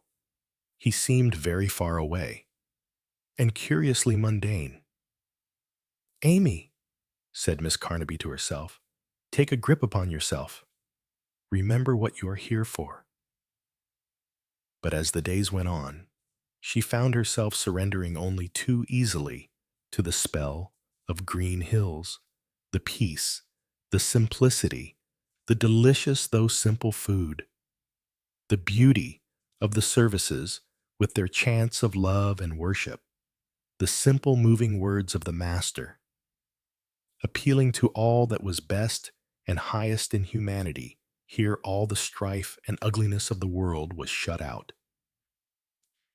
Here was only peace and love. And tonight was the great summer festival, the festival of the full pasture. And at it, she, Amy Carnaby, was to become initiated to become one of the flock. The festival took place in the white, glittering, concrete building, called by the initiates the Sacred Fold. Here the devotees assembled just before the setting of the sun. They wore sheepskin cloaks and had sandals on their feet. Their arms were bare. In the center of the fold, on a raised platform, stood Dr. Anderson, the big man, golden-haired and blue-eyed, with his fair beard and his handsome profile, had never seemed more compelling. He was dressed in a green robe and carried a shepherd's crook of gold. He raised this aloft, and a deathly silence fell on the assembly. "Where are my sheep?" The answer came from the crowd. "We are here, O shepherd. Lift up your hearts with joy and thanksgiving. This is the feast of joy. The feast of joy, and we are joyful. There shall be no more sorrow for you, no more pain. All is joy. All is joy." "How many heads has the shepherd?" "3 heads, a head of gold, a head of silver, a head of sounding brass." "How many bodies have the sheep?" 3 bodies, a body of flesh, a body of corruption, and a body of light. How shall you be sealed in the flock? By the sacrament of blood. Are you prepared for that sacrament? We are. Bind your eyes and hold forth your right arm. The crowd obediently bound their eyes with the green scarves provided for the purpose. Miss Carnaby, like the rest, held her arm out in front of her. The great shepherd moved along the lines of his flock. There were little cries, moans of either pain or ecstasy. Miss Carnaby, to herself, said fiercely, "Most blasphemous, the whole thing. This kind of religious hysteria is to be deplored. I shall remain absolutely calm and observe the reactions of other people. I will not be carried away. I will not. Uncanas." The great shepherd had come to her. She felt her arm taken, held. There was a sharp, stinging pain, like the prick of a needle. The shepherd's voice murmured, "The sacrament of blood that brings joy." He passed on. Presently, there came a command, "Unveil and enjoy the pleasures of the Spirit." The sun was just sinking. Miss Carnaby looked round her, at one with the others. She moved slowly out of the fold. She felt suddenly uplifted, happy. She sank down on a soft, grassy bank. Why had she ever thought she was a lonely, unwanted, middle-aged woman? Life was wonderful. She herself was wonderful. She had the power of thought, of dreaming. There was nothing that she could not accomplish. A great rush of exhilaration surged through her. She observed her fellow devotees round her. They seemed suddenly to have grown to an immense stature. "Like trees walking," said Miss Carnaby to herself reverently. She lifted her hand. It was a purposeful gesture. With it she could command the earth. Caesar, Napoleon, Hitler poor, miserable. Little fellows, they knew nothing of what she, Amy Carnaby, could do. Tomorrow she would arrange for world peace, for international brotherhood. There should be no more wars, no more poverty, no more disease. She, Amy Carnaby, would design a new world, but there need be no hurry. Time was infinite. Minute succeeded minute, hour succeeded hour. Miss Carnaby's limbs felt heavy, but her mind was delightfully free. It could roam at will over the whole universe. She slept, but even as she slept, she dreamt. Great spaces, vast buildings, a new and wonderful world. Gradually the world shrank. Miss Carnaby yawned. She moved her stiff limbs. What had happened since yesterday? Last night she had dreamt. There was a moon. By it, Miss Carnaby could just distinguish the figures on her watch. To her stupefaction, the hands pointed to 9:45. The sun, as she knew, had set at 8:10. Only an hour and 35 minutes ago. Impossible. And yet, very remarkable, said Miss Carnaby to herself. Hercule Poirot said, "You must obey my instructions very carefully. You understand?" "Oh, yes. Poirot, you may rely on me." "You have spoken of your intention to benefit the cult." "Yes, Poirot. I spoke to the master, excuse me, to Dr. Anderson myself. I told him very emotionally what a wonderful revelation the whole thing had been, how I had come to scoff and remain to believe. It seemed quite natural to say all these things. Dr. Anderson, you know, has a lot of magnetic charm. So I perceive, said Hercule Poirot dryly. His manner was most convincing. One really feels he doesn't care about money at all. Give what you can, he said, smiling in that wonderful way of his. If you can give nothing, it does not matter. You are one of the flock just the same. Oh, Dr. Anderson, I said, I am not so badly off as that. I have just inherited a considerable amount of money from a distant relative, and though I cannot actually touch any of the money until the legal formalities are all complied with, there is one thing I want to do at once. And then I explained that I was making a will and that I wanted to leave all I had to the Brotherhood. I explained that I had no near relatives, and he graciously accepted the bequest. He was very detached about it, said it would be many long years before I passed over, that he could tell I was cut out for a long life of joy and spiritual fulfillment. He really speaks most movingly, so it would seem. Poirot's tone was dry. He went on. You mentioned your health. Yes, M. Poirot. I told him that I had had lung trouble and that it had recurred more than once, but that a final treatment in a sanatorium some years ago had, I hoped, quite cured me. Excellent. Though why it is necessary for me to say that I am consumptive when my lungs are as sound as a bell, I really cannot see. Be assured it is necessary. You mentioned your friend. Yes. I told him, strictly in confidence, that dear Emmeline, besides the fortune she had inherited from her husband, would inherit an even larger sum shortly from an aunt, who was deeply attached to her. Eh bien, that ought to keep Mrs. Clegg safe, for the time being. Oh, Poirot, do you really think there is anything wrong? That is what I am going to endeavor to find out. Have you met a Mr. Cole down at the sanctuary? There was a Mr. Cole there last time I went down. A most peculiar man. He wears grass-green shorts and eats nothing but cabbage. He is a very ardent believer. Eh bien, all progress is well. I make you my compliments on the work you have done. All is now set for the autumn festival. Miss Carnaby, just a moment.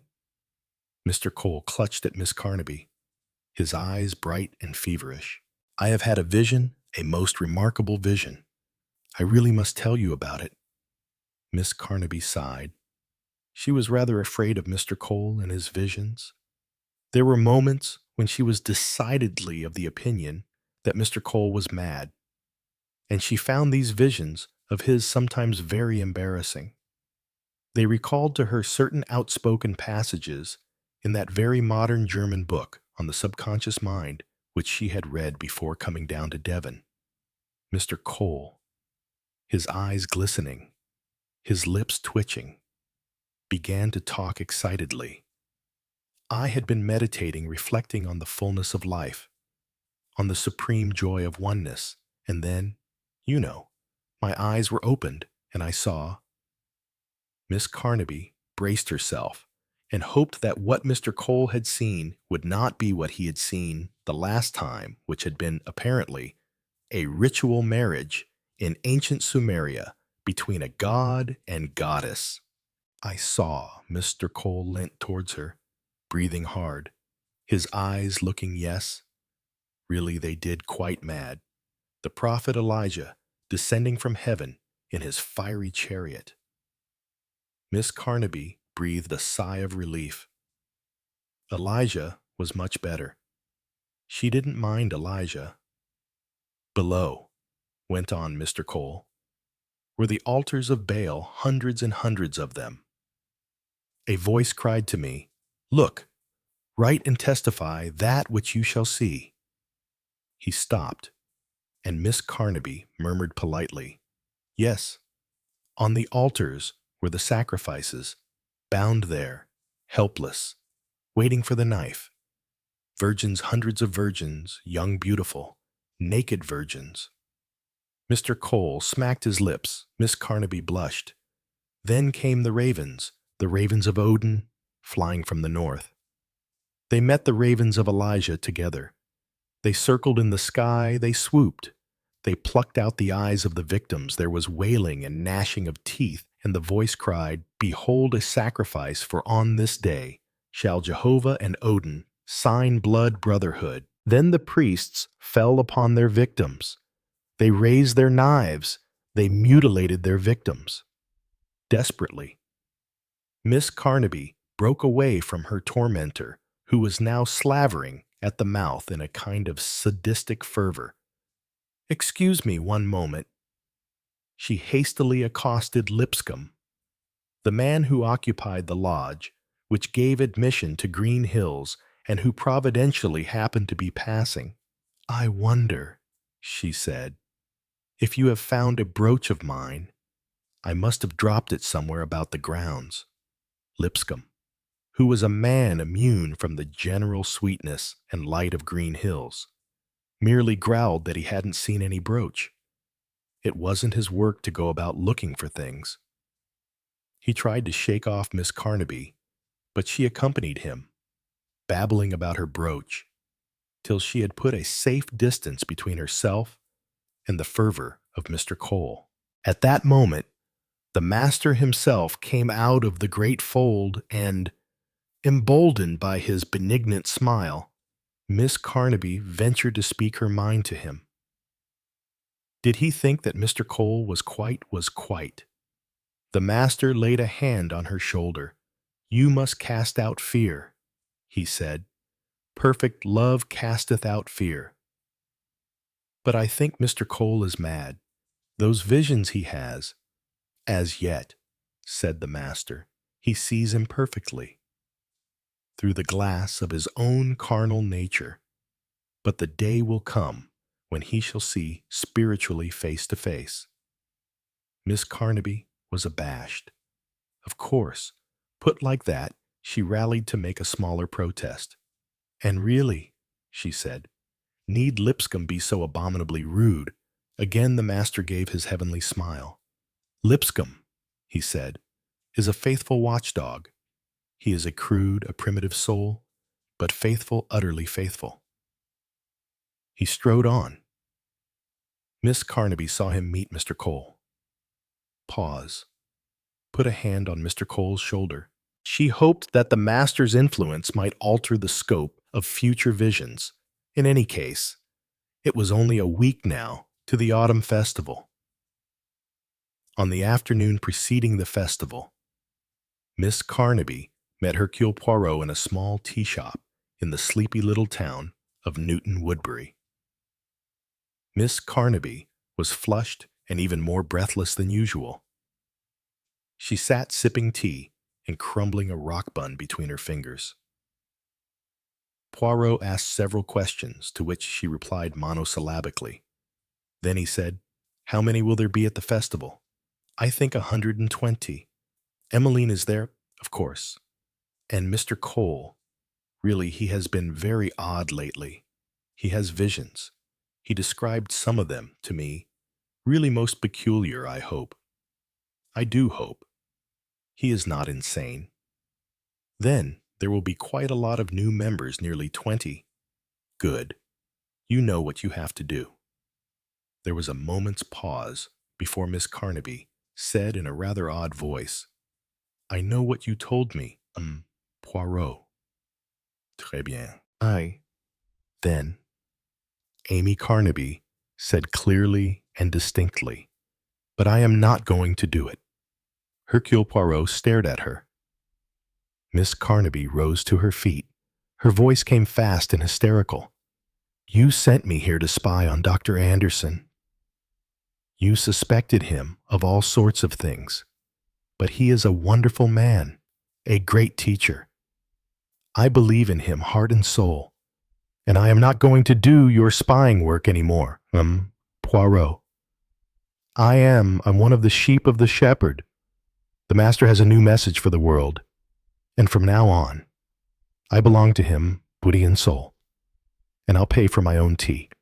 Please, With which slight anticlimax, Miss Carnaby plunked down 1 and 3 pence and rushed out of the tea shop. Nom de nom de nom, said Hercule Poirot. The waitress had to ask him twice before he realized that she was presenting the bill. He met the interested stare of a surly-looking man at the next table, flushed, paid the check, and got up and went out. He was thinking furiously. Once again, the sheep were assembled in the great fold. The ritual questions and answers had been chanted. Are you prepared for the sacrament? We are. Bind your eyes and hold out your right arm. The great shepherd, magnificent in his green robe, moved along the waiting lines, the cabbage-eating, vision-seeing Mr. Cole, next to Miss Carnaby, gave a gulp of painful ecstasy as the needle pierced his flesh. The great shepherd stood by Miss Carnaby. His hands touched her arm. No, you don't. None of that. Words incredible, unprecedented. A scuffle, a roar of anger. Green veils were torn from eyes to see an unbelievable sight.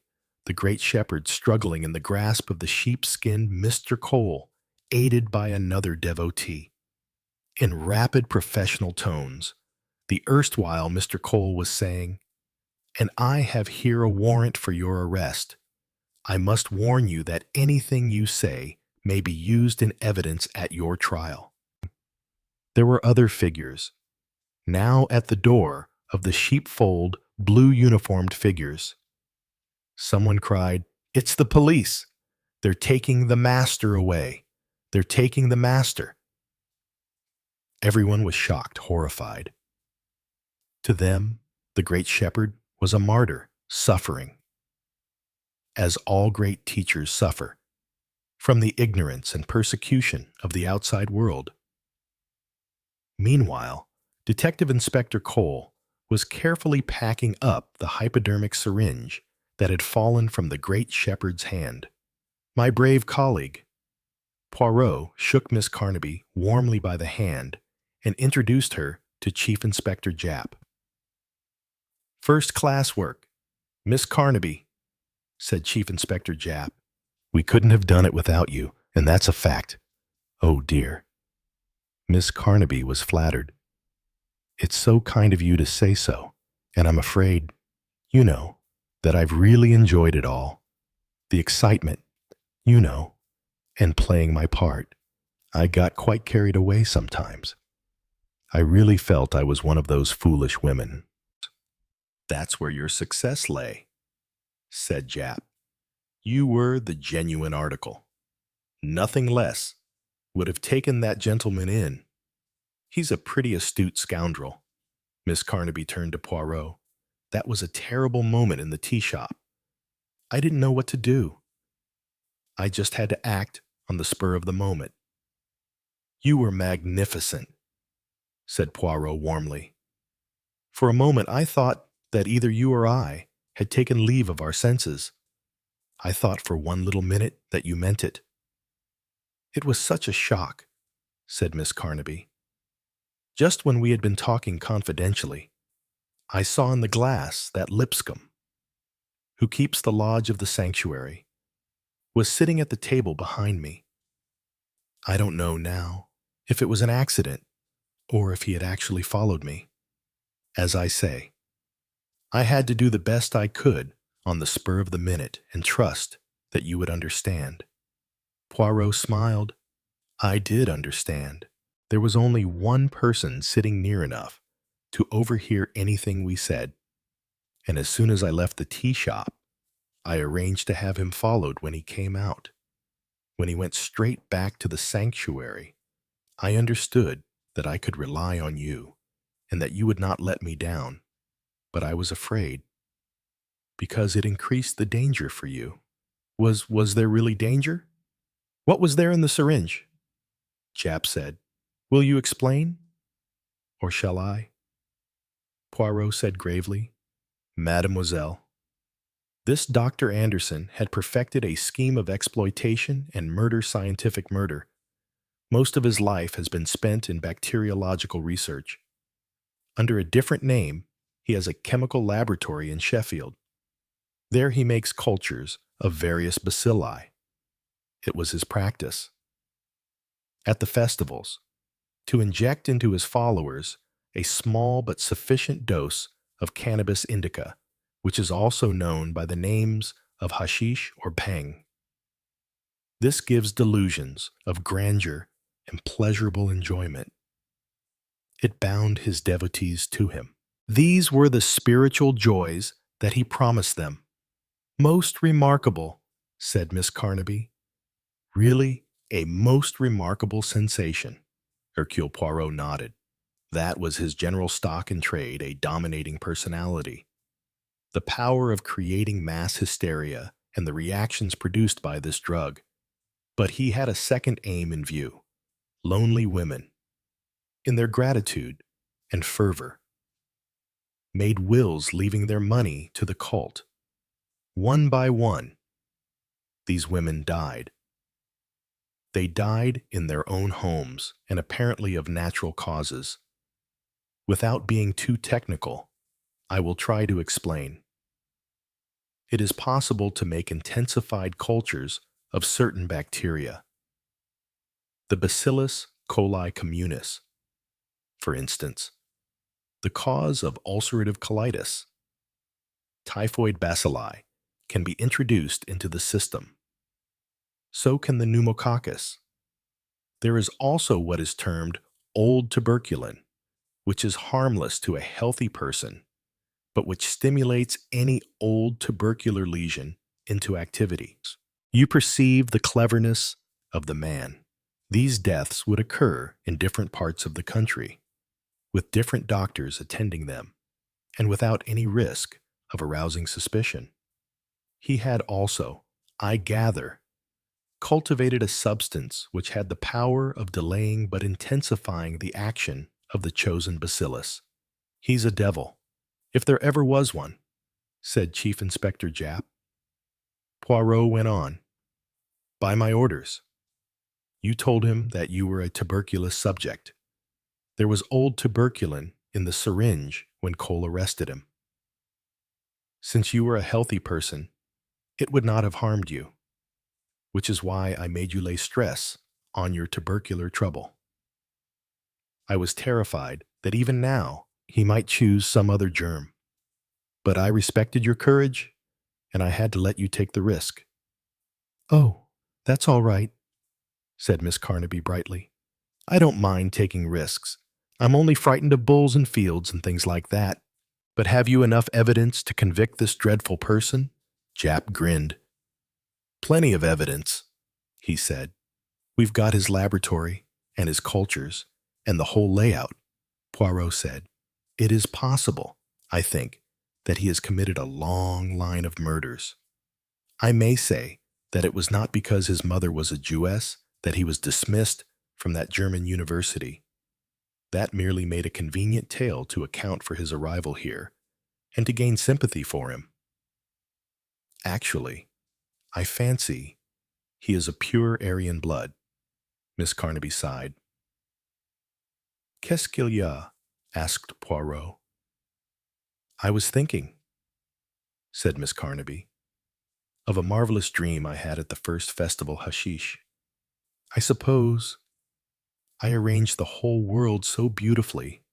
No wars, no poverty, no ill health, no ugliness. It must have been a fine dream, said Japp enviously. Miss Carnaby jumped up. She said, I must get home. Emily has been so anxious. And dear Augustus has been missing me terribly.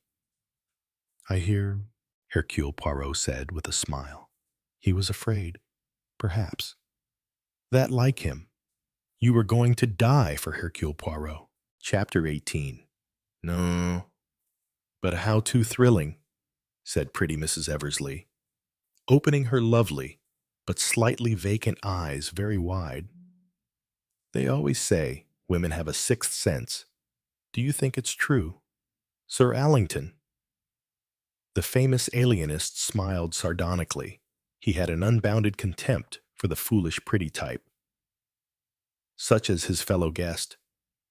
Allington West was the supreme authority on mental disease, and he was fully alive to his own position and importance. A slightly pompous man of full figure.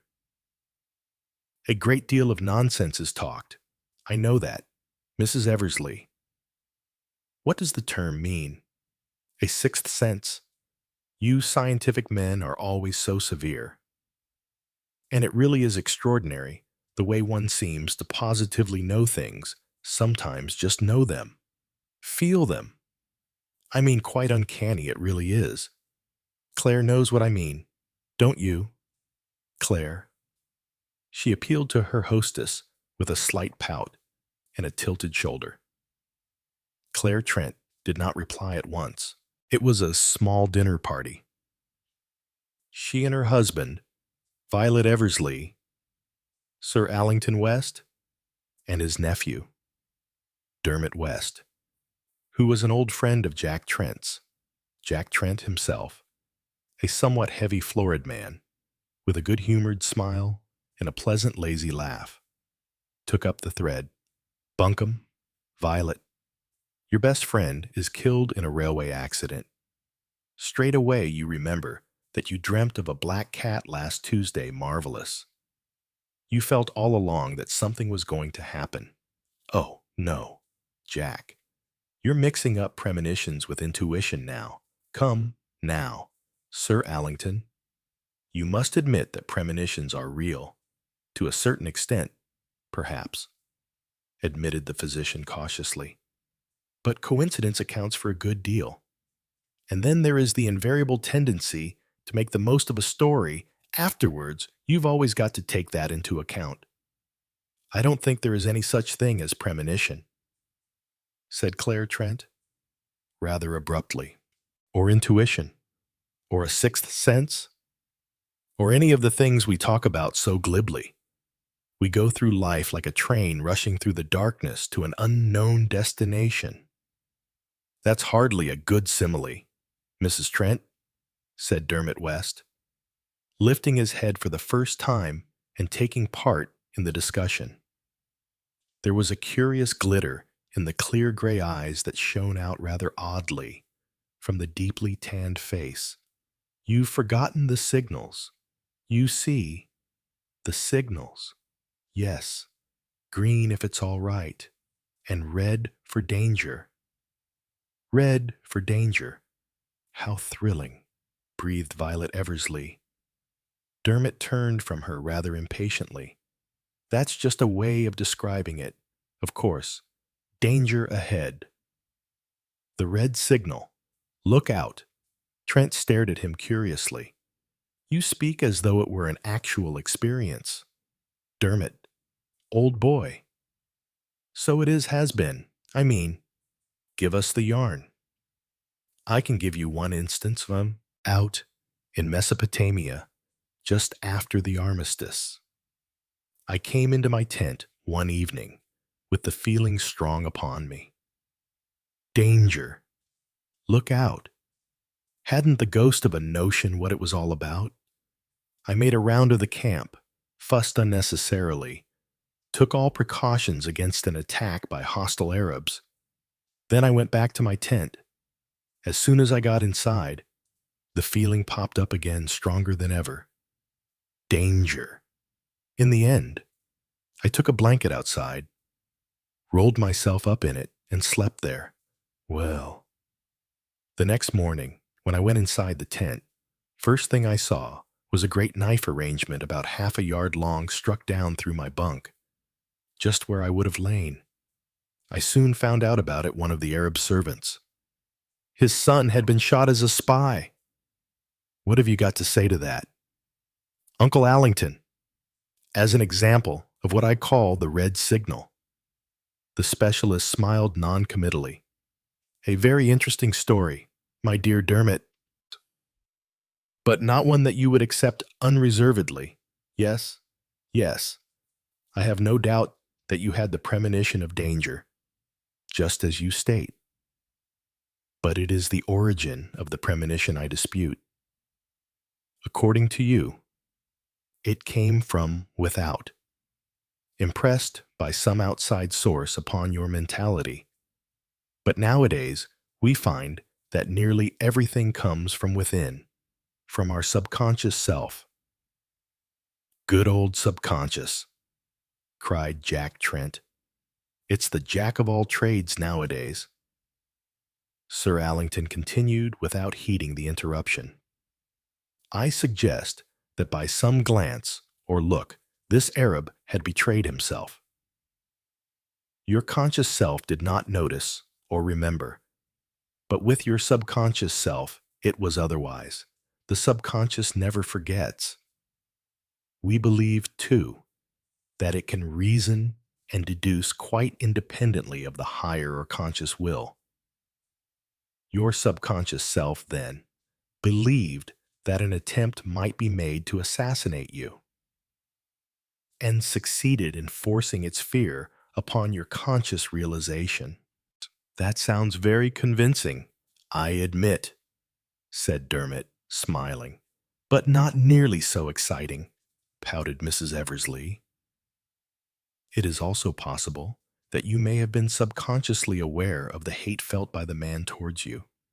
What in old days used to be called telepathy certainly exists, though the conditions governing it are very little understood. Have there been any other instances? Asked Claire of Dermot. Oh, yes, but nothing very pictorial, and I suppose they could all be explained under the heading of coincidence. I refused an invitation to a country house once, for no other reason than the hoisting of the red signal. The place was burnt out during the week. By the way, Uncle Allington, where does the subconscious come in there? I'm afraid it doesn't, said Allington, smiling.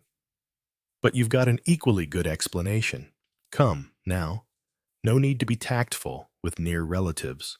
Well, then, nephew, I venture to suggest that you refuse the invitation for the ordinary reason that you didn't much want to go, and that after the fire, you suggested to yourself that you had had a warning of danger, which explanation you now believe implicitly. It's hopeless, laughed Dermot. It's heads you win, tails I lose. Never mind, Mr. West, cried Violet Eversley. I believe in your red signal implicitly. Is the time in Mesopotamia the last time you had it? Yes, until, I beg your pardon, nothing. Dermot sat silent. The words which had nearly left his lips were yes, until tonight. They had come quite unbidden to his lips, voicing a thought which had as yet not been consciously realized. But he was aware at once that they were true. The red signal was looming up out of the darkness. Danger. Danger close at hand. But why? What conceivable danger could there be here, in the house of his friends? At least, well, yes, there was that kind of danger. He looked at Claire Trent, her whiteness, her slenderness, the exquisite droop of her golden head. But that danger had been there for some time. It was never likely to get acute. For Jack Trent was his best friend, and more than his best friend, the man who had saved his life in Flanders and had been recommended for the V.C. for doing so. A good fellow, Jack. One of the best. Damned bad luck that he should have fallen in love with Jack's wife. He'd get over it someday, he supposed. A thing couldn't go on hurting like this forever. One could starve it out, that was it. Starve it out. It was not as though she would ever guess, and if she did guess, there was no danger of her caring. A statue, a beautiful statue, a thing of gold and ivory and pale pink coral. A toy for a king, not a real woman. Claire. The very thought of her name, uttered silently, hurt him. He must get over it. He'd cared for women before. But not like this, said something. Not like this. Well, there it was. No danger there, heartache. Yes. But not danger. Not the danger of the red signal. That was for something else. He looked round the table, and it struck him for the first time that it was rather an unusual little gathering. His uncle, for instance, seldom dined out in this small, informal way. It was not as though the Trents were old friends. Until this evening, Dermot had not been aware that he knew them at all. To be sure, there was an excuse. A rather notorious medium was coming after dinner to give a séance. Sir Allington professed to be mildly interested in spiritualism. Yes, that was an excuse, certainly. The word forced itself on his notice. An excuse. Was the séance just an excuse to make the specialist's presence at dinner natural? If so, what was the real object of his being here? A host of details came rushing into Dermot's mind, trifles unnoticed at the time, or, as his uncle would have said, unnoticed by the conscious mind. The great physician had looked oddly, very oddly, at Claire more than once. He seemed to be watching her. She was uneasy under his scrutiny. She made little twitching motions with her hands. She was nervous, horribly nervous. And could it be, frightened? Why was she frightened? With a jerk, he came back to the conversation round the table. Mrs. Eversley had got the great man talking upon his own subject.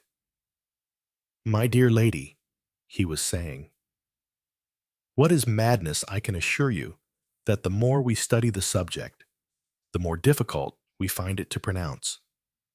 We all practice a certain amount of self-deception, and when we carry it so far as to believe we are the Tsar of Russia, we are shut up or restrained. But there is a long road before we reach that point.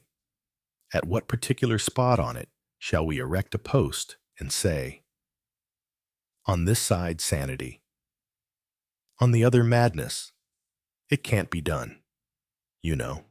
And I will tell you this. If the man suffering from a delusion happened to hold his tongue about it, in all probability, we should never be able to distinguish him from a normal individual. The extraordinary sanity of the insane is a most interesting subject." Sir Allington sipped his wine with appreciation and beamed upon the company. "I've always heard they are very cunning," remarked Mrs. Eversley. "Loonies, I mean, remarkably so.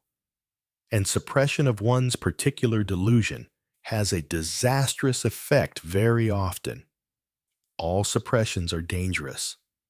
As psychoanalysis has taught us, the man who has a harmless eccentricity and can indulge it as such seldom goes over the border line. But the man," he paused, "or woman who is to all appearance perfectly normal may be in reality a poignant source of danger to the community." His gaze traveled gently down the table to Claire, and then back again. He sipped his wine once more. A horrible fear shook Dermot. Was that what he meant? Was that what he was driving at? Impossible. But, and all from suppressing oneself, sighed Mrs. Eversley. "I quite see that one should be very careful always to express one's personality. The dangers of the other are frightful." "My dear Mrs. Eversley," expostulated the physician, "you have quite misunderstood me. The cause of the mischief is in the physical matter of the brain, sometimes arising from some outward agency, such as a blow, Sometimes. Alas, congenital. Heredity is so sad, sighed the lady vaguely. Consumption, and all that. Tuberculosis is not hereditary, said Sir Allington dryly. Isn't it? I always thought it was. But madness is, how dreadful. What else? Gout, said Sir Allington, smiling. And color blindness, the latter, is rather interesting. It is transmitted direct to males, but is latent in female. So, while there are many colorblind men, for a woman to be colorblind, it must have been latent in her mother, as well as present in her father, rather an unusual state of things to occur. That is what is called sex-limited heredity. How interesting. But madness is not like that, is it? Madness can be handed down to men or women equally, said the physician gravely. Claire rose suddenly, pushing back her chair so abruptly that it overturned and fell to the ground. She was very pale, and the nervous motions of her fingers were very apparent. You will not be long, will you? She begged. Mrs. Thompson will be here in a few minutes now. 1 glass of port, and I will be with you. For one, declared Sir Allington. To see this wonderful Mrs. Thompson's performance is what I have come for. Is it not? Ha! Not that I needed any inducement. He bowed. Claire gave a faint smile of acknowledgement and passed out of the room, her hand on Mrs. Eversley's shoulder. Afraid I've been talking shop, remarked the physician as he resumed his seat. Forgive me, my dear fellow. Not at all, said Trent perfunctorily. He looked strained and worried. For the first time, Dermot felt an outsider in the company of his friend. Between these two was a secret that even an old friend might not share. And yet the whole thing was fantastic and incredible. What had he to go upon? Nothing but a couple of glances and a woman's nervousness. They lingered over their wine but a very short time, and arrived up in the drawing-room just as Mrs. Thompson was announced. The medium was a plump, middle-aged woman, atrociously dressed in magenta velvet, with a loud, rather common voice. Hope I'm not late, Mrs. Trent, she said cheerily. You did say 9 o'clock, didn't you? You are quite punctual. Mrs. Thompson, said Claire, in her sweet, slightly husky voice, this is our little circle.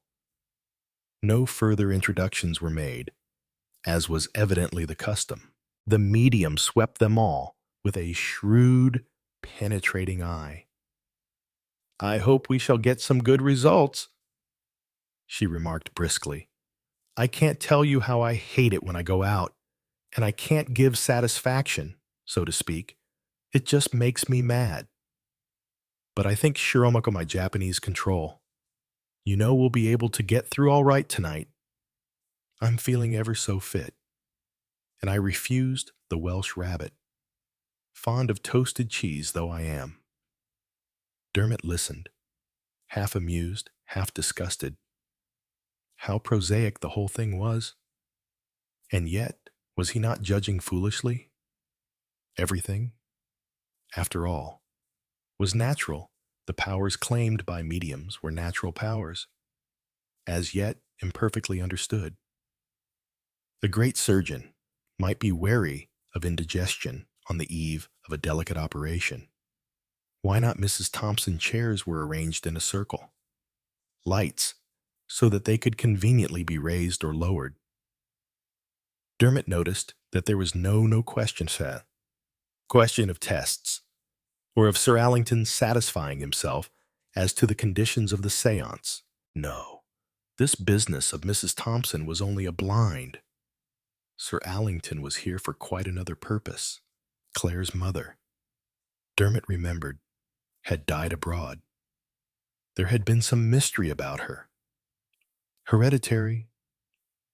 With a jerk, he forced his mind back to the surroundings of the moment. Everyone took their places, and the lights were turned out, all but a small, red-shaded one on a far table.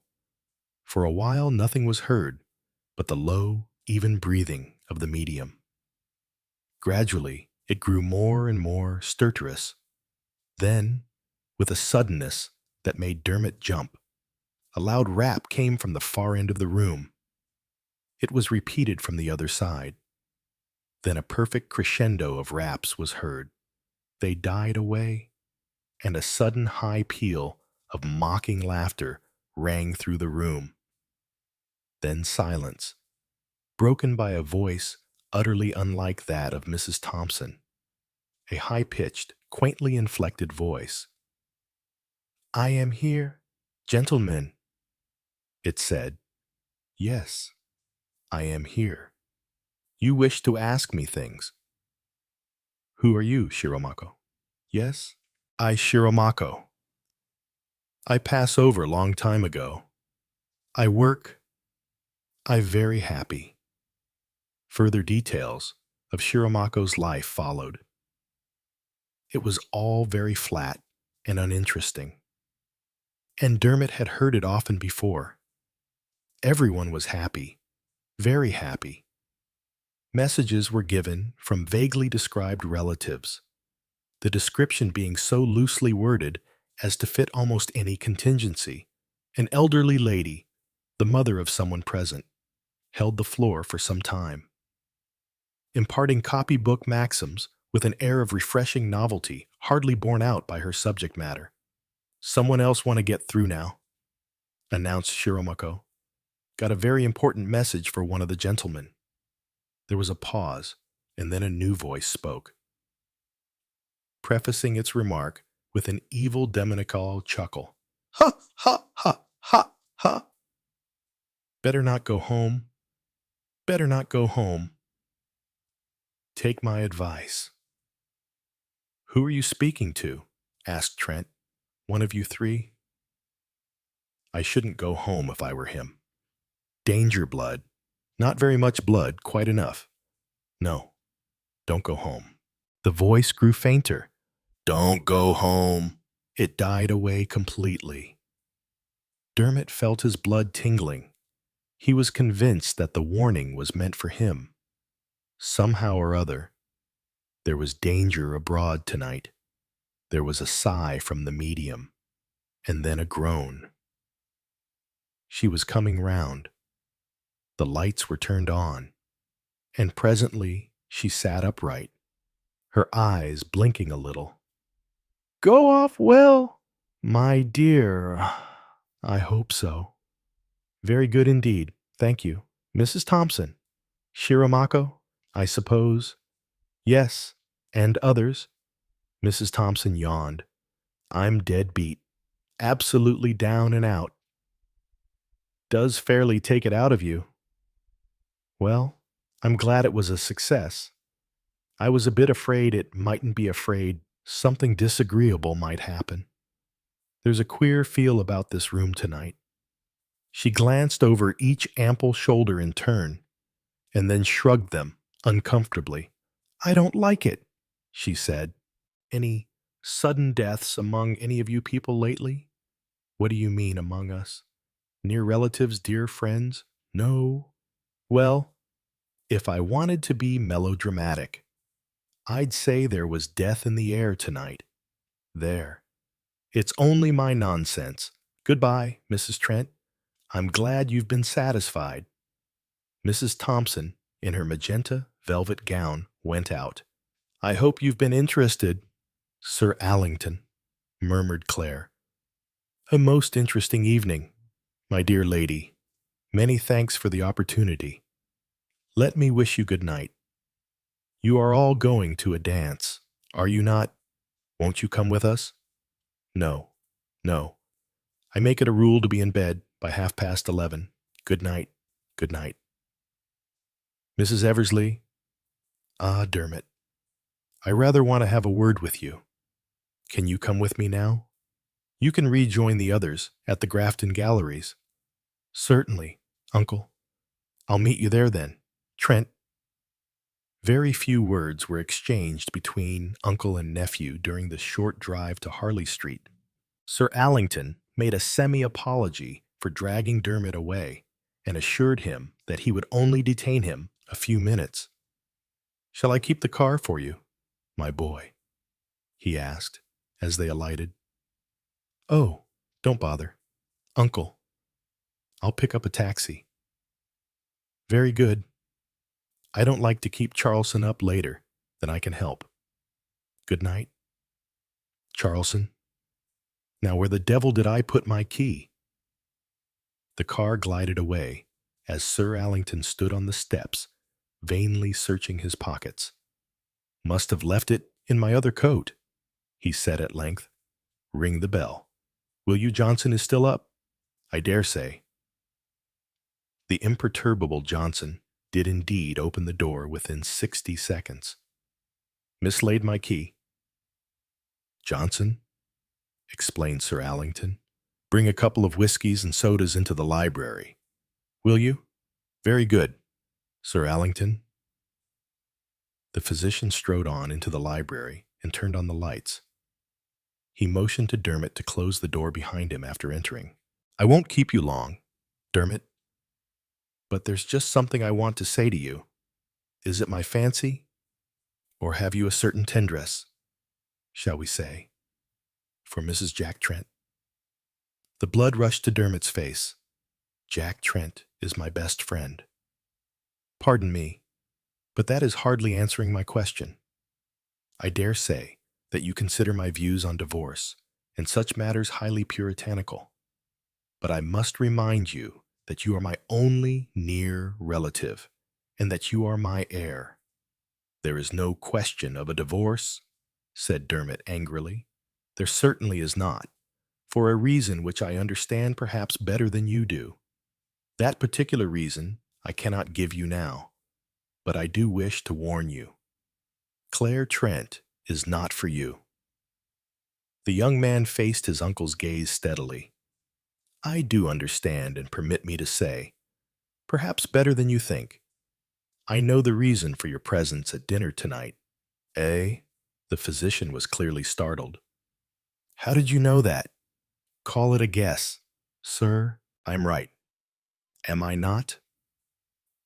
When I say that you were there in your professional capacity." Sir Allington strode up and down. "You are quite right, Dermot. I could not, of course, have told you so myself, though I am afraid it will soon be common property." Dermot's heart contracted. "You mean that you have made up your mind?" "Yes. There is insanity in the family, on the mother's side. A sad case, a very sad case." "I can't believe it, sir." "I dare say not. To the layman, there are few, if any, signs apparent, and to the expert, the evidence is conclusive. In such a case, the patient must be placed under restraint as soon as possible." "My God," breathed Dermot, "but you can't shut anyone up for nothing at all. My dear Dermot, cases are only placed under restraint when their being at large would result in danger to the community. Danger, very grave danger. In all probability, a peculiar form of homicidal mania. It was so in the mother's case." Dermot turned away with a groan, burying his face in his hands. Claire White and Golden. Claire. "In the circumstances," continued the physician comfortably, "I felt it incumbent on me to warn you." "Claire," murmured Dermot. "My poor Claire." "Yes, indeed. We must all pity her." Suddenly Dermot raised his head. "I don't believe it." "What?" "I say, I don't believe it. Doctors make mistakes. Everyone knows that. And they're always keen on their own speciality. My dear Dermot, cried Sir Allington angrily, I tell you I don't believe it. And anyway, even if it is so, I don't care. I love Claire. If she will come with me, I shall take her away, far away, out of the reach of meddling physicians. I shall guard her, care for her, shelter her with my love. You will do nothing of the sort. Are you mad? Dermot laughed scornfully. You would say so. I dare say. Understand me, Dermot. Sir Allington's face was red with suppressed passion. If you do this thing, this shameful thing, it is the end. I shall withdraw the allowance I am now making you, and I shall make a new will, leaving all I possess to various hospitals.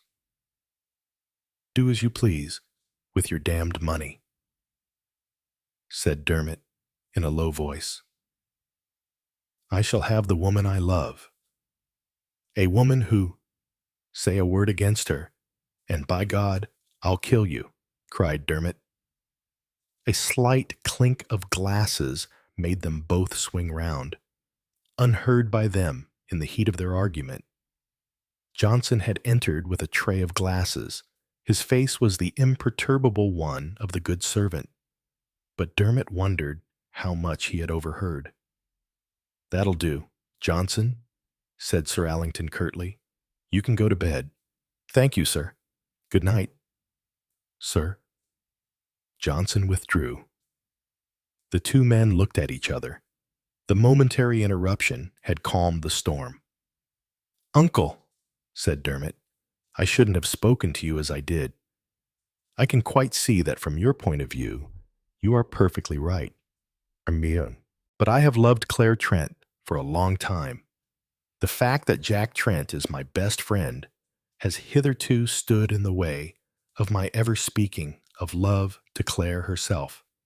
But in these circumstances, that fact no longer counts. The idea that any monetary conditions can deter me is absurd. I think we've both said all there is to be said. Good night. Dermot, it is really no good arguing further. Good night. Uncle Allington, I'm sorry, but there it is. He went out quickly, shutting the door behind him. The hall was in darkness. He passed through it, opened the front door, and emerged into the street, banging the door behind him. A taxi had just deposited a fare at a house farther along the street, and Dermot hailed it and drove to the Grafton Galleries. In the door of the ballroom, he stood for a minute bewildered, his head spinning. The raucous jazz music, the smiling women, it was as though he had stepped into another world. Had he dreamt it all impossible that that grim conversation with his uncle should have really taken place? There was Claire floating past, like a lily in her white and silver gown that fitted sheath-like to her slenderness.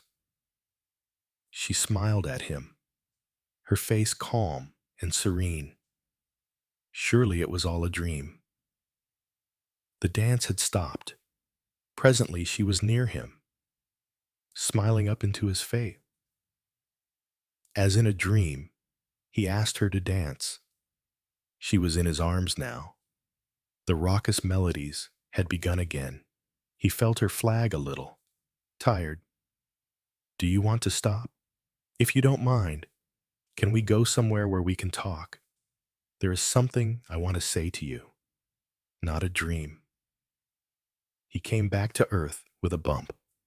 Could he ever have thought her face calm and serene? It was haunted with anxiety, with dread. How much did she know? He found a quiet corner, and they sat down side by side. Well, he said, assuming a lightness he did not feel. You said you had something you wanted to say to me. Yes. Her eyes were cast down. She was playing nervously with the tassel of her gown. It's difficult, rather. Tell me, Claire.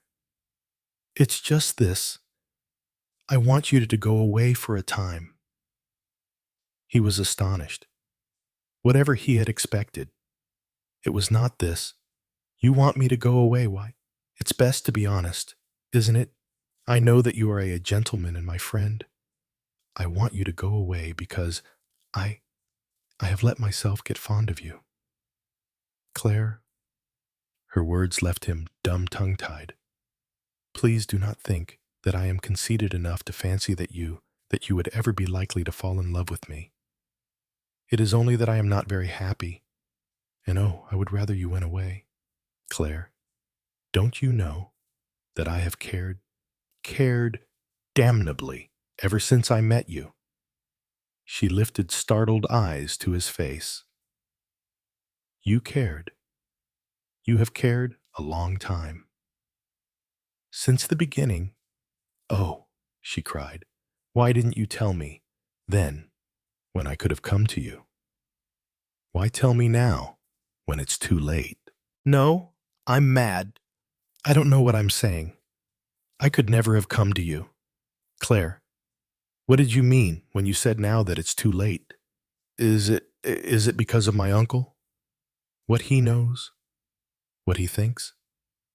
She nodded dumbly, the tears running down her face. Listen, Claire, you're not to believe all that. You're not to think about it. Instead, you will come away with me. We'll go to the South Seas, to islands like green jewels. You will be happy there, and I will look after you, keep you safe for always. His arms went round her. He drew her to him, felt her tremble at his touch. Then suddenly, she wrenched herself free. Oh, no, please. Can't you see I couldn't now? It would be ugly, ugly, ugly. All along I've wanted to be good, and now it would be ugly as well. He hesitated, baffled by her words. She looked at him appealingly. Please, she said, I want to be good. Without a word, Dermot got up and left her. For the moment, he was touched and racked by her words beyond argument. He went for his hat and coat, running into Trent as he did so. Hello, Dermot, you're off early. Yes, I'm not in the mood for dancing tonight. It's a rotten night, said Trent gloomily, but you haven't got my worries. Dermot had a sudden panic that Trent might be going to confide in him. Not that anything but that. Well, so long, he said hurriedly. I'm off home. Home, eh? What about the warning of the spirits? I'll risk that. Good night, Jack. Dermot's flat was not far away. He walked there, feeling the need of the cool night air to calm his fevered brain. He let himself in with his key and switched on the light in the bedroom.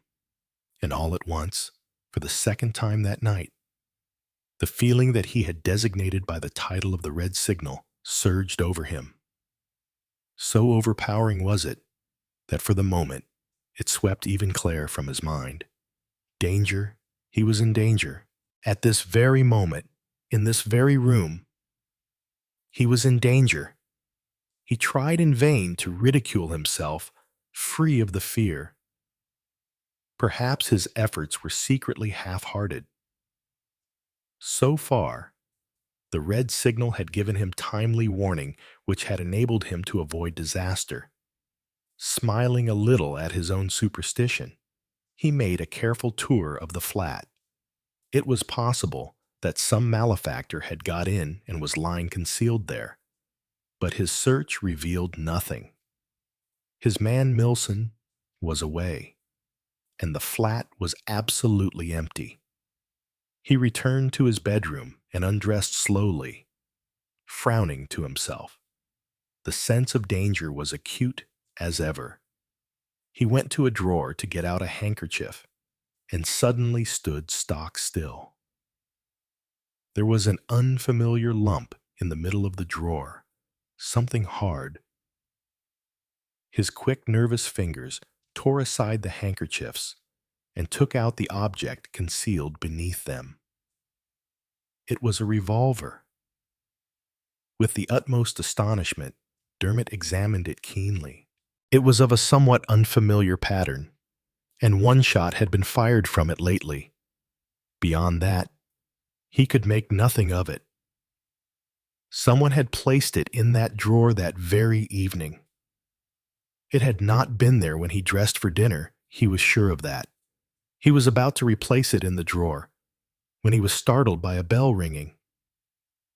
It rang again and again, sounding unusually loud in the quietness of the empty flat. Who could it be coming to the front door at this hour? And only one answer came to the question, an answer instinctive and persistent. Danger, danger, danger. Led by some instinct for which he did not account, Dermot switched off his light, slipped on an overcoat that lay across a chair, and opened the hall door. Two men stood outside. Beyond them, Dermot caught sight of a blue uniform, a policeman. Mr. West asked the foremost of the two men. It seemed to Dermot that ages elapsed before he answered. In reality, it was only a few seconds before he replied in a very fair imitation of his man's expressionless voice. Mr. West hasn't come in yet. What do you want with him at this time of night? Hasn't come in yet, eh? Very well. Then I think we'd better come in and wait for him. No, you don't. See here, my man. My name is Inspector Verrill of Scotland Yard, and I've got a warrant for the arrest of your master. You can see it if you like. Dermot perused the proffered paper, or pretended to do so, asking in a dazed voice, "What for? What's he done? Murder. Sir Allington West of Harley Street," his brain in a whirl. Dermot fell back before his redoubtable visitors. He went into the sitting room and switched on the light. The inspector followed him. "Have a search round," he directed the other man. Then he turned to Dermot. "You stay here. My man, no slipping off to warn your master. What's your name? By the way, Milson, sir? What time do you expect your master in? Milson? I don't know, sir. He was going to a dance, I believe, at the Grafton Galleries. He left there just under an hour ago. Sure he's not been back here. I don't think so, sir. I fancy I should have heard him come in." At this moment, the second man came in from the adjoining room. In his hand, he carried the revolver. He took it across to the inspector in some excitement. An expression of satisfaction flitted across the latter's face. "That settles it," he remarked. "Must have slipped in and out without your hearing him. He's hooked it by now. I'd better be off. Cawley, you stay here, in case he should come back again. And you keep an eye on this fellow. He may know more about his master than he pretends." The inspector bustled off. Dermot endeavored to get at the details of the affair from Cawley, who was quite ready to be talkative. "Pretty clear case," he vouchsafed. "The murder was discovered almost immediately. Johnson, the manservant, had only just gone up to bed when he fancied he heard a shot, and came down again. Found Sir Allington dead, shot through the heart. He rang us up at once, and we came along and heard his story." "Which made it a pretty clear case," ventured Dermot. "Absolutely. This young West came in with his uncle, and they were quarreling when Johnson brought in the drinks. The old boy was threatening to make a new will, and your master was talking about shooting him. Not 5 minutes later, the shot was heard. Oh, yes. Clear enough. Silly young fool." Clear enough indeed. Dermot's heart sank as he realized the overwhelming nature of the evidence against him. Indeed, horrible danger, and no way out save that of flight. He set his wits to work. Presently, he suggested making a cup of tea. Cawley assented readily enough. He had already searched the flat and knew there was no back entrance. Dermot was permitted to depart to the kitchen. Once there, he put the kettle on and chinked cups and saucers industriously. Then he stole swiftly to the window and lifted the sash. The flat was on the second floor, and outside the window was a small wire lift used by tradesmen, which ran up and down on its steel cable. Like a flash, Dermot was outside the window and swinging himself down the wire rope. It cut into his hands, making them bleed, but he went on desperately. A few minutes later, he was emerging cautiously from the back of the block. Turning the corner, he cannoned into a figure standing by the sidewalk. To his utter amazement, he recognized Jack Trent. Trent was fully alive to the perils of the situation. "My God, Dermot, quick. Don't hang about here." Taking him by the arm, he led him down a by-street, then down another. A lonely taxi was sighted and hailed, and they jumped in. Trent giving the man his own address. "Safest place for the moment. There we can decide what to do next to put those fools off the track. I came round here hoping to be able to warn you before the police got here, but I was too late. I didn't even know that you had heard of it." "Jack, you don't believe—" "Of course not, old fellow. Not for 1 minute. I know you far too well. All the same, it's a nasty business for you. They came round asking questions, what time you got to the Grafton Galleries, when you left, etc. Dermot, who could have done the old boy in? I can't imagine. Whoever did it put the revolver in my drawer. I suppose. Must have been watching us pretty closely. That seance business was damned funny. Don't go home. Meant for poor old West. He did go home. And got shot." "It applies to me too," said Dermot. "I went home and found a planted revolver and a police inspector." "Well, I hope it doesn't get me too," said Trent. "Here we are." He paid the taxi, opened the door with his latchkey, and guided Dermot up the dark stairs to his den, which was a small room on the first floor. He threw open the door, and Dermot walked in, whilst Trent switched on the light and then came to join him. "Pretty safe here, for the time being," he remarked. "Now we can get our heads together and decide what is best to be done." "I've made a fool of myself," said Dermot suddenly. "I ought to have faced it out. I see more clearly now. The whole thing's a plot. What the devil are you laughing at?" For Trent was leaning back in his chair, shaking with unrestrained mirth. There was something horrible in the sound. Something horrible, too, about the man altogether. There was a curious light in his eyes. "A damned clever plot," he gasped out. "Dermot, my boy, you're done for." He drew the telephone towards him. "What are you going to do?" asked Dermot. "Ring up Scotland Yard. Tell 'em their bird's here safe under lock and key." "Yes. I locked the door when I came in and the key's in my pocket.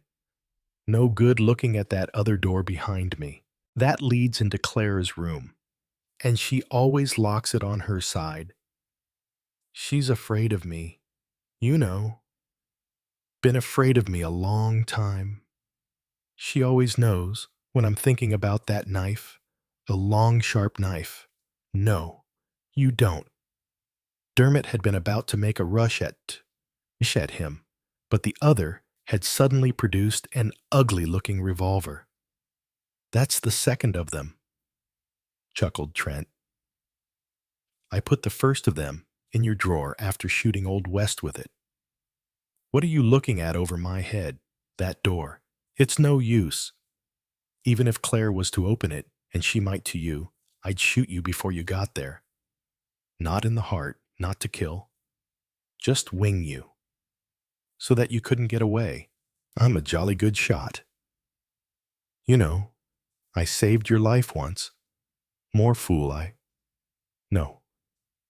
No. I want you hanged. Yes. Hanged. It isn't you I want the knife for. It's Claire. Pretty Claire. So white and soft. Old West knew. That's what he was here for tonight. To see if I was mad or not. He wanted to shut me up so that I shouldn't get Claire with the knife. I was very cunning. I took his latchkey and yours too. I slipped away from the dance as soon as I got there. I saw you come out from his house, and I went in. I shot him and came away at once. Then I went to your place and left the revolver. I was at the Grafton Galleries again, almost as soon as you were, and I put the latchkey back in your coat pocket when I was saying good night to you. I don't mind telling you all this. There's no one else to hear. And when you're being hanged, I'd like you to know I did it. There's not a loophole of escape. It makes me laugh. God, how it makes me laugh. What are you thinking of? What the devil are you looking at? I'm thinking of some words you quoted just now. You'd have done better. Trent, not to come home. What do you mean? Look behind you. Trent spun round. In the doorway of the communicating room stood Claire and Inspector Verrill. Trent was quick. The revolver spoke just once and found its mark. He fell forward across the table. The inspector sprang to his side. As Dermot stared at Claire in a dream, thoughts flashed through his brain, disjointedly. His uncle, their quarrel, the colossal misunderstanding, the divorce laws of England, which would never free Claire from an insane husband. We must all pity her, the plot between her and Sir Allington, which the cunning of Trent had seen through her cry to him. Ugly, ugly, ugly. Yes. But now the inspector straightened up again. Dead, he said vexedly. Yes, Dermot heard himself saying. He was always a good shot. Chapter 19. The doll lay in the big velvet-covered chair. There was not much light in the room. The London skies were dark. In the gentle, grayish-green gloom, the sage-green coverings and the curtains and the rugs all blended with each other. The doll blended too. She lay long and limp, and sprawled in her green velvet clothes and her velvet cap and the painted mask of her face. She was not a doll, as children understand dolls. She was the puppet doll, the whim of rich women, the doll who lolls beside the telephone or among the cushions of the divan. She sprawled there, eternally limp, and yet strangely alive. She looked a decadent product of the 20th century. Sybil Fox, hurrying in with some patterns and a sketch, looked at the doll with a faint feeling of surprise and bewilderment. She wondered, but whatever she wondered did not get to the front of her mind. Instead, she thought to herself, now, what's happened to the pattern of the blue velvet? Wherever have I put it? I'm sure I had it here just now. She went out on the landing and called up to the workroom. Elspeth, Elspeth, have you the blue pattern up there? Mrs. Fellows Brown will be here any minute now. She went in again, switching on the lights. Again, she glanced at the doll. Now, where on earth There it is. She picked the pattern up from where it had fallen from her hand. There was the usual creak outside on the landing as the elevator came to a halt, And in a minute or two, Mrs. Fellows Brown, accompanied by her Pekingese, came puffing into the room, rather like a fussy local train arriving at a wayside station. "It's going to pour," she said. "Simply pour." She threw off her gloves, and a fur Alicia Coombe came in. She didn't always come in nowadays, only when special customers arrived. And Mrs. Fellows Brown was such a customer. Elspeth, the forewoman of the workroom, came down with the frock, and Sybil pulled it over Mrs. Fellows Brown's head. "There," she said. "It really does suit you. It's a lovely color, isn't it?" Alicia Coombe sat back a little in her chair, studying it. "Yes," she said. "I think it's good. Yes, it's definitely a success." Mrs. Fellows Brown turned sideways and looked in the mirror. "I must say," she said, "your clothes do something to my behind." "You're much thinner than you were 3 months ago," Sybil assured her. "I'm really not," said Mrs. Fellows Brown, "though I must say I look it in this. There's something about the way you cut. It really does minimize my behind. I almost look as though I hadn't got one. I mean only the usual kind that most people have." She sighed and gingerly smoothed the troublesome portion of her anatomy. "It's always been a bit of a trial to me," she said. "Of course.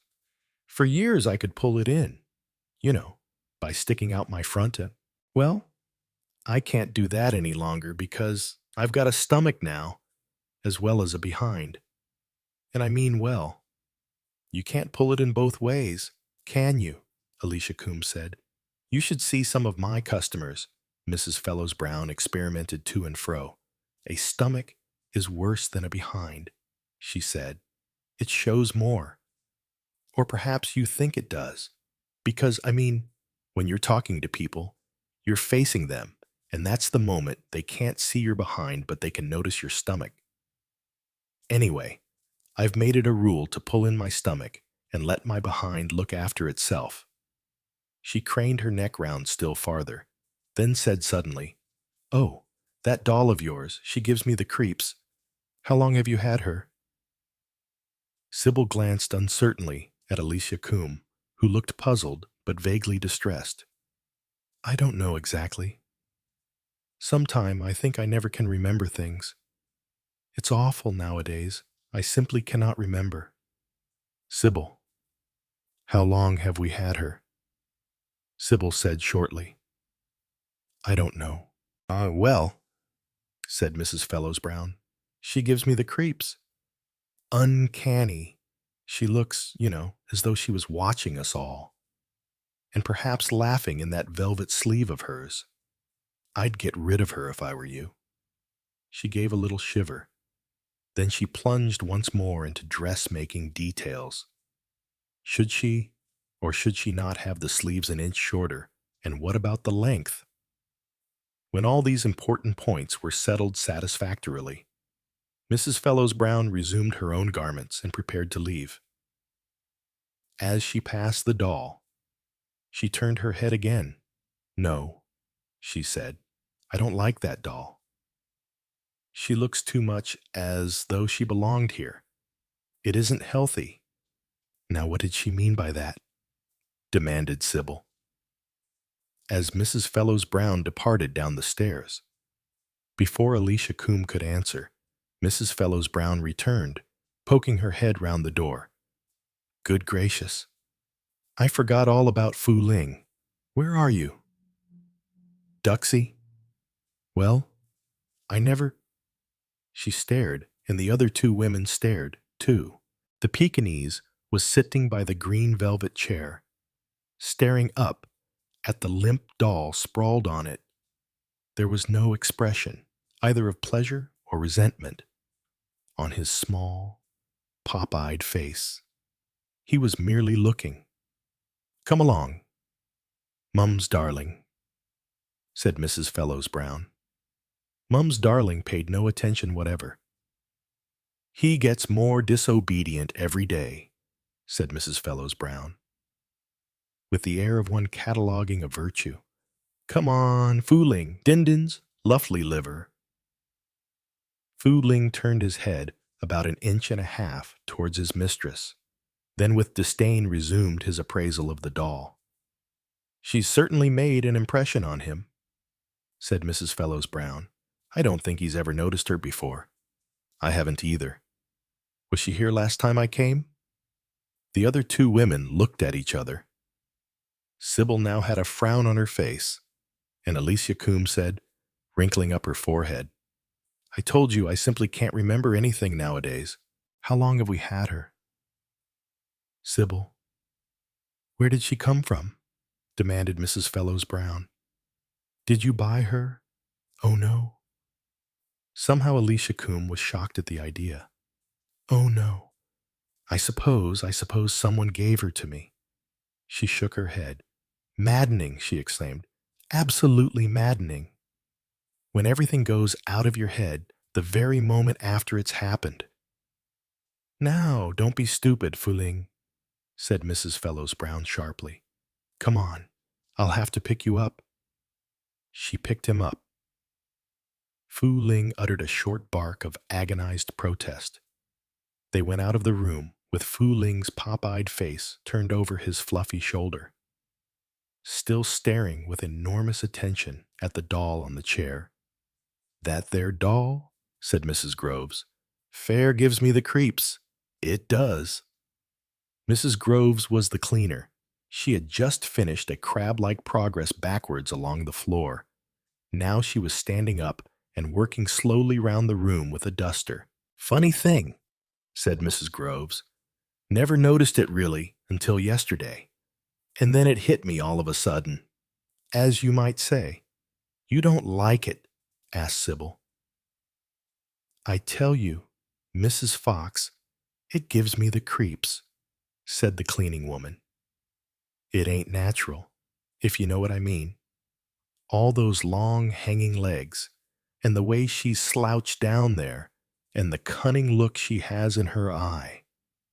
It doesn't look healthy. That's what I say." "You've never said anything about her before," said Sybil. "I tell you, I never noticed her, not till this morning.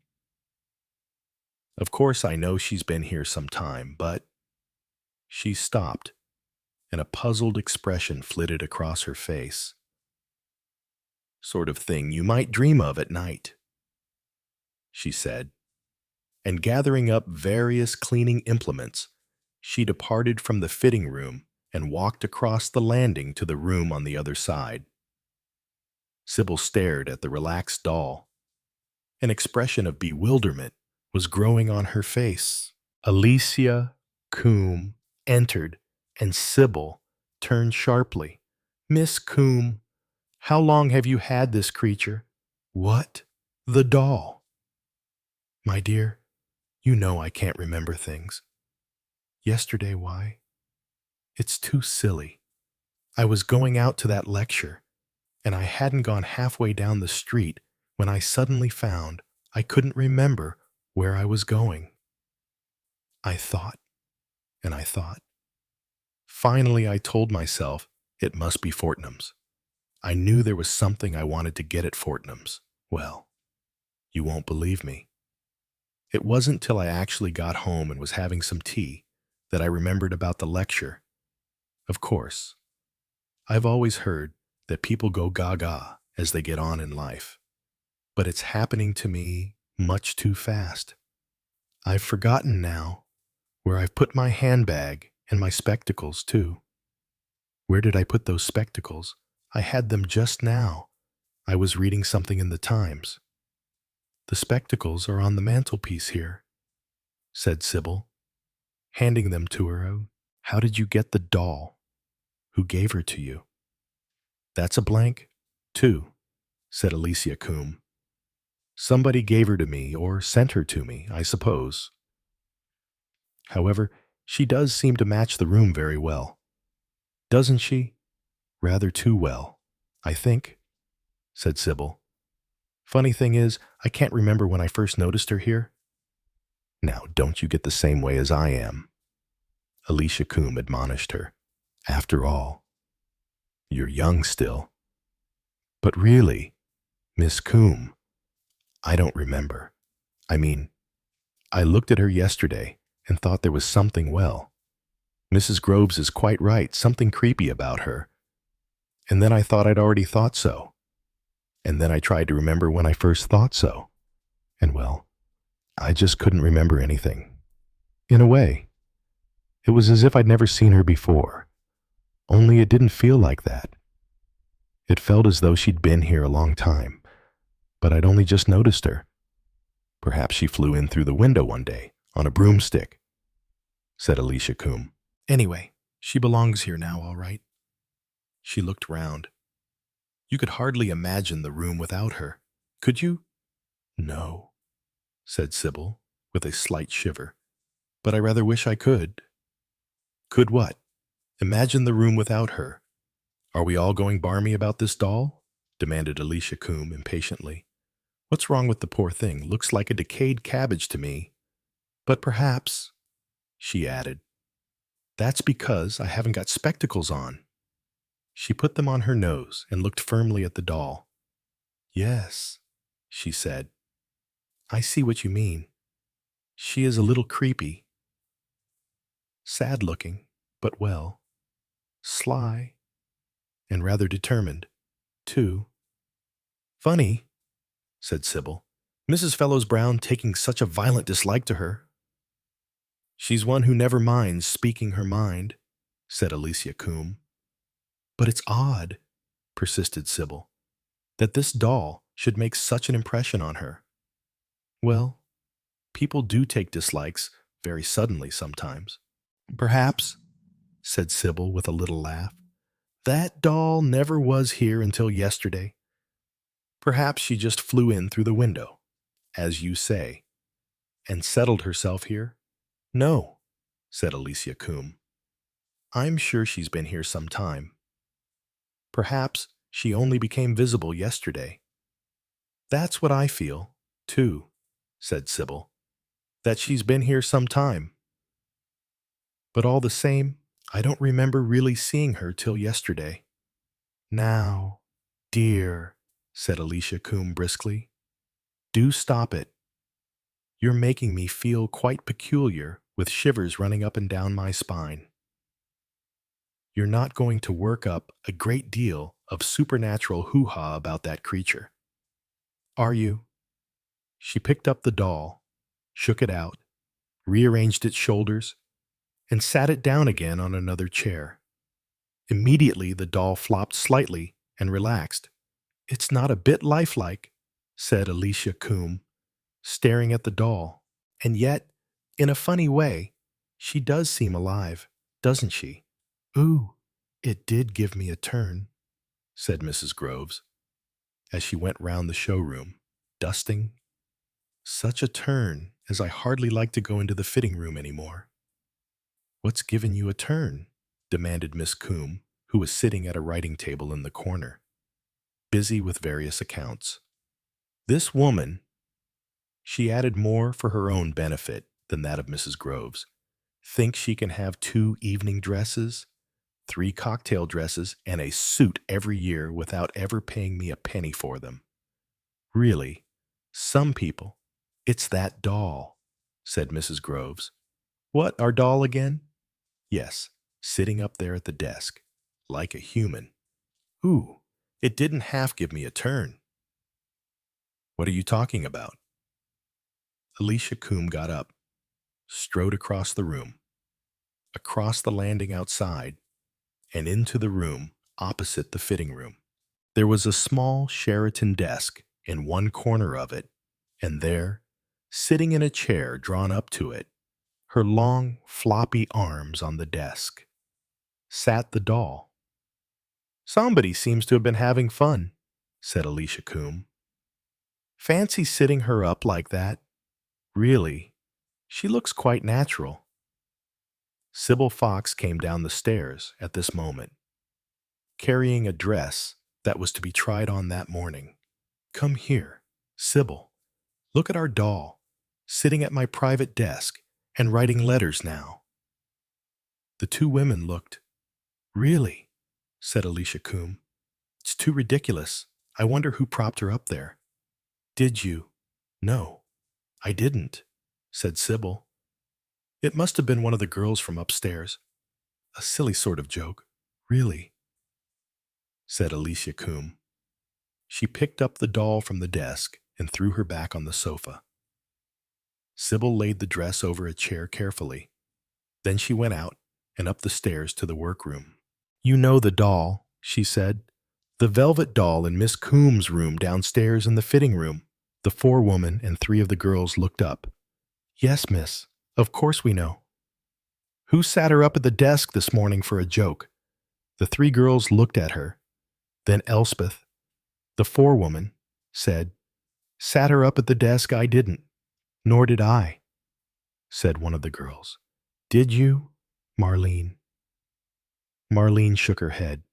This your bit of fun, Elspeth? No, indeed, said Elspeth, a stern woman who looked as though her mouth should always be filled with pins. I've more to do than going about playing with dolls and sitting them up at desks. Look here, said Sybil. And to her surprise, her voice shook slightly. It was quite a good joke. Only I'd just like to know who did it. The three girls bristled. We've told you. Mrs. Fox, none of us did it. Did we? Marlene? I didn't, said Marlene. And if Nellie and Margaret say they didn't, well then, none of us did. You've heard what I had to say, said Elspeth. What's this all about anyway? Mrs. Fox. Perhaps it was Mrs. Groves, said Marlene. Sybil shook her head. It wouldn't be Mrs. Groves. It gave her quite a turn. I'll come down and see for myself, said Elspeth. She's not there now, said Sybil. Miss Coombe took her away from the desk and threw her back on the sofa. Well, she paused. What I mean is, someone must have stuck her up there in the chair at the writing desk, thinking it was funny. I suppose, and I don't see why they won't say so. I've told you twice, Mrs. Fox, said Margaret. I don't see why you should go on accusing us of telling lies. None of us would do a silly thing like that. I'm sorry, said Sybil. I didn't mean to upset you, but who else could possibly have done it? Perhaps she got up and walked there herself, said Marlene, and giggled. For some reason, Sybil didn't like the suggestion. Oh, it's all a lot of nonsense. Anyway, she said, and went down the stairs again. Alicia Coombe was humming quite cheerfully. She looked round the room. I've lost my spectacles again, she said, but it doesn't really matter. I don't want to see anything this moment. The trouble is, of course, when you're as blind as I am, that when you have lost your spectacles, unless you've got another pair to put on and find them with, well, then you can't find them because you can't see to find them. I'll look round for you, said Sybil. You had them just now. I went into the other room when you went upstairs. I expect I took them back in there. She went across to the other room. It's such a bother, said Alicia Coombe. I want to get on with these accounts. How can I if I haven't my spectacles? I'll go up and get your second pair from the bedroom, said Sybil. I haven't got a second pair at present, said Alicia Coombe. Why? What's happened to them? Well, I think I left them yesterday when I was out at lunch. I've rung up there, and I've rung up the 2 shops I went into, too. Oh dear, said Sybil. You'll have to get 3 pairs, I suppose. If I had 3 pairs of spectacles, said Alicia Coombe, I should spend my whole life looking for one or the other of them. I really think it's best to have only one. Then you've got to look till you find it. Well, they must be somewhere, said Sybil. You haven't been out of these 2 rooms. They're certainly not here. So you must have laid them down in the fitting room. She went back, walking round, looking quite closely. Finally, as a last idea, she took up the doll from the sofa. I've got them, she called. Oh, where were they? Sybil. Under our precious doll. I suppose you must have thrown them down when you put her back on the sofa. I didn't. I'm sure I didn't. Oh, said Sybil with exasperation. Then I suppose the doll took them and was hiding them from you. Really? You know, said Alicia, looking thoughtfully at the doll. I wouldn't put it past her. She looks very intelligent. Don't you think, Sybil? I don't think I like her face, said Sybil. She looks as though she knew something that we didn't. You don't think she looks sort of sad and sweet? Said Alicia Coombe pleadingly, but without conviction. I don't think she's in the least sweet, said Sybil. No. Perhaps you're right. Oh. Well, let's get on with things. Lady Lee will be here in another 10 minutes. I just want to get these invoices done and posted. Mrs. Fox? Mrs. Fox? Yes, Margaret, said Sybil. What is it? Sybil was busy leaning over a table, cutting a piece of satin material. Oh, Mrs. Fox, it's that doll again. I took down the brown dress, like you said, and there's that doll sitting up at the desk again. And it wasn't me. It wasn't any of us. Please, Mrs. Fox, we really wouldn't do such a thing. Sybil's scissors slid a little. There, she said angrily. Look what you've made me do. Oh, well, it'll be all right, I suppose. Now, what's this about the doll? She's sitting at the desk again. Sybil went down and walked into the fitting room. The doll was sitting at the desk exactly as she had sat there before. You're very determined, aren't you? Said Sybil, speaking to the doll. She picked her up unceremoniously and put her back on the sofa. That's your place, my girl, she said. You stay there. She walked across to the other room. Miss Coombe? Yes, Sybil. Somebody is having a game with us. You know, that doll was sitting at the desk again. Who do you think it is? It must be one of those three upstairs, said Sybil. Thinks it's funny, I suppose. Of course, they all swear to high heaven it wasn't them. Who do you think it is, Margaret? No, I don't think it's Margaret. She looked quite queer when she came in and told me. I expect it's that giggling Marlene. Anyway, it's a very silly thing to do. Of course it is idiotic, said Sybil. However, she added grimly, I'm going to put a stop to it. What are you going to do? You'll see, said Sybil. That night when she left, she locked the fitting room from the outside. I'm locking this door, she said, and I'm taking the key with me. Oh, I see, said Alicia Coombe, with a faint air of amusement. You're beginning to think it's me. Are you? You think I'm so absent-minded that I go in there and think I'll write at the desk.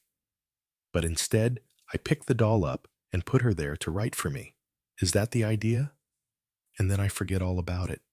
Well, it's a possibility, Sybil admitted. Anyway, I'm going to be quite sure that no silly practical joke is played tonight. The following morning, her lips set grimly. The first thing Sybil did on arrival was to unlock the door of the fitting room and march in. Mrs. Groves, with an aggrieved expression, and mop and duster in hand, had been waiting on the landing. Now we'll see, said Sybil. Then she drew back, with a slight gasp. The doll was sitting at the desk. "Coo!" said Mrs. Groves behind her. "It's uncanny. That's what it is. Oh, there. Mrs. Fox, you look quite pale, as though you've come over queer. You need a little drop of something. Has Miss Coombe got a drop upstairs, do you know?" "I'm quite all right," said Sybil. She walked over to the doll, lifted her carefully, and crossed the room with her. "Somebody's been playing a trick on you again," said Mrs. Groves. "I don't see how they could have played a trick on me this time," said Sybil slowly. "I locked that door last night. You know yourself that no one could get in. Somebody's got another key, maybe," said Mrs. Groves helpfully. "I don't think so," said Sybil. "We've never bothered to lock this door before. It's one of those old-fashioned keys, and there's only one of them. Perhaps the other key fits at the one to the door opposite." In due course, they tried all the keys in the shop, but none fitted the door of the fitting room. "It is odd, Miss Coombe," said Sybil later, as they were having lunch together. Alicia Coombe was looking rather pleased. "My dear," she said, "I think it's simply extraordinary. I think we ought to write to the psychical research people about it. You know, they might send an investigator, a medium, or someone to see if there's anything peculiar about the room." "You don't seem to mind at all," said Sybil. "Well, I rather enjoy it, in a way," said Alicia Coombe. "I mean, at my age, it's rather fun when things happen. All the same, no," she added thoughtfully, "I don't think I do quite like it. I mean, that doll's getting rather above herself, isn't she?" On that evening, Sybil and Alicia Coombe locked the door once more on the outside. "I still think," said Sybil, "that somebody might be playing a practical joke, though, really, I don't see why." "Do you think she'll be at the desk again tomorrow morning?" demanded Alicia. "Yes," said Sybil, "I do. But they were wrong. The doll was not at the desk. Instead, she was on the windowsill, looking out into the street. And again, there was an extraordinary naturalness about her position." "It's all frightfully silly, isn't it?" said Alicia Coombe, as they were snatching a quick cup of tea that afternoon. By common consent, they were not having it in the fitting room, as they usually did, but in Alicia Coombe's own room opposite. Silly in what way? Well, I mean, there's nothing you can get hold of, just a doll that's always in a different place. As day followed day, it seemed a more and more apt observation. It was not only at night that the doll now moved. At any moment, when they came into the fitting room, after they had been absent even a few minutes, they might find the doll in a different place. They could have left her on the sofa and find her on a chair. Then she'd be on a different chair. Sometimes she'd be in the window seat, sometimes at the desk again. "She just moves about as she likes," said Alicia Coombe. "And I think, Sybil, I think it's amusing her." The two women stood looking down at the inert, sprawling figure in its limp, soft velvet, with its painted silk face. "Some old bits of velvet and silk and a lick of paint. That's all it is," said Alicia Coombe. Her voice was strained. "I suppose, you know, we could dispose of her." "What do you mean, dispose of her?" asked Sybil. Her voice sounded almost shocked. "Well," said Alicia Coombe, "we could put her in the fire. If there was a fire, burn her. I mean, like a witch. Or, of course, she added matter-of-factly, we could just put her in the dustbin. I don't think that would do, said Sybil. Somebody would probably take her out of the dustbin and bring her back to us. Or we could send her somewhere, said Alicia Coombe. You know, to one of those societies who are always writing and asking for something for a sale or a bazaar. I think that's the best idea. I don't know, said Sybil. I'd be almost afraid to do that. Afraid? Well, I think she'd come back, said Sybil. You mean she'd come back here? Yes, like a homing pigeon. Yes, that's what I mean. I suppose we're not going off our heads.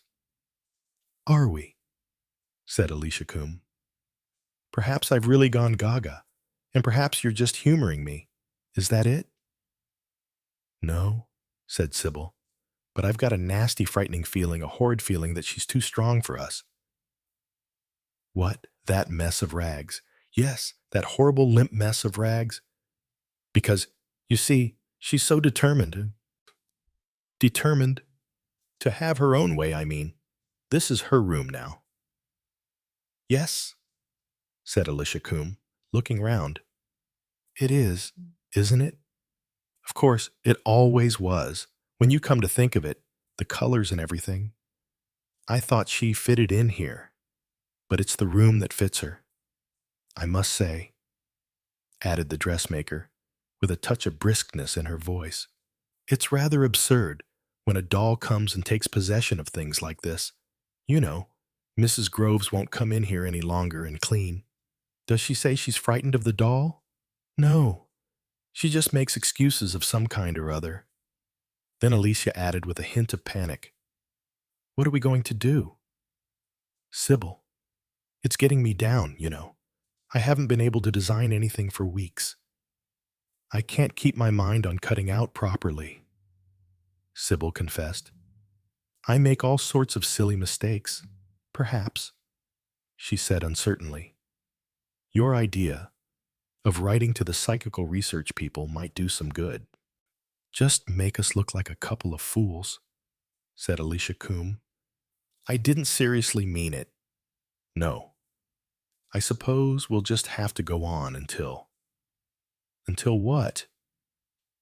Oh, I don't know, said Alicia, and she laughed uncertainly. On the following day, Sybil, when she arrived, found the door of the fitting room locked.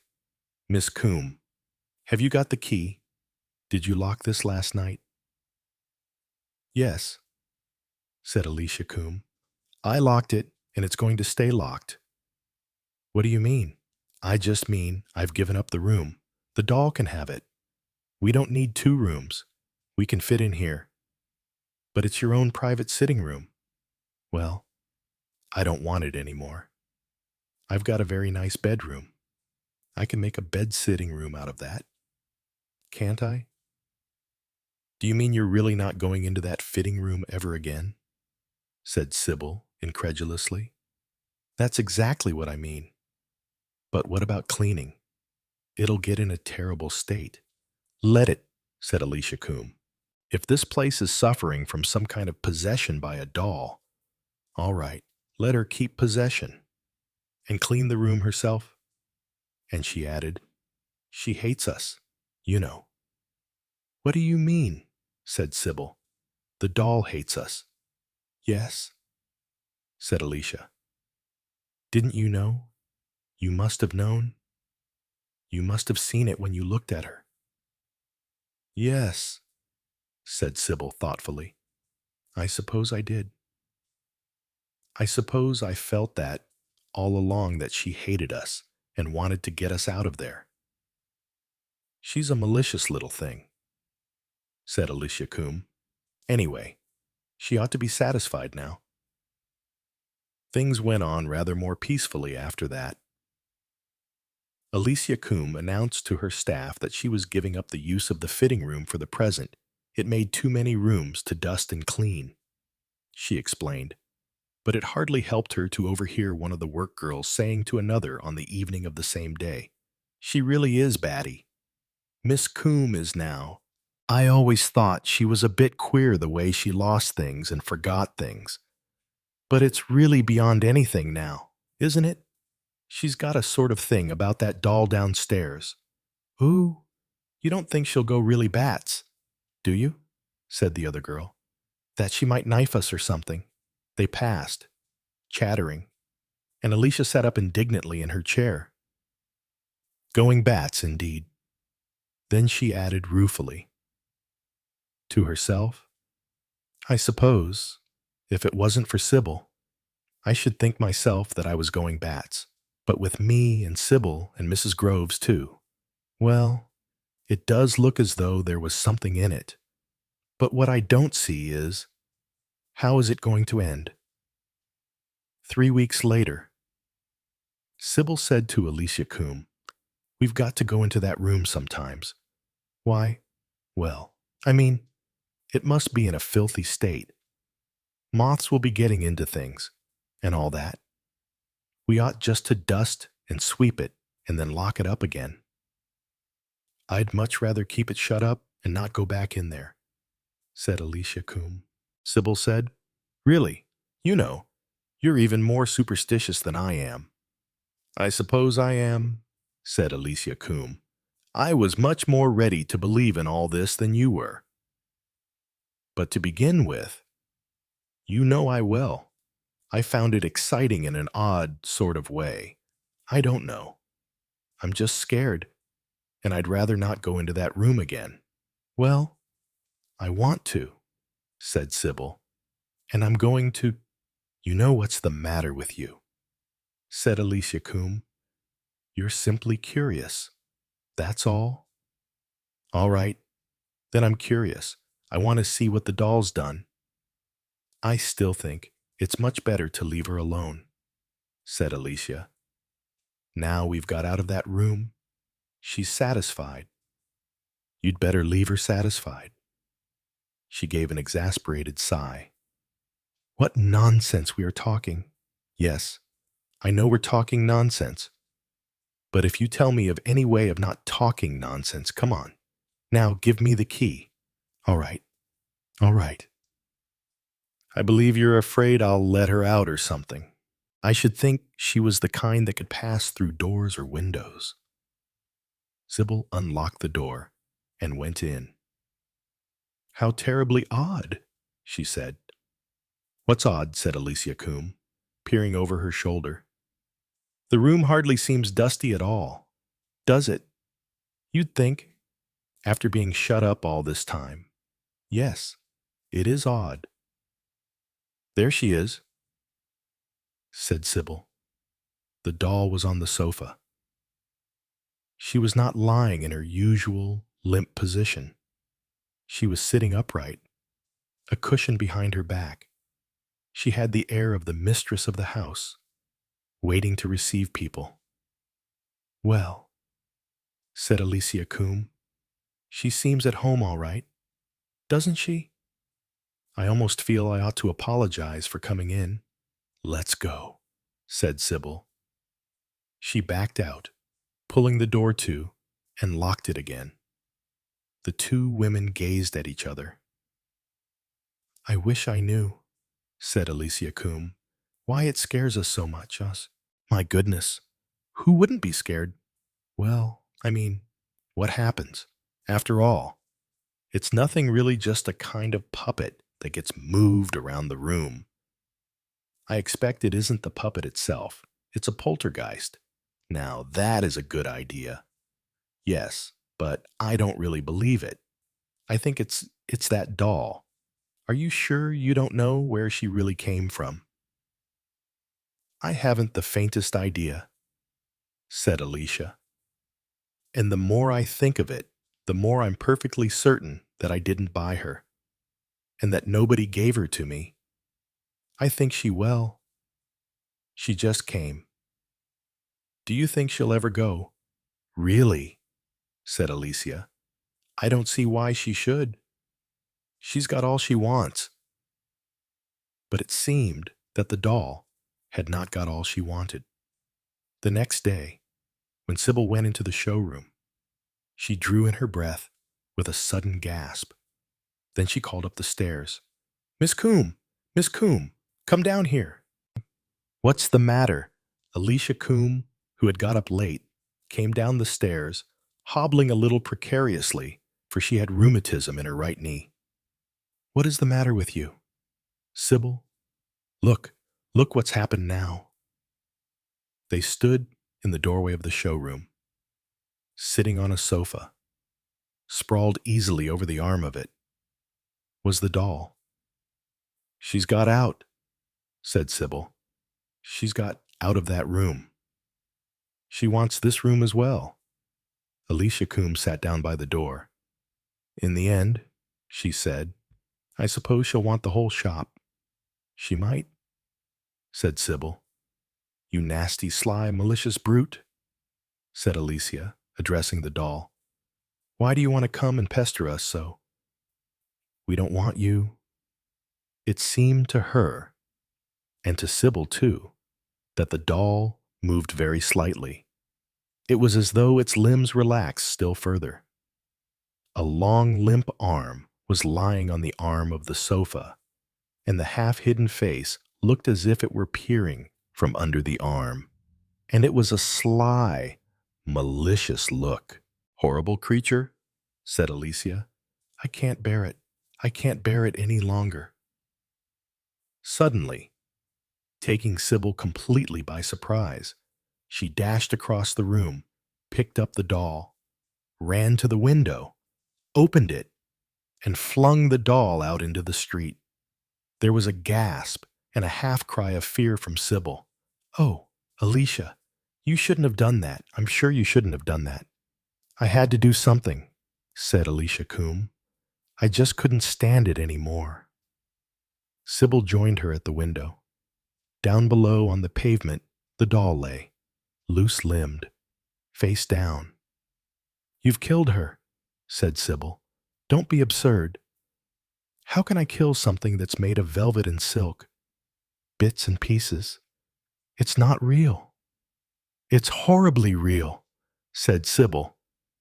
Alicia caught her breath. Good heavens!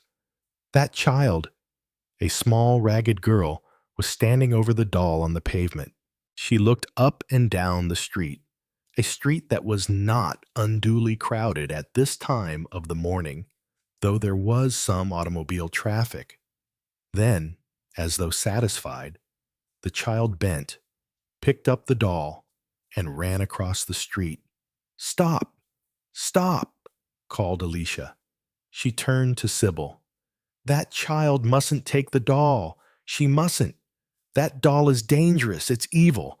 We've got to stop her." It was not they who stopped her. It was the traffic.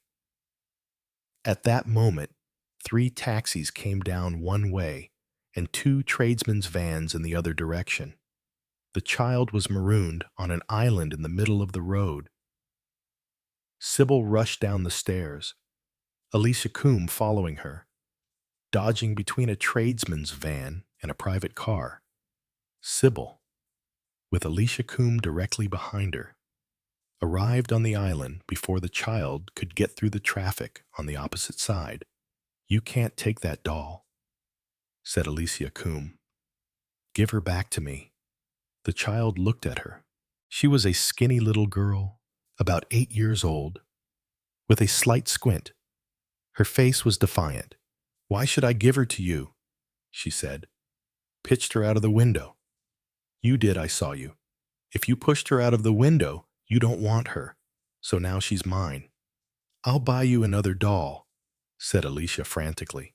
"We'll go to a toy shop, anywhere you like, and I'll buy you the best doll we can find. But give me back this one." "Shan't," said the child. Her arms went protectingly round the velvet doll. "You must give her back," said Sybil. "She isn't yours." She stretched out to take the doll from the child, and at that moment the child stamped her foot, turned, and screamed at them. Shan't, shan't, shan't. She's my very own. I love her. You don't love her. You hate her. If you didn't hate her, you wouldn't have pushed her out of the window. I love her. I tell you. And that's what she wants. She wants to be loved. And then, like an eel, sliding through the vehicles, the child ran across the street, down an alleyway, and out of sight before the two older women could decide to dodge the cars and follow. She's gone, said Alicia. She said the doll wanted to be loved, said Sybil. Perhaps, said Alicia. Perhaps that's what she wanted all along, to be loved. In the middle of the London traffic, the two frightened women stared at each other. Chapter 20. It was from William P. Ryan, American newspaper correspondent, that I first heard of the affair. I was dining with him in London on the eve of his return to New York, and happened to mention that on the morrow I was going down to Fulbridge. He looked up and said sharply, Fulbridge, Cornwall. Now, only about one person in 1,000 knows that there is a Fulbridge in Cornwall. They always take it for granted that the Fulbridge, Hampshire, is meant. So Ryan's knowledge aroused my curiosity. Yes, I said. Do you know it? He merely replied that he was darned. He then asked if I happened to know a house called Trerne down there. My interest increased. Very well indeed, in fact. It's to Trerne I'm going. It's my sister's house. Well, said William P. Ryan, if that doesn't beat the band. I suggested that he should cease making cryptic remarks and explain himself. Well, he said, to do that, I shall have to go back to an experience of mine at the beginning of the war. I sighed. The events which I am relating took place in 1921. To be reminded of the war was the last thing any man wanted. We were, thank God, beginning to forget. Besides, William P. Ryan, on his war experiences, was apt, as I knew, to be unbelievably long-winded, but there was no stopping him now. At the start of the war, as I dare say you know, I was in Belgium for my paper moving about some. Well, there's a little village, I'll call it X, a one-horse place if there ever was one. But there's quite a big convent there, nuns in white, what do you call 'em? I don't know the name of the order. Anyway, it doesn't matter. Well, this little burg was right in the way of the German advance. The Uhlans arrived. I shifted uneasily. William P. Ryan lifted a hand reassuringly. It's all right, he said. This isn't a German atrocity story. It might have been, perhaps, but it isn't. As a matter of fact, the boot's on the other leg. The Huns made for that convent they got there, and the whole thing blew up. Oh, I said, rather startled. Odd business, wasn't it? Of course, offhand. I should say the Huns had been celebrating and had monkeyed round with their own explosives. But it seems they hadn't anything of that kind with them. They weren't the high explosive Johnnies. Well, then, I ask you, what should a pack of nuns know about high explosive? Some nuns. I should say, it is odd. I agreed. I was interested in hearing the peasants' account of the matter. They'd got it all cut and dried. According to them, it was a slap-up 100% efficient first-class modern miracle. It seems one of the nuns had got something of a reputation. A budding saint went into trances and saw visions, and according to them, she worked the stunt. She called down the lightning to blast the impious Hun, and it blasted him all right, and everything else within range. A pretty efficient miracle. That I never really got at the truth of the matter, hadn't time. But miracles were all the rage just then, angels at Mons and all that. I wrote up the thing, put in a bit of sob stuff, and pulled the religious stop out well, and sent it to my paper. It went down very well in the States. They were liking that kind of thing just then. But I don't know if you'll understand this in writing. I got kinder interested. I felt I'd like to know what really had happened. There was nothing to see at the spot itself.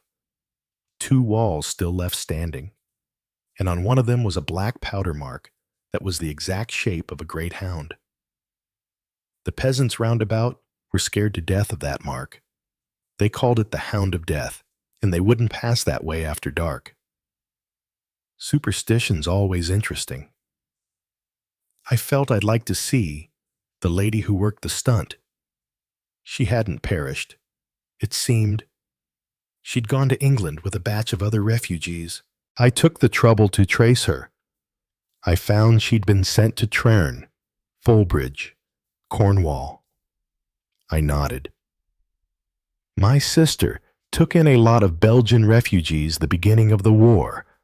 About 20, well, I always meant, if I had time, to look up the lady. I wanted to hear her own account of the disaster.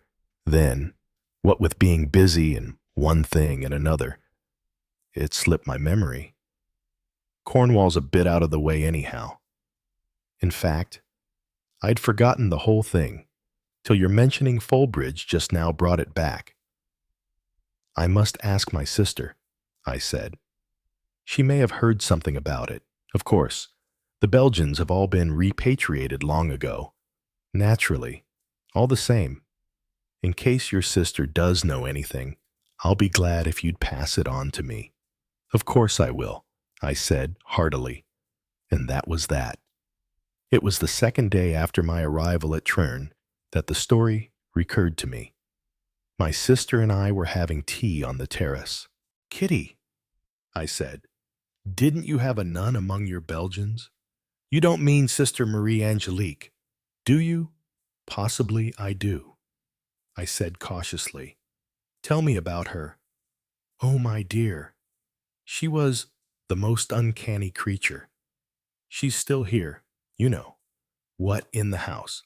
No, in the village. Dr. Rose. You remember Darrose. I shook my head. I remember an old man of about 83.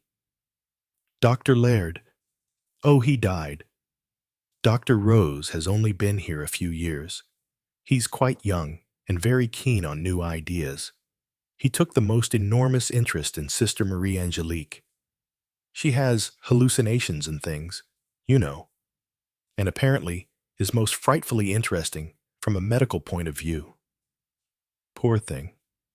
She'd nowhere to go, and really was, in my opinion, quite potty only impressive. If you know what I mean well. As I say, she'd nowhere to go. And Dr. Rose very kindly fixed her up in the village. I believe he's writing a monograph, or whatever it is that doctors write. About her. She paused and then said, But what do you know about her? I heard a rather curious story. I passed on the story as I had received it from Ryan. Kitty was very much interested. She looks the sort of person who could blast you, if you know what I mean, she said. I really think, I said, my curiosity heightened, that I must see this young woman. Do. I'd like to know what you think of her. Go and see Dr. Rose first. Why not walk down to the village after tea? I accepted the suggestion. I found Dr. Rose at home and introduced myself. He seemed a pleasant young man, yet there was something about his personality that rather repelled me. It was too forceful to be altogether agreeable. The moment I mentioned Sister Marie Angelique, he stiffened to attention. He was evidently keenly interested. I gave him Ryan's account of the matter. Ah, he said thoughtfully. That explains a great deal. He looked up quickly at me and went on. The case is really an extraordinarily interesting one. The woman arrived here having evidently suffered some severe mental shock. She was in a state of great mental excitement also. She was given to hallucinations of a most startling character. Her personality is most unusual. Perhaps you would like to come with me and call upon her. She is really well worth seeing. I agreed readily. We set out together. Our objective was a small cottage on the outskirts of the village. Folbridge is a most picturesque place. It lies at the mouth of the River Fol, mostly on the east bank. The west bank is too precipitous for building, though a few cottages do cling to the cliffside there. The doctor's own cottage was perched on the extreme edge of the cliff on the west side. From it, you looked down on the big waves lashing against the black rocks. The little cottage to which we were now proceeding lay inland, out of sight of the sea. The district nurse lives here, explained Dr. Rose. I have arranged for Sister Marie Angelique to board with her. It is just as well that she should be under skilled supervision. Is she quite normal in her manner? I asked curiously. You can judge for yourself in a minute, he replied, smiling. The district nurse, a dumpy, pleasant little body, was just setting out on her bicycle when we arrived. Good evening, nurse. How's your patient? Called out the doctor. She's much as usual. Doctor, just sitting there with her hands folded and her mind far away. Often enough she'll not answer when I speak to her. Though for the matter of that, it's little enough English she understands even now. Rose nodded, and as the nurse bicycled away, he went up to the cottage door, rapped sharply, and entered. Sister Marie Angelique was lying in a long chair near the window. She turned her head as we entered.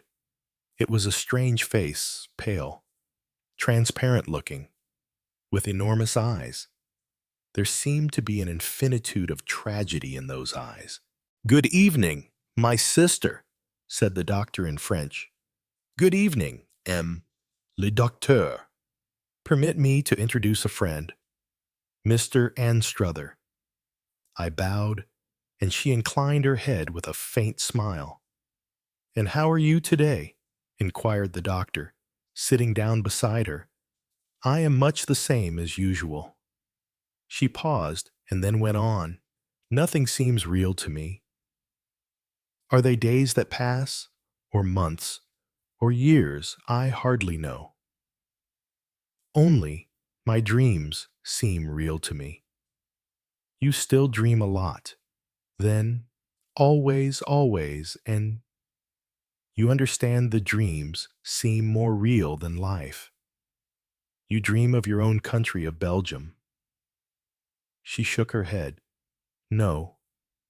I dream of a country that never existed, never. But you know this. Le docteur. I have told you many times. She stopped and then said abruptly, but perhaps this gentleman is also a doctor, perhaps for the diseases of the brain. No, Rose said reassuring. But as he smiled, I noticed how extraordinarily pointed his canine teeth were, and it occurred to me that there was something wolf-like about the man. He went on, I thought you might be interested to meet Mr. Anstruther. He knows something of Belgium. He has lately been hearing news of your convent. Her eyes turned to me. A faint flush crept into her cheeks. It's nothing, really. I hastened to explain. But I was dining the other evening with a friend who was describing the ruined walls of the convent to me. So it was ruined. It was a soft exclamation, uttered more to herself than to us. Then looking at me once more, she asked hesitatingly, Tell me, monsieur, did your friend say how and what way it was ruined? It was blown up, I said, and added, the peasants are afraid to pass that way at night. Why are they afraid? Because of a black mark on a ruined wall. They have a superstitious fear of it. She leaned forward. Tell me, monsieur, quick, quick, tell me, what is that mark like? It has the shape of a huge hound. I answered. The peasants call it the hound of death. Ah! A shrill cry burst from her lips. It is true. Then it is true. All that I remember is true. It is not some black nightmare. It happened. It happened. What happened, my sister? Asked the doctor in a low voice. She turned to him eagerly. I remembered. There on the steps. I remembered. I remembered the way of it. I used the power as we used to use it. I stood on the altar steps, and I bade them to come no farther. I told them to depart in peace. They would not listen. They came on, although I warned them. And so, she leaned forward and made a curious gesture. And so I loosed the hound of death on them. She lay back on her chair, shivering all over, her eyes closed. The doctor rose, fetched a glass from a cupboard, half filled it with water, added a drop or two from a little bottle which he produced from his pocket, then took the glass to her. Drink this, he said authoritatively. She obeyed mechanically, as it seemed. Her eyes looked far away, as though they contemplated some inner vision of her own. But then it is all true, she said. Everything, the city of the circles, the people of the crystal, everything. It is all true. It would seem so, said Rose. His voice was low and soothing, clearly designed to encourage and not to disturb her train of thought. Tell me about the city, he said, the city of circles. I think you said, she answered absently and mechanically. Yes, there were 3 circles. The first circle for the chosen, the second for the priestesses, and the outer circle for the priests. And in the center, she drew her breath sharply, and her voice sank to a tone of indescribable awe. The house of the crystal, as she breathed the words. Her right hand went to her forehead, and her finger traced some figure there. Her figure seemed to grow more rigid. Her eyes closed. She swayed a little. Then suddenly she sat upright with a jerk, as though she had suddenly awakened. What is it? She said confusedly. What have I been saying? It is nothing, said Rose. You are tired. You want to rest. We will leave you. She seemed a little dazed as we took our departure. Well, said Rose when we were outside. What do you think of it? He shot a sharp glance sideways at me. I suppose her mind must be totally unhinged, I said slowly. It struck you like that? No, as a matter of fact, she was, well, curiously convincing. When listening to her, I had the impression that she actually had done what she claimed to do, worked a kind of gigantic miracle. Her belief that she did so seems genuine enough. That is why you say her mind must be unhinged. Quite so. But now, approach the matter from another angle. Supposing that she did actually work that miracle, supposing that she did, personally, destroy a building and several hundred human beings. By the mere exercise of will, I said with a smile. I should not put it quite like that. You will agree that one person could destroy a multitude by touching a switch which controlled a system of minds. Yes, but that is mechanical. True, that is mechanical. But it is, in essence, the harnessing and controlling of natural forces.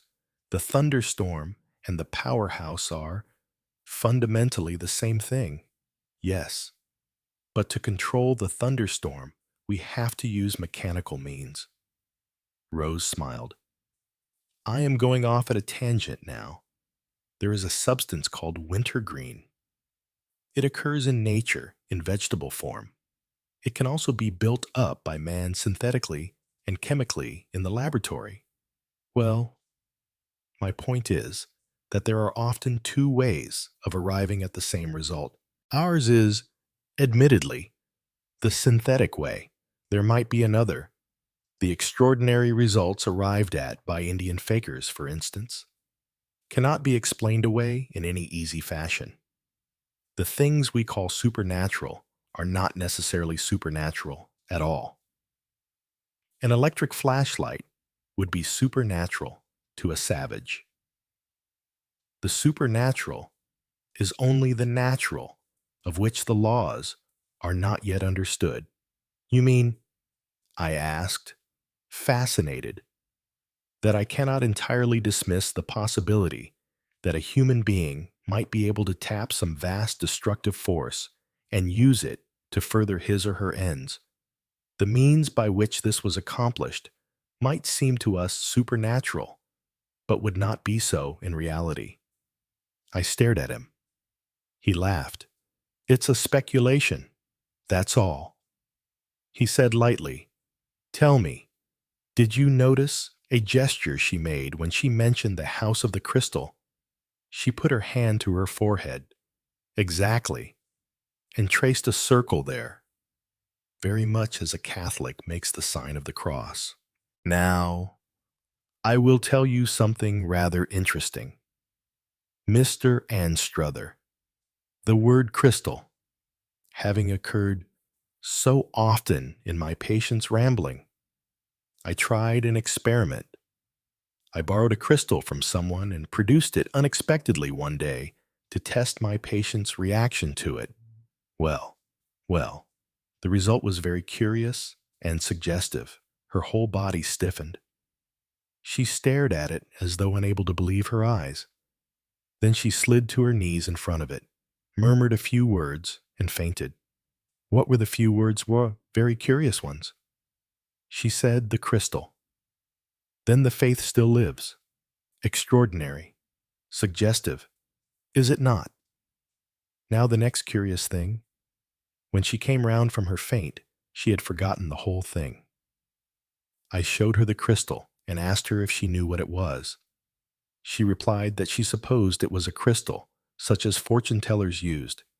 I asked her if she had ever seen one before. She replied, Never.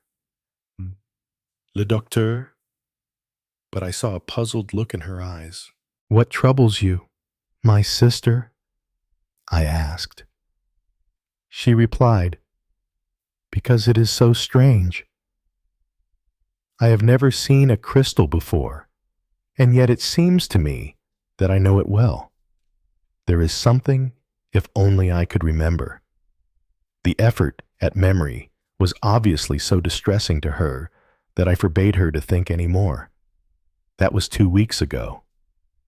I have purposely been biding my time. Tomorrow, I shall proceed to a further experiment with the crystal. With the crystal. I shall get her to gaze into it.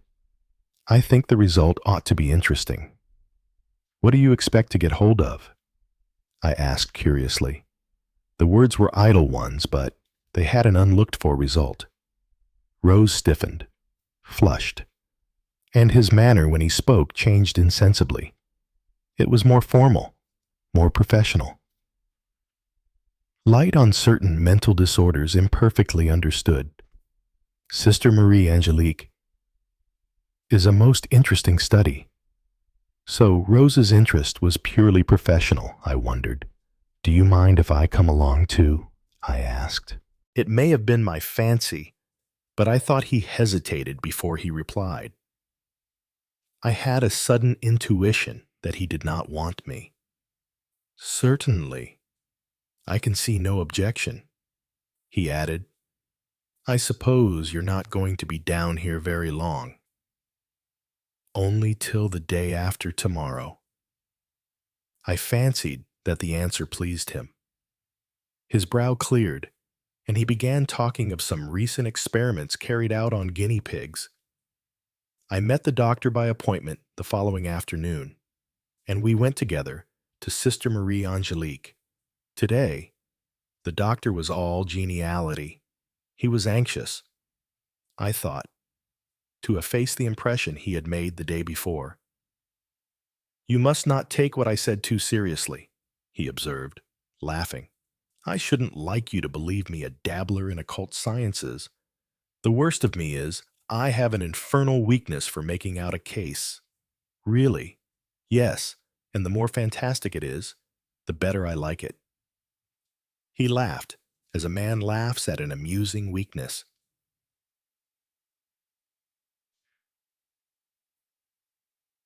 When we arrived at the cottage, the district nurse had something she wanted to consult Rose about.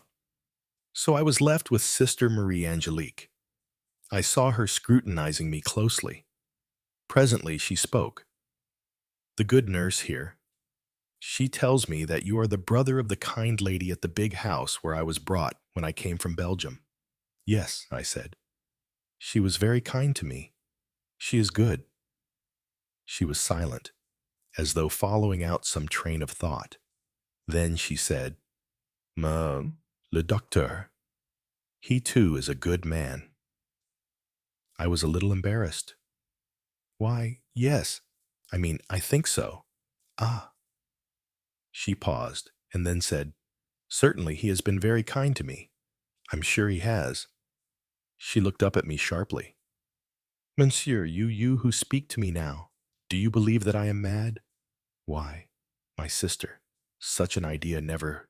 She shook her head slowly, interrupting my protest. Am I mad? I do not know the things. I remember the things I forget. She sighed, and at that moment, Rose entered the room. He greeted her cheerily and explained what he wanted her to do. Certain people, you see, have a gift for seeing things in a crystal. I fancy you might have such a gift. My sister. She looked distressed. No, I cannot do that. To try to read the future, that is sinful. Rose was taken aback. It was the nun's point of view, for which he had not allowed. He changed his ground cleverly. One should not look into the future. You are quite right. But to look into the past, that is different. The past. Yes, there are many strange things in the past. Flashes come back to one. They are seen for a moment, then gone again. Do not seek to see anything in the crystal, since that is not allowed you. Just take it in your hands, so. Look into it. Look deep. Yes, deeper, deeper still. You remember, do you not? You remember. You hear me speaking to you. You can answer my questions. Can you not hear me? Sister Marie Angelique had taken the crystal as bidden, handling it with a curious reverence. Then, as she gazed into it, her eyes became blank and unseeing. Her head drooped. She seemed to sleep. Gently, the doctor took the crystal from her and put it on the table. He raised the corner of her eyelid. Then he came and sat by me. We must wait till she wakes. It won't be long. I fancy. He was right. At the end of 5 minutes, Sister Marie Angelique stirred. Her eyes opened dreamily. Where am I? You are here at home. You have had a little sleep. You have dreamt. Have you not? She nodded. Yes, I have dreamt. You have dreamt of the crystal. Yes. Tell us about it. You will think me mad. Le docteur, for see you, in my dream. The crystal was a holy emblem. I even figured to myself a second Christ, a teacher of the crystal who died for his faith. His followers hunted down, persecuted, but the faith endured, The faith endured. Yes, for 15,000 full moons, I mean. For 15,000 years. How long was a full moon?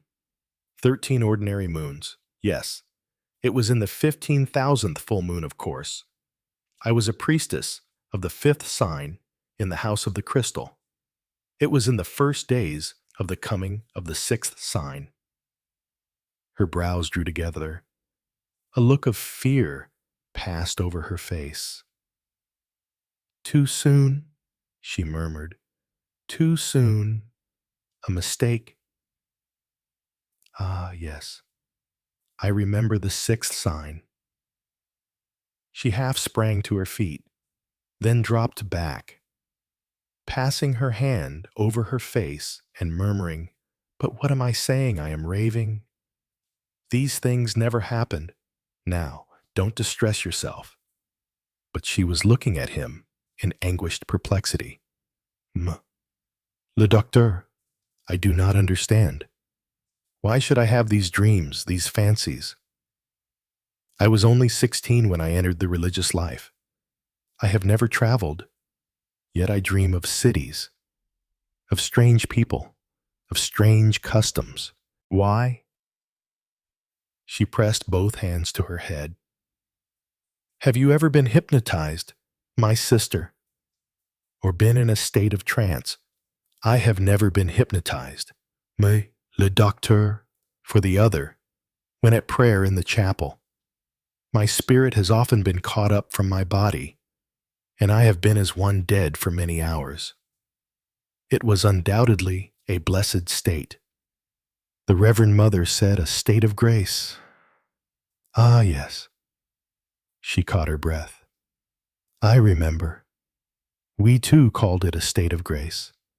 I would like to try an experiment. My sister. Rose spoke in a matter-of-fact voice. It may dispel those painful half-recollections.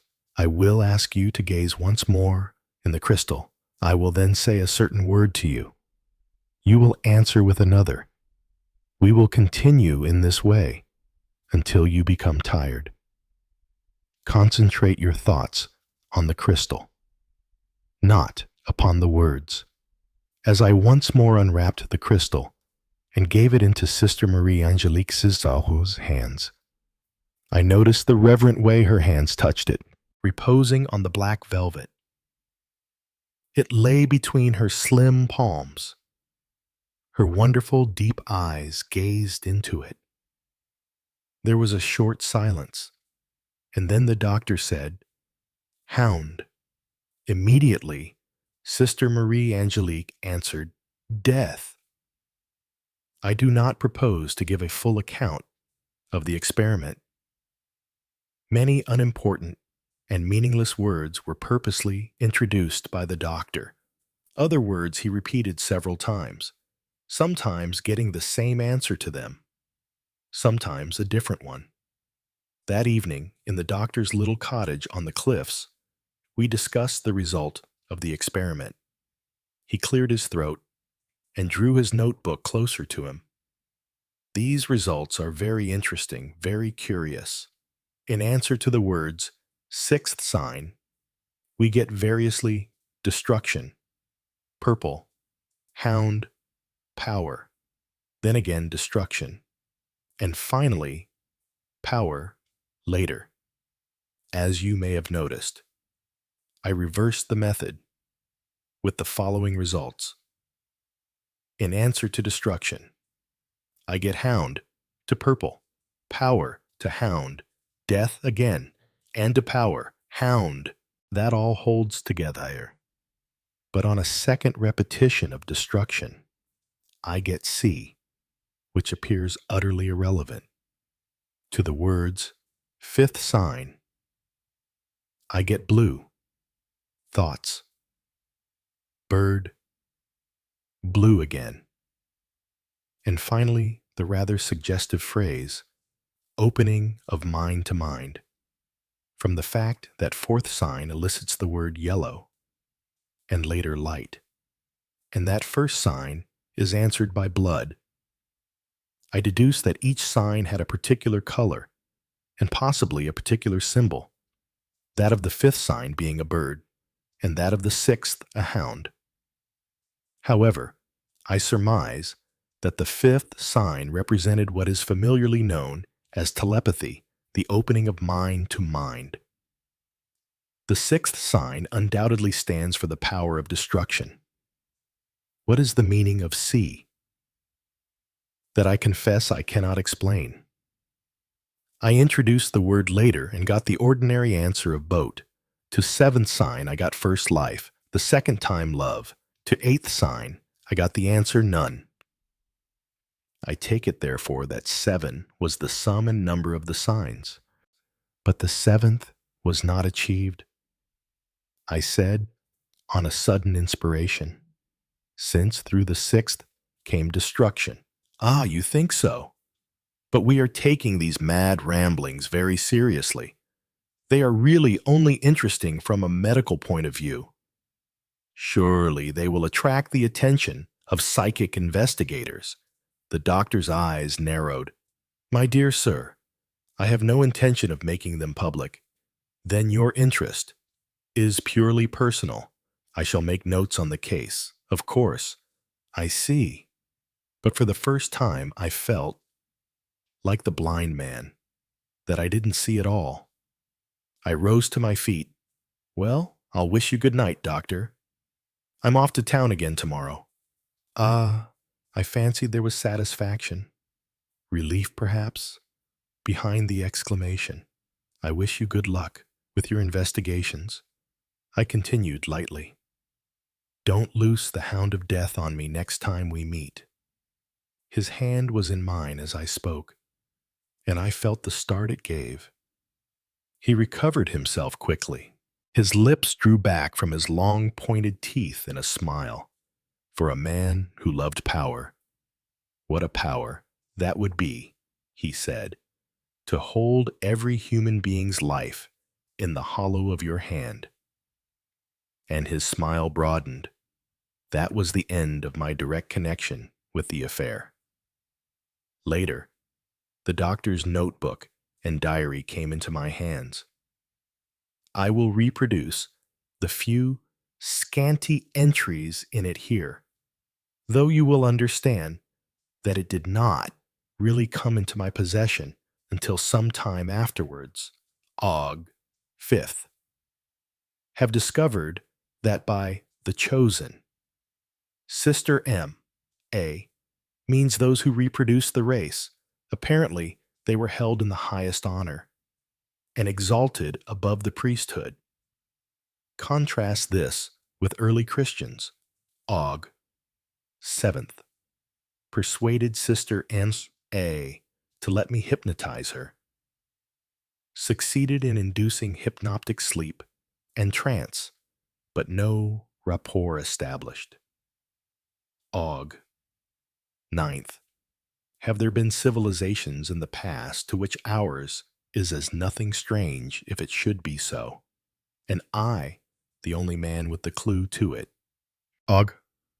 12th. Sister M. A. Not at all amenable to suggestion when hypnotized, yet state of trance easily induced. Cannot understand it. Aug. 13th. Sister M. A. mentioned today that in state of grace the gate must be closed, lest another should command the body. Interesting, but baffling. Aug. 18th. So the first sign is none other than words erased here. Then how many centuries will it take to reach the sixth? But if there should be a shortcut to power, Aug. 20th. Have arranged for Ma to come here with nurse. have told her it is necessary to keep patient under morphia. Am I mad, or shall I be the Superman, with the power of death in my hands? Here, the entries cease. It was, I think, on August 29th that I received the letter. It was directed to me, care of my sister-in-law, in a sloping foreign handwriting. I opened it with some curiosity. It ran as follows: Cher Monsieur, I have seen you but twice, but I have felt I could trust you. Whether my dreams are real or not, they have grown clearer of late. Oh, Monsieur, one thing at all events, the hound of death is no dream. In the days I told you of whether they are real or not, I do not know. He who was guardian of the crystal revealed the sixth sign to the people too soon. Evil entered into their hearts. They had the power to slay at will, and they slew without justice in anger. They were drunk with the lust of power. When we saw this, we who were yet pure, we knew that once again we should not complete the circle and come to the sign of everlasting life. He who would have been the next guardian of the crystal was bidden to act, that the old might die, and the new, after endless ages, might come again. He loosed the hound of death upon the sea, being careful not to close the circle. And the sea rose up in the shape of a hound and swallowed the land utterly. Once before, I remembered this on the altar steps in Belgium. The doctor rose. He is of the Brotherhood. He knows the first sign and the form of the second, though its meaning is hidden to all save a chosen few. He would learn of me the sixth. I have withstood him so far, but I grow weak. Monsieur, it is not well that a man should come to power before his time. Many centuries must go by ere the world is ready to have the power of death delivered into its hand. I beseech of you, Monsieur, you who love goodness and truth, to help me before it is too late. Your sister in Christ, Marie Angelique. I let the paper fall. The solid earth beneath me seemed a little less solid than usual. Then I began to rally. The poor woman's belief, genuine enough, had almost affected me. One thing was clear. Dr. Rose, in his zeal for a case, was grossly abusing his professional standing. I would run down and... Suddenly, I noticed a letter from Kitty amongst my other correspondence. I tore it open. Such an awful thing has happened. I read, "You remember Dr. Rose's little cottage on the cliff? It was swept away by a landslide last night. The doctor and that poor nun, Sister Marie Angelique, were killed. The debris on the beach is too awful, all piled up in a fantastic mass. From a distance, it looks like a great hound." The letter dropped from my hand. The other facts may be coincidence. A Mr. Rose, whom I discovered to be a wealthy relative of the doctor's, died suddenly that same night, it was said, struck by lightning. As far as was known, no thunderstorm had occurred in the neighborhood, but one or two people declared they had heard one peal of thunder. He had an electric burn on him of a curious shape. His will left everything to his nephew, Dr. Rose. Now, supposing that Dr. Rose succeeded in obtaining the secret of the sixth sign from Sister Marie Angelique, I had always felt him to be an unscrupulous man. He would not shrink at taking his uncle's life if he were sure it could not be brought home to him. But one sentence of Sister Marie Angelique's letter rings in my brain, being careful not to close the circle. Dr. Rose did not exercise. That care was perhaps unaware of the steps to take, or even of the need for them. So the force he employed returned, completing its circuit. But of course, it is all nonsense. Everything can be accounted for quite naturally. That the doctor believed in Sister Marie Angelique's hallucinations merely proves that his mind, too, was slightly unbalanced. Yet sometimes I dream of a continent under the seas where men once lived and attained to a degree of civilization far ahead of ours. Oh. Or did Sister Marie Angelique remember backwards, as some say is possible? And is this city of the circles in the future, and not in the past? Nonsense. Of course, the whole thing was mere hallucination. Epilogue.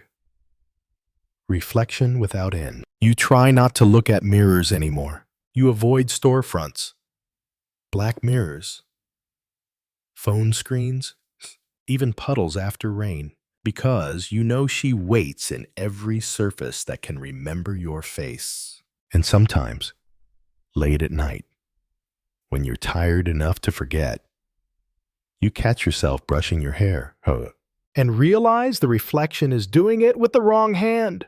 They call it dissociation, trauma, survivor's guilt. They medicate you. You nod and smile and take the pills, but they don't dull the truth.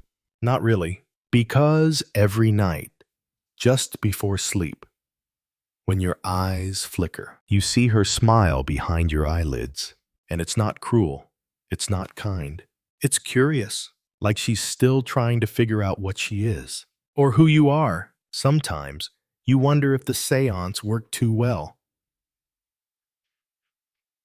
If instead of reaching into the afterlife, you left a hole in identity, and now, two people wear one skin. One dreaming, one watching, one breathing, one pretending to, and on the worst nights, you remember the little girl, Rosalie. Was she ever real, or was she just the price? Because spirits don't give, they exchange. And if Simone brought Rosalie back, what did she trade? Who did she become? And what did you lose in the process? The final scene plays again and again in your mind. The table shaking. The voice whispering in a tongue you never learned. Simone collapsing. Her mouth open, but no scream. Only silence. And a shadow behind her, child-sized, smiling like she already knew what came next. Amande sumamshiuls. You burned the journals?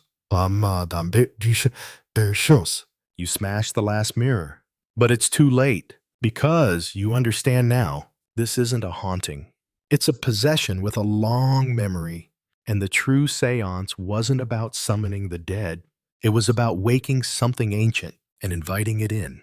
Not into the room, not into the house, into you. And now, you're the medium, and she's the story. And the only thing left to ask is, who's telling it now?